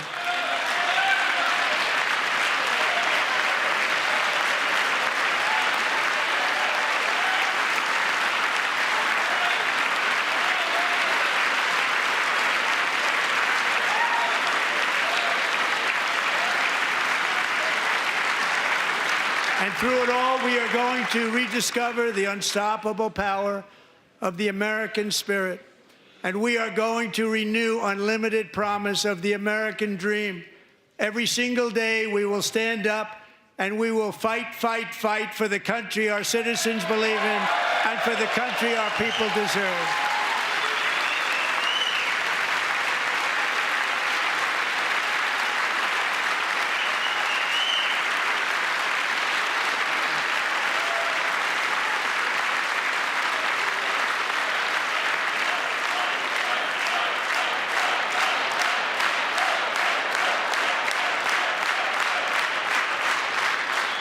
My fellow Americans, get ready for an incredible future because the golden age of America has only just begun.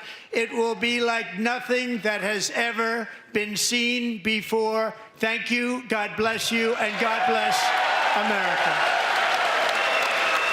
And there you have it, President Trump addressing a joint session of Congress, his return to Washington, and his first speech of its kind in this second term that he's serving, not a second consecutive term, but certainly back in Washington. You see Democrats leaving the chamber there, including former House Speaker Nancy Pelosi.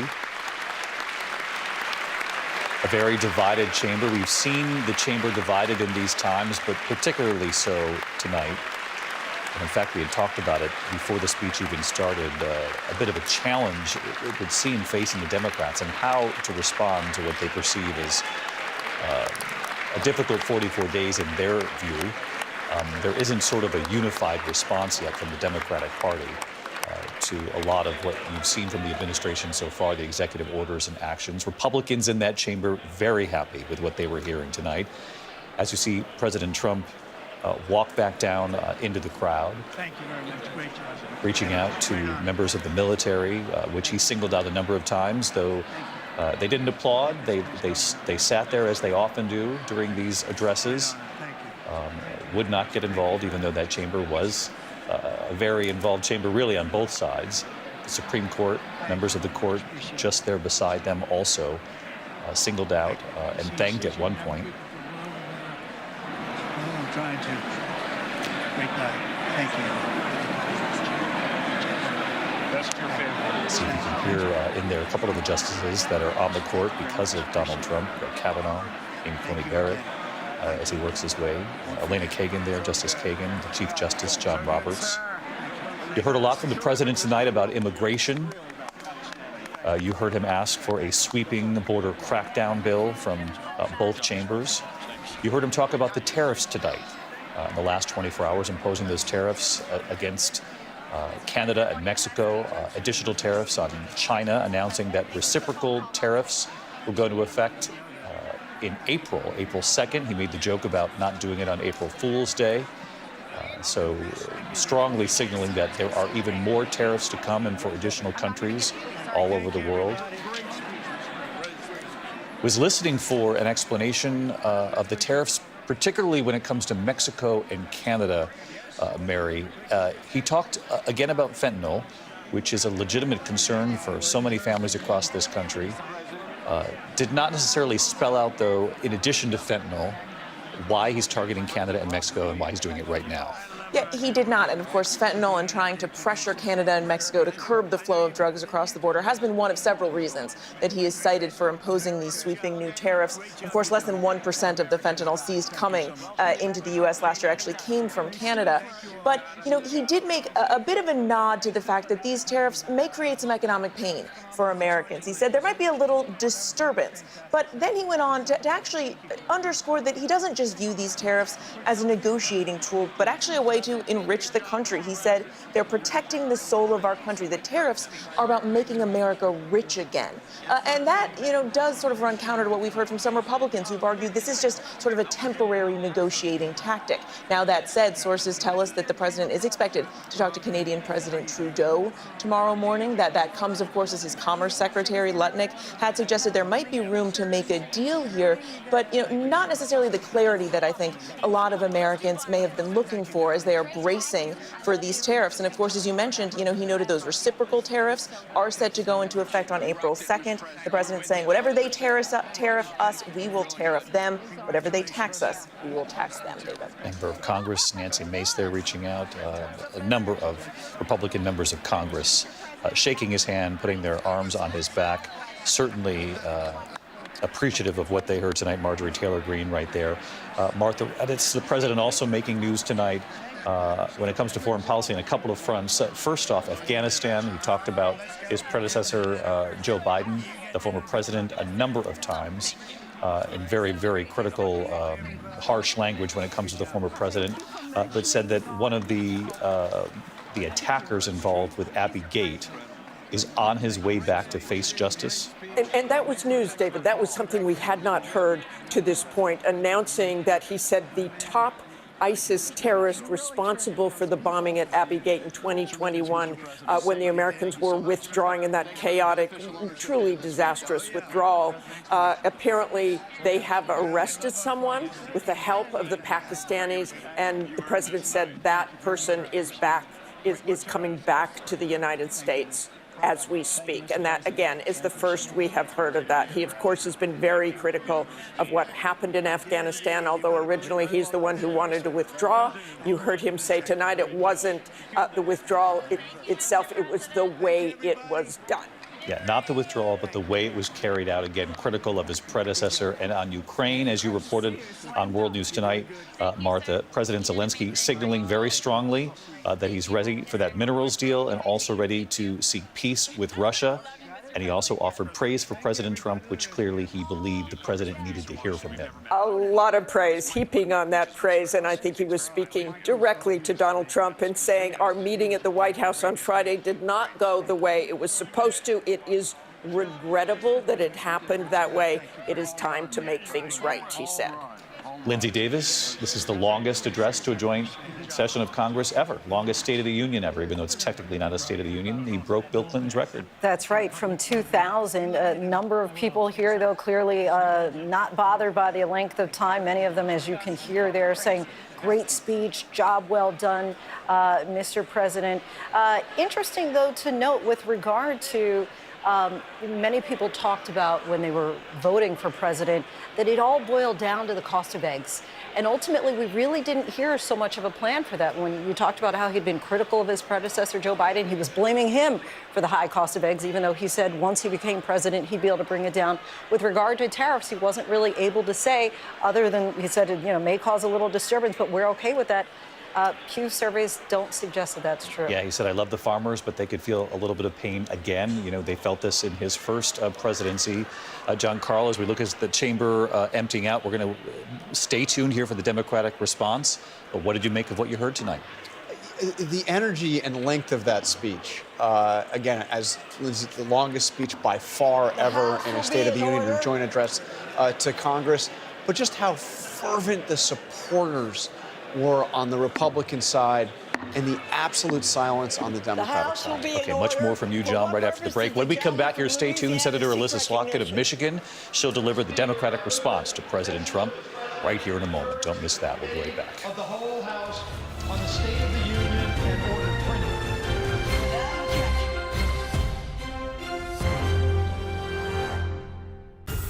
It started with a spark. Getting that golden ticket today. Good luck on the golden ticket. That grew into a light. Will change my life. I know you're nervous. Show me a place where dreams come true.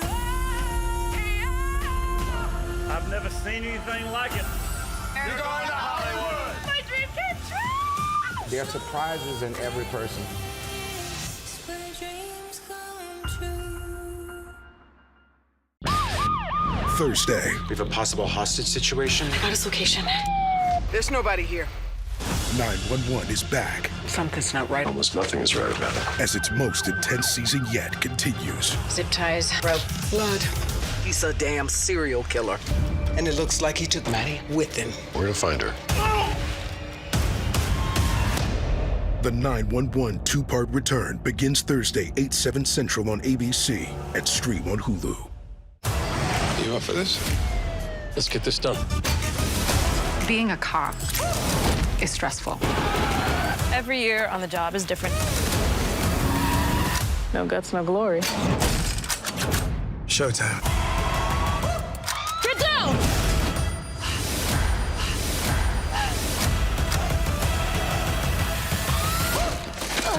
Work smarter, not harder. New The Rookie, Tuesday on ABC and stream on Hulu.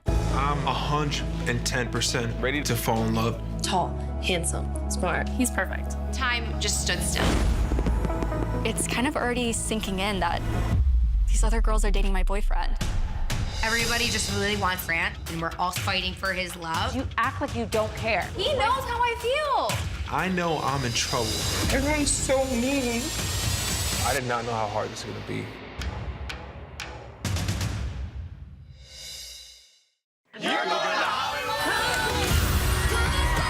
This show is for people that have the talent, have the dream, and they just need a chance.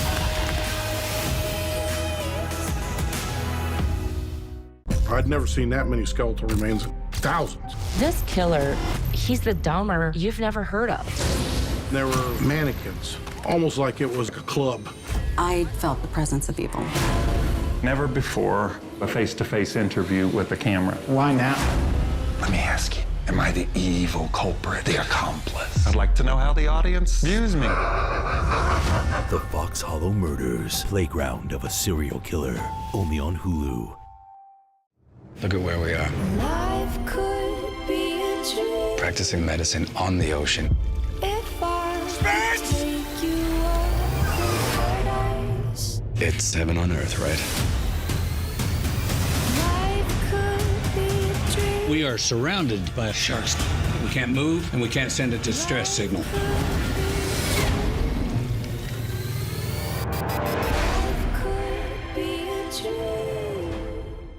Now you can listen to a podcast version of Nightline, available free wherever you listen. Welcome back to ABC News Live coverage tonight. Just moments from now, Michigan's freshman Senator Alyssa Slotkin will deliver the Democratic response to President Trump's address to the joint session of Congress. Senator Chuck Schumer calling her a rising star in the party. At age 48, she became the youngest Democratic woman elected to the Senate. She previously served in the House. Before that, she served as a CIA analyst in Iraq. Now, her task tonight, delivering a solid Democratic message, of course, setting forth the party's agenda if they hope to reclaim the House and the Senate. Let's listen. Hi, everyone. I'm Alyssa Slotkin. I'm honored to have the opportunity to speak tonight. It's late, so I promise to be a lot shorter than what you just watched. I won't take it personally if you've never heard of me. I'm the new senator from the great state of Michigan, where I grew up. I've been in public service my entire life because I happened to be in New York City on 9/11 when the Twin Towers came down. Before the smoke cleared, I knew I wanted to make a life in national security. I was recruited by the CIA and did 3 tours in Iraq alongside the military. In between, I worked at the White House under President Bush and President Obama, 2 very different leaders who both believed that America is exceptional. You can find that same sense of patriotism here in Wyandotte, Michigan, where I'm speaking from tonight. It's a working-class town just south of Detroit. President Trump and I both won here in November. It might not seem like it, but plenty of places like this still exist across the United States. Places where people believe that if you work hard and play by the rules, you should do well and your kids should do better. It reminds me of how I grew up. My dad was a lifelong Republican, my mom a lifelong Democrat.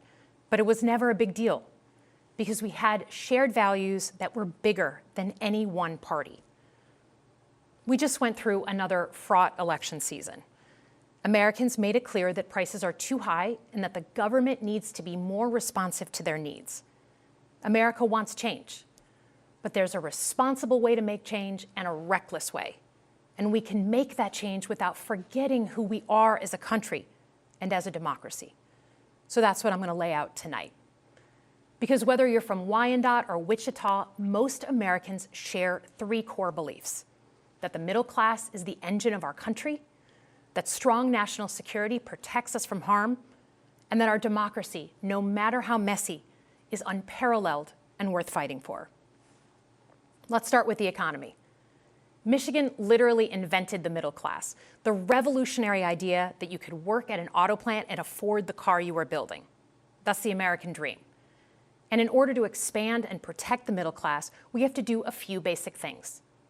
We need to bring down the price of things we spend the most money on: groceries, housing, healthcare. We need to make more things in America with good-paying union jobs and bring our supply chains back home from places like China. We need to give American businesses the certainty they need to invest and create the jobs of the future. And we need a tax system that's fair for people who don't happen to make $1 billion. Look, the president talked a big game on the economy, but it's always important to read the fine print. So, do his plans actually help Americans get ahead? Not even close. President Trump is trying to deliver an unprecedented giveaway to his billionaire friends. He's on the hunt to find trillions of dollars to pass along to the wealthiest in America. And to do that, he's going to make you pay in every part of your life. Grocery and home prices are going up, not down, and he hasn't laid out a credible plan to deal with either of those. His tariffs on allies like Canada will raise prices on energy, lumber, and cars, and start a trade war that will hurt manufacturing and farmers. Your premiums and prescriptions will cost more because the math on his proposals doesn't work without going after your health care. Meanwhile, for those keeping score, the national debt is going up, not down. And if he's not careful, he could walk us right into a recession. And one more thing. In order to pay for his plan, he could very well come after your retirement, the Social Security, Medicare, and VA benefits you worked your whole life to earn. The president claims he won't, but Elon Musk just called Social Security the biggest Ponzi scheme of all time. While we're on the subject of Elon Musk, is there anyone in America who is comfortable with him and his gang of 20-year-olds using their own computer servers to poke through your tax returns, your health information, and your bank accounts? No oversight, no protections against cyber attack, no guardrails on what they do with your private data. We need a more efficient government. You want to cut waste? I'll help you do it. But change doesn't need to be chaotic or make us less safe. The mindless firing of people who work to protect our nuclear weapons, keep our planes from crashing, and conduct the research that finds the cure for cancer, only to rehire them 2 days later, no CEO in America could do that without being summarily fired. Okay, so we've talked about economic security. How about national security? Let's start with the border. As someone who spent my whole career protecting our homeland, every country deserves to know who and what is coming across its border. Period. Democrats and Republicans should all be for that. But securing the border without actually fixing our broken immigration system is dealing with the symptom and not the disease. America is a nation of immigrants. We need a functional system keyed to the needs of our economy that allows vetted people to come and work here legally. So I look forward to the president's plan on that. Because here's the thing. Today's world is deeply interconnected. Migration, cyber threats, AI, environmental destruction, terrorism. One nation cannot face these issues alone. We need friends in all corners, and our safety depends on it. President Trump loves to say peace through strength. That's actually a line he stole from Ronald Reagan. But let me tell you, after the spectacle that just took place in the Oval Office last week, Reagan must be rolling in his grave. We all want an end to the war in Ukraine, but Reagan understood that true strength required America to combine our military and economic might with moral clarity. And that scene in the Oval Office wasn't just a bad episode of reality TV. It summed up Trump's whole approach to the world. He believes in cozying up to dictators like Vladimir Putin and kicking our friends like the Canadians in the teeth. He sees American leadership as merely a series of real estate transactions. As a Cold War kid, I'm thankful it was Reagan and not Trump in office in the 1980s. Trump would have lost us the Cold War. Donald Trump's actions suggest that in his heart, he doesn't believe we're an exceptional nation. He clearly doesn't think we should lead the world. Look, America is not perfect, but I stand with the majority of Americans who believe we are still exceptional, unparalleled. And I would rather have American leadership over Chinese or Russian leadership any day of the week. Because for generations, America has offered something better. Our security and our prosperity, yes, but our democracy, our very system of government, has been the aspiration of the world. And right now, it's at risk. It's at risk when the president decides you can pick and choose what rules you want to follow, when he ignores court orders and the Constitution itself, or when elected leaders stand by and just let it happen. But it's also at risk when the president pits Americans against each other, when he demonizes those who are different and tells certain people they shouldn't be included. Because America is not just a patch of land between two oceans. We are more than that. Generations have fought and died to secure the fundamental rights that define us. Those rights and the fight for them make us who we are. We're a nation of strivers, risk takers, innovators, and we are never satisfied. That is America's superpower. And look, I've lived and worked in many countries. I've seen democracies flicker out. I've seen what life is like when a government is rigged. You can't open a business without paying off a corrupt official. You can't criticize the guys in charge without getting a knock at the door in the middle of the night.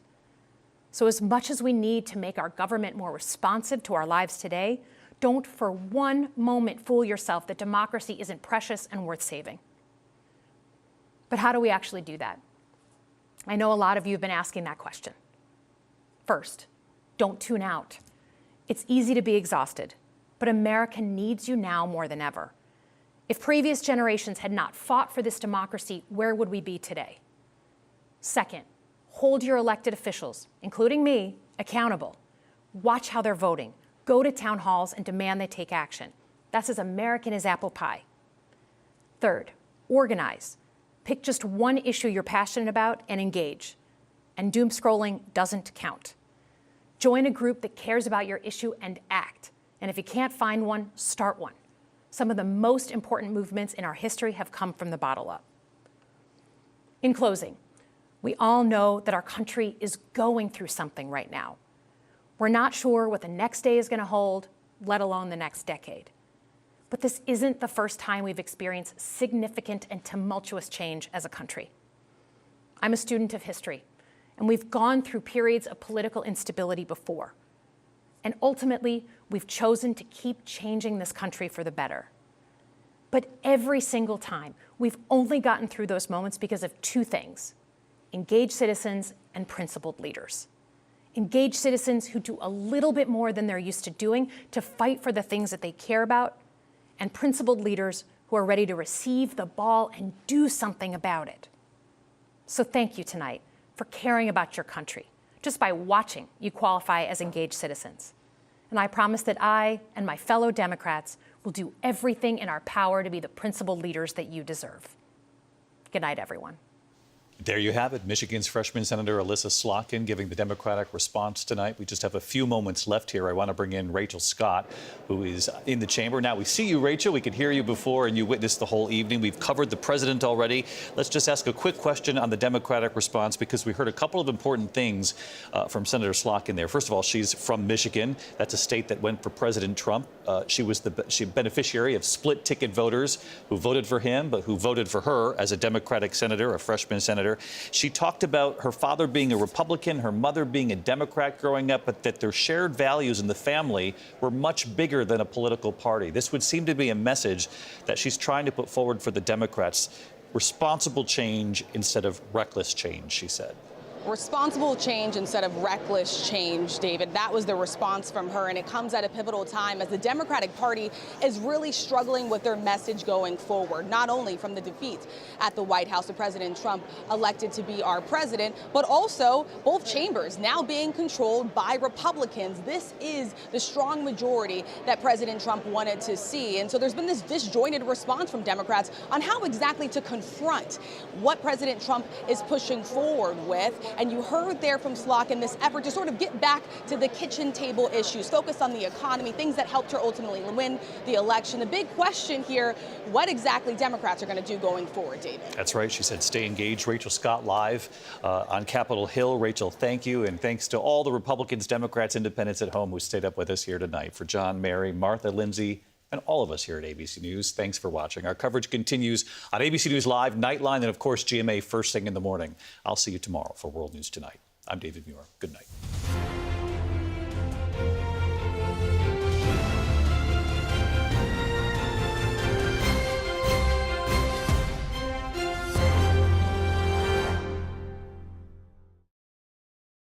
The President of the United States.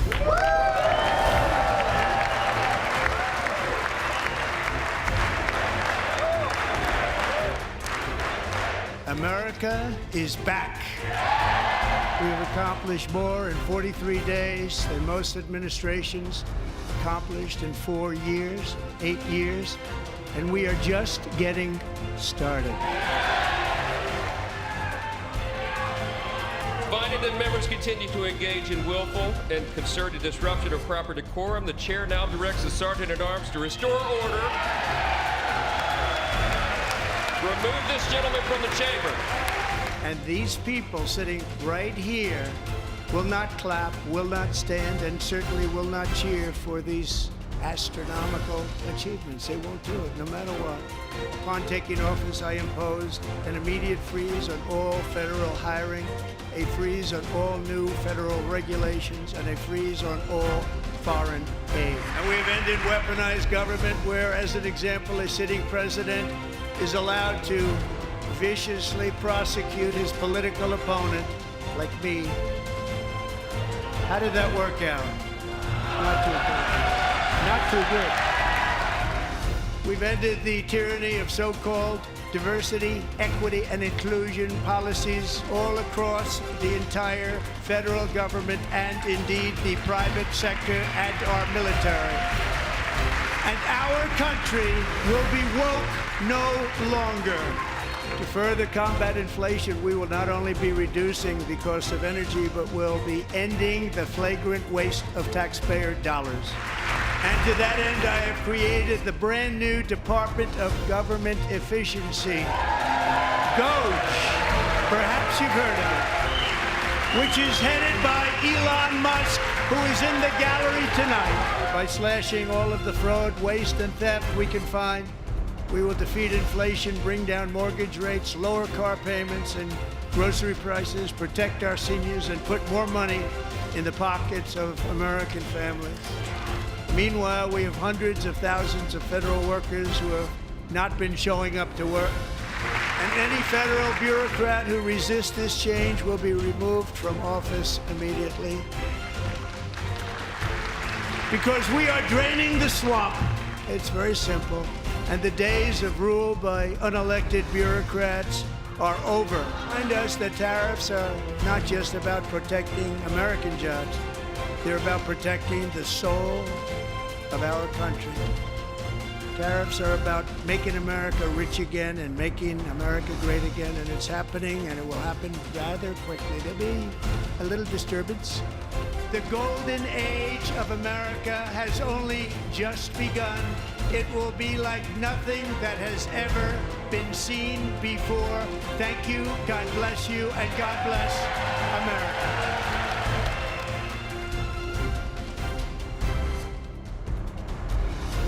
Everyone, I'm Linsey Davis. Thanks so much for streaming with us. We do begin with our special coverage from Washington tonight of President Trump's address. The longest joint address to Congress in modern history. Donald Trump touted the accomplishments of his first 6 weeks in office, saying, "Our pride is back, our confidence is back, and the American dream is surging."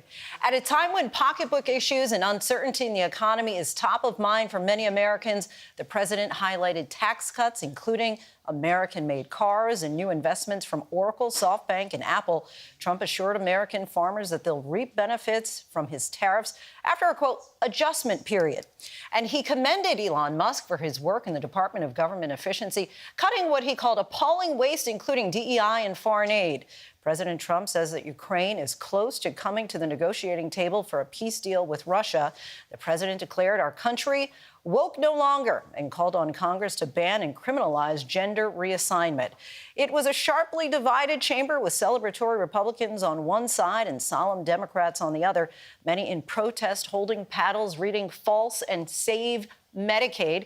Several members left, and Texas Representative Al Green was escorted out after disrupting the president's speech. And you just heard the Democratic rebuttal to the president by freshman Michigan Senator Elissa Slotkin. She's a rising star of the Democratic Party with extensive national security experience, 2 months into her U.S. Senate term. Her home state of Michigan bracing for the impacts of President Trump's, including on the auto industry. And moments ago, President Trump just arrived back at the White House after his record-breaking speech. Just ahead, we'll be joined live by the United States Secretary of Transportation, Sean Duffy. But first, let's bring in our powerhouse political team. We have everybody here, Mary, John, Martha. Mary, let's start with you. Obviously, we were keeping track of the time, the longest address to the Congress ever, beating out Clinton from 2000. Give us a sense of what the White House is saying about tonight.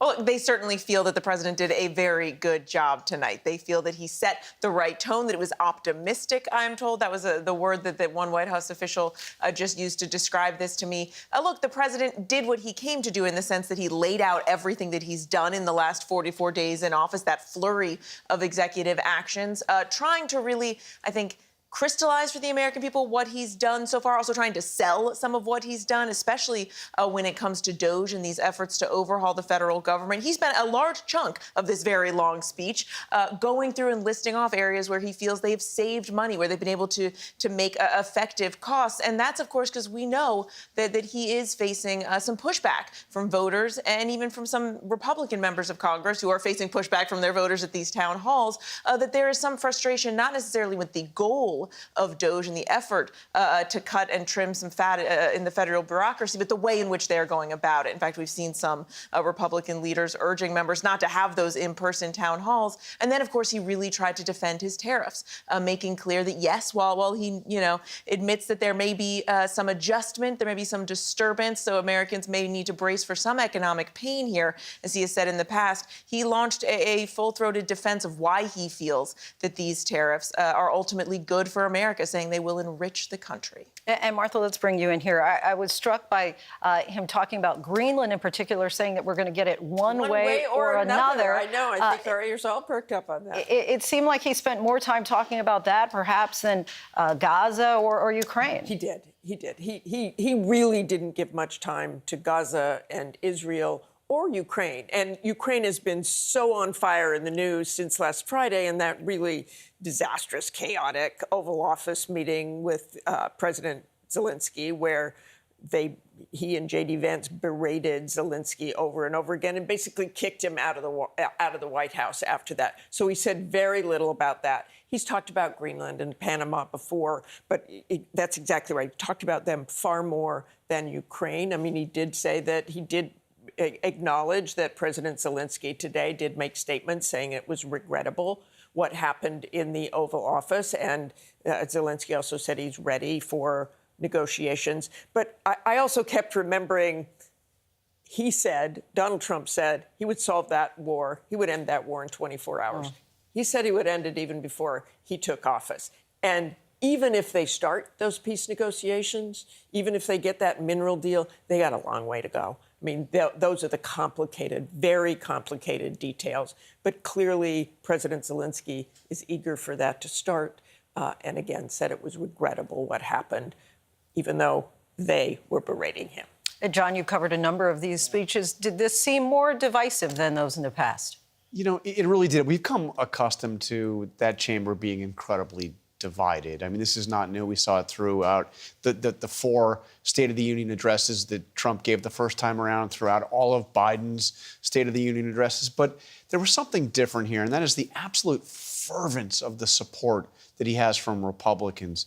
When he was president the first time around, there were still pockets of resistance within the Republican Party, in the Republican leadership, that weren't fully on board with all things Trump. That seemed to be a genuinely enthusiastic, full-on, all-in, all-Trump Republican Party. And the Democrats, just didn't know how to respond. I mean, you had some who decided not to go to the speech at all. You had some that decided to walk out.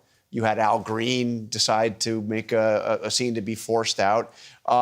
You saw others who just thought that they would be there and kind of scowl their way through. Trump played into that. I mean, it was striking to me, even when Trump was recognizing Mark Fogel and his return from Russia, to pan over to the Democratic side of the aisle and see Democrats like Senator Adam Schiff not even applauding. I mean, this is a guy who was, prisoner in Russia and is now free at home. Quite a moving story. That said, the Democrats did seem to kind of bring it home with Alyssa Slotkin. Sure. That's the hardest assignment in politics, is to respond to a State of the Union address. And I thought she had a quite effective and quite short, purposely short response. But Democrats are still trying to figure out how to deal with this. Donna Brazile has said of Slotkin that she can not only preach to the choir, but she preaches to the congregation, whether you're Democrat, Republican, Independent. Clearly, that was her attempt tonight. And it was so powerful for her to stay there. I am standing here in a place that I won and that Donald Trump won. Sure, a split ticket there. Yeah. All right. Martha, Mary, John, all the biblical names. We thank you so much for joining us once again. That's right. And I do want to bring in Rachel Scott, who's still there in the Capitol. And Rachel, we were talking about the colors of protest, how some Democrats chose not to come or walked out, or they had the paddles.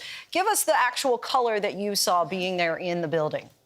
Well, Lindsay, it didn't take all but 10 minutes for us to see Congressman Al Green stand up and just start yelling things toward the president, saying that there would not be a mandate for Medicaid. It got to the point where there were so many disruptions that the Speaker of the House ultimately tried calling it to order multiple times, instructed the Sergeant at Arms to remove those members who were being disruptive. So we saw Green be escorted out of the chamber. Look, I've covered Congress for a number of years now. My colleague, John Parkinson, has covered Congress for about 15 years. He says he has never seen anything like that happen in the House chamber during a joint address, during address to a joint session of Congress or State of the Union. And then there was sort of the split other response from Democrats, those who are protesting silently, holding up these paddles in the air, saying that Elon Musk is lying, that he cannot be a king, trying to fact check the president in real time. We also saw several Democrats just get up and leave. They turned their backs, they had resist on the back of their t-shirts, and they just walked out of the chamber. So really not a coordinated response from Democrats on this front. It seems like there were factions of the party that really wanted to express their viewpoints in different ways. Ultimately, though, it does raise the question for the minority leader, Hakeem Jeffries, who did call for decorum in that chamber today, Lindsay. All right, Rachel Scott, it was quite something to observe. Our thanks to you, as always. I want to bring in Jay O'Brien, who joins us as well from the Capitol. And Jay, I know you've been chasing down the Democrats who left the chamber early, willingly or otherwise. What are they telling you tonight? Yeah, Al Green removed from the chamber, Lindsay, because of that interruption. At least 5 Democrats, by our count, walking out of the chamber midway through. I spoke with one of them, Melanie Stansberry. I asked her, was that walkout during Trump's address, not being removed, but just walking out on their own volition, planned ahead of time? She indicated that it was. She said there were Democrats who wanted to get into, quote unquote, good trouble, she said, quoting John Lewis there. I also asked Al Green, though, why he chose to walk out of the chamber, but rather while he chose to interrupt President Trump and then be removed from the chamber. He said he was concerned about Medicaid cuts outlined, he says, in the House Republican blueprint. Republicans have said they have not outlined any specific cuts to Medicaid at this point. And then I asked him something that Rachel just noted, which is that Leader Jeffries called on Democrats to have decorum and to be dignified in that chamber tonight. Did Congressman Green feel he was living up to what Hakeem Jeffries told Democrats to do? Here's what Green said. Leader Jeffries called for decorum. He called for a dignified Democratic presence. Do you feel you were following his wishes by standing up and disrupting? I was following the wishes of conscience. There are times when it is better to stand alone than not stand at all. This president is disrupting the healthcare system. He is all but defying court orders. At some point, we're all going to have to stand up. So Al Green's take on exactly what transpired in that chamber, Linsey, but I can tell you there is still this looming question over Democrats. While we saw those demonstrations tonight, will they be willing to go further and threaten their votes that Speaker Mike Johnson is almost certainly going to need to pass a temporary government funding measure in just 10 days from now and avert a government shutdown? We've heard from some Democrats who have left that option open, but we haven't heard from Democratic leadership, Hakeem Jeffries on down, on this issue, and that is the next thing that Congress is going to have to tackle here, Linsey. Yeah, that clock quickly ticking down. Jay O'Brien, our thanks to you as always. I want to bring in Elizabeth Schulze. And Elizabeth, President Trump spent several minutes tonight defending his decision to impose those sweeping tariffs on Mexico, Canada, and China. He also blamed the Biden administration for what he called an economic catastrophe, even claiming the former president is responsible for the high prices of eggs. Right. And we know that the high price of eggs right now is at a record that was hit under the Trump administration, Linsey, about $5 on average per dozen eggs, a lot more expensive than in other parts of the country. But the president putting the blame on the Biden administration, when you look at the data here, what it shows you is that the egg prices that we're seeing right now and some of the shortages are caused by bird flu. That was a phenomenon that was dealt with during the Biden administration, and it is continuing to now resurface under the Trump administration. But it is really notable that one of the suggestions from the Trump administration to deal with those rising egg prices is to import more eggs from other countries. Well, it turns out where the U.S. imports a lot of its eggs is from Canada, and now we have these 25% tariffs in effect. Well, that would make those imports a lot more expensive. The president was light on details when it came to how he would lower costs in general, which of course was a promise that he made day one, was to try to bring down the cost for everyday essentials, including groceries. And the president mentioned a couple of times that there will be a little disturbance when these tariffs kick in. How soon can Americans expect to feel the impact of this decision? Acknowledging the reality that companies could very quickly decide to pass down some of those higher costs from tariffs to American households. It's estimated could be up to $2,000 on average per household when you look at the cost of those tariffs. And that's on top of existing price increases that have already been in place for so many day-to-day essentials, not just groceries, rent, gas prices could also go up. So when you're thinking about these tariffs, groceries probably the most immediate impact. Target CEO said price hikes could happen on goods from Mexico. So produce like tomatoes, avocado, strawberries, those prices could go up within days. Some of the other goods that we're talking about could go up within weeks or months. So car parts, car prices overall, other machinery, shoes, electronics. These tariffs are really sweeping in their nature, Linsey, across the board on the biggest trading partners of the U.S. And that's why there is this disruption to the economy and uncertainty, too, in the stock market when you think about this dramatic move that we've seen lower in the stock market over the past couple of days. Yeah, stock market down, inflation is up, things not moving in the direction that many Americans had hoped for. Elizabeth Schulze, our thanks to you. I want to bring in Trump's administrator of the Small Business Administration, Kelly Loeffler. Thank you so much for joining us. What did you make of the president's speech tonight?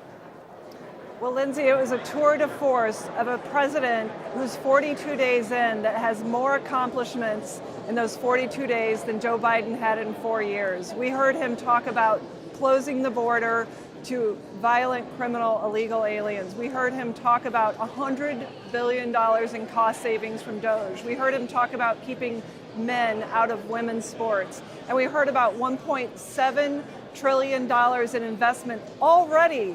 It took Joe Biden 4 years to get $1 trillion. People are investing in America. It is a new day in America.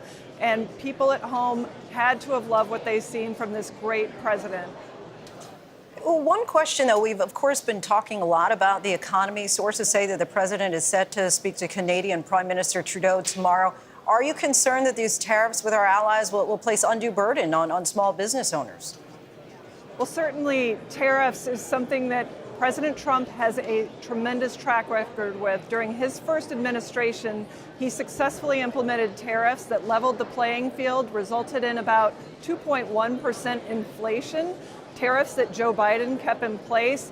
And if we are going to level the playing field for American manufacturing, this is our best tool right now. President Trump is an incredibly strategic negotiator, and we have to make sure that we're putting America first. That's what this does. President Trump himself said, look, there could be some minor disturbances, but that's not going to be permanent. And this is something that we worked through in the past and came out the other side better for it. And that's something that Joe Biden even agreed with it by keeping those tariffs on. And we've heard, though, the CEOs of big companies warning Americans to get ready to pay more for food in a matter of days. If big corporations are concerned, what's your message to America's roughly 33 million small business owners? Well, Made in America is our path forward. We learned that during the pandemic, our supply chains being overseas is driving our costs up. Our dependency makes us less safe, strong, secure, and prosperous. And so Made in America is a tremendous opportunity for small businesses. Most small businesses in America, most manufacturers are small businesses. And fortunately, President Trump is someone that loves small business. He always says, Kelly, small business is big business. So he knows this is going to power a revolution on Main Street to create a blue-collar boom, to ensure that we can live the American dream again, and that starts on Main Street. Kelly Loeffler, we thank you so much for your time and insight tonight. Really appreciate it. Thank you. Immigration was also a topic the president touched on several occasions throughout the night, and our Maria Villarreal joins us now for more on this. Maria, as expected, the president touted his administration's immigration achievements just 5 minutes into his speech tonight. Let's take a listen to some of his words. Within hours of taking the oath of office, I declared a national emergency on our southern border, and I deployed the U.S. military and Border Patrol to repel the invasion of our country. And what a job they've done. As a result, illegal border crossings last month were by far the lowest ever recorded, ever. And Maria, do the numbers back up the president's claims? You know, listen, I think it's no surprise, Linsey, that this is his comfort zone. He loves talking about the border and immigration. He feels very supported in it, especially in that room tonight. But when you're talking about saying that you had the lowest numbers ever recorded, I mean, you have to go down to the semantics of it. I mean, really, the U.S. only started recording apprehension numbers, in 1925. So I think that there's a little discrepancy there in how far back we go in just collecting the data. But I'm pretty sure he's probably referencing new numbers that just came out from the Border Patrol chief, talking about how not only did we see the lowest numbers recorded, in the month of February, just over 8,000 apprehensions, but then he's comparing those numbers to 2024. But a lot has happened over the last year. We obviously saw the executive order that was put in place by the Biden administration. Over the last 8 to 10 months, we've seen a steady decrease. And while there is, obviously some significance to what we've seen over the last 2 months during this particular administration, playing with the numbers to favor this administration is what we are unsure of. We still haven't gotten secure and accurate data of what has happened really over the last 8 weeks. And so the president said, quote, that he repelled the invasion of our country, but we really didn't hear a plan from him moving forward. What could the administration's immigration priority look like now that they allege that the border situation is controlled? Not much talk tonight also about the massive deportations that he initially campaigned on. Listen, I think it was very run and gun for the first few weeks because that's what he had ready to go and in place. He had the logistics and the resources to only do what we have already seen happen. So that basically means the ICE enforcement and the raids, being able to send the military down to the border. All of that kind of comes under this umbrella of him saying that the border is a national security threat. However, in order to really get to that campaign promise of not just deporting all those people, but then obviously sending more resources and technology down to the border, he needs one thing, Linsey, and that's money. So we heard him nod to that tonight, saying that he wants a border security bill to come together between both sides of Congress. And the one thing that he needs from both sides is the money. There is no way where you're going to put more manpower, which is Border Patrol, ICE agents, DEA, all the federal agencies here, put more judges in the court system, create legal pathways to citizenship, add more technology. The only way you do that is by more Congress and more funding from Congress. And again, we're probably going to see those discussions ramp up back again in the next few weeks. All right, Maria Villarreal, we know you'll be staying on top of it for us. Thank you. Now let's bring in President Trump's White House Chief of Staff from his first administration, Reince Priebus, and ABC News contributor and former Progressive Senate candidate Christina Sinsun Ramirez. Thank you both for joining us. Reince, let's start with you. What did you think of the president's speech tonight? Well, I thought it was extremely strong. And when he talked about, he said, common sense revolution, giving the government back to the people, that the government works for the people don't work for the government. I thought was really insightful into the mindset of the president when he said that he was saved by God to make America great again. And I really thought when I heard that really explains this blitzkrieg mission that he's been on over the last several weeks as president. I also thought that the Democrats found themselves again, and you and Jonathan and the panel talked about this, but the Democrats found themselves again standing in the 25% on these issues. I mean, they couldn't stand up for, just taking these notes, they couldn't stand up for no tax on tips. They couldn't stand up for no tax on American cars. They couldn't stand up for no taxes on Social Security. They couldn't stand up for Russian prisoners being brought back to the United States. They couldn't stand up for record low border crossings. And they couldn't stand up for no boys and girls sports, even though half the women were wearing pink. I mean, it's just like, it's almost as if they don't get it. Now, I will say the senator from Michigan did a good job of laying out the things that we can agree on: a strong middle class, a strong defense, that democracy is still worth fighting for. I mean, she lost it when she tried to defend the Democrats' actions on the border. She lost it when she started trying to claim the president, Trump, is trying to raid Social Security. But again, the Democrats can't find their footing. And it was very clear tonight that the president was taking a victory lap. He was pounding the Democrats into the ground. I think they embarrassed themselves out of the gate with walkouts and disorganized protests, and Al Green made a fool of himself as well. So again, it's just more of the same from the Democrats. They just can't seem to get their act together.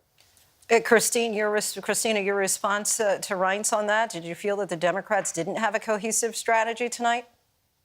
No, what I feel is that nearly every single Republican that has come on this show and responded sounds like a cult follower, because the Republican Party has become the cult of Donald Trump, and they're unwilling to stand up on the issues that Americans truly care about, or stand up to Donald Trump when he is wrong, when he goes against the interests of the American people. Look, Donald Trump was elected to address one major issue for the American people: their deep economic pain. He barely talked about the economy. There are rising costs of inflation. Half of Americans can barely afford their rent, and now tariffs are coming into play. And I'll tell you what, one thing Donald Trump and Elon Musk have no idea what it's like when an average American is looking at, am I going to afford my rent, or am I going to afford my groceries? So when he says there's going to be a little more pain for American farmers, for American consumers, for what? The American people are broken. They deserve a government, a president that understands their economic pain and responds to it. And you didn't hear anything about that. And that's also why you heard him talk about Elon Musk saving American taxpayers' money. Well, Doge, of course, has helped shutter the Consumer Financial Protection Bureau that saved $20 billion for American consumers. And Elon Musk and Doge have falsely reported by billions of dollars the supposed money they've saved the American people. Well, if Elon Musk wants to save the American people some money, he should return the $38 billion that he has received for his companies, feeding and leeching off of the American people and government for his own profit and benefit. That's where we can actually see some real cost savings, much more than anything he's come near saving for the American people in Doge. Reince, want to just give you 30 seconds. She said you sound like a cult follower. Well, her answers are too complicated. I mean, the fact of the matter is, we're $36 trillion in debt. Is it too complicated People for out there Americans to across have to the decide country between rent don't really and groceries? care That's not about whether complicated. the CFPB is what their funding is and what taxpayer money it saves. We're going broke in this country, and people have had it with a bloated, out of control Washington, D.C. and What about protecting Elon Musk having saving the $38 economy, billion bringing from the tax. federal Let me government? finish. Is that I mean, not bloated okay, fine. Just keep going. from the All American right. people? That's All right, like, Christina, Thank let's just you. let Reince continue. That's okay. It's fine. I mean, this is why the Democrats can't win, because they're unhinged. Their arguments are wildly complicated. And the fact of the matter is, he was elected for simple things, and every single thing that President Trump is doing right now, whether you like him or hate him, every single thing he's doing, he campaigned on. He said he was going to do it. Even all the things you hate, he laid it out. He was elected, and the Democrats are flat-footed, and they've got no answers.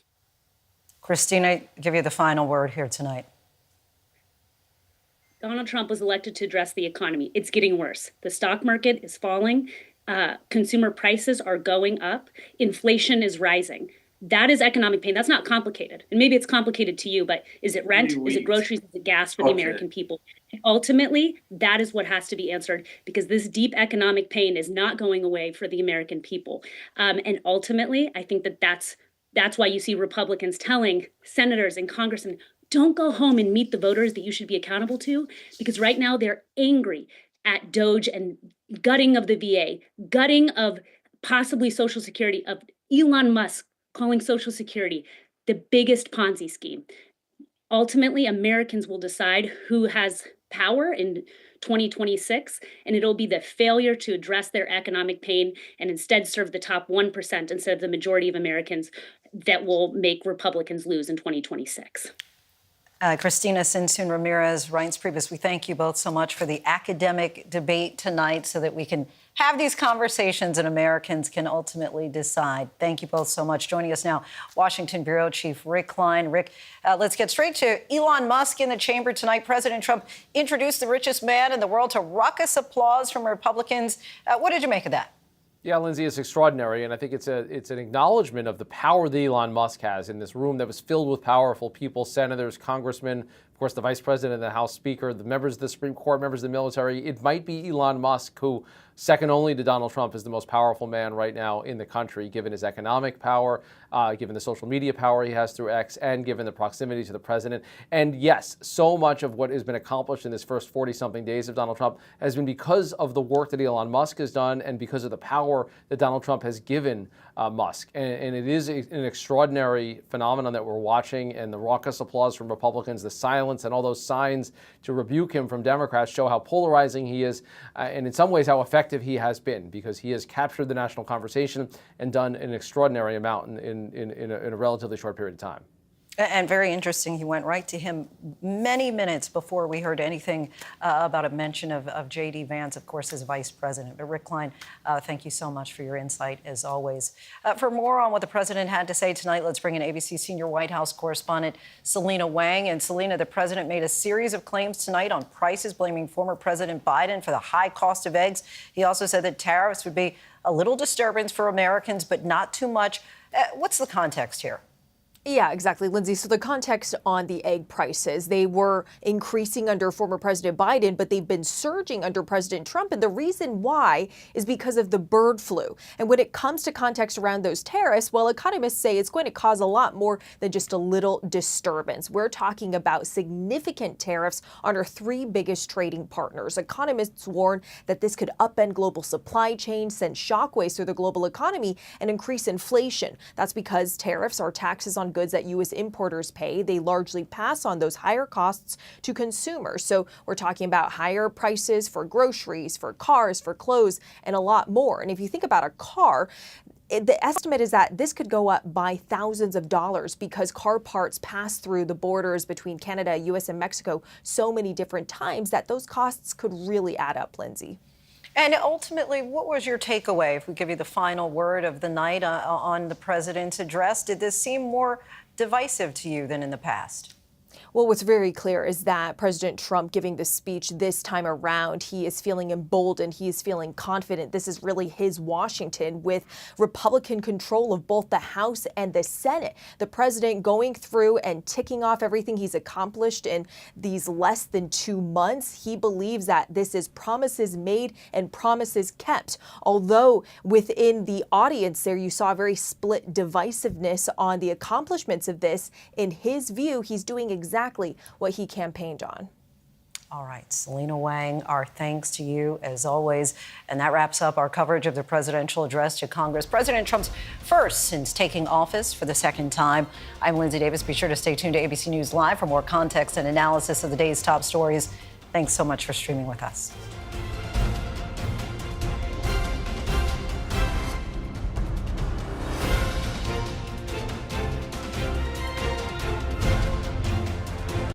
Look at where we are. Life could be a dream Practicing medicine on the ocean. if I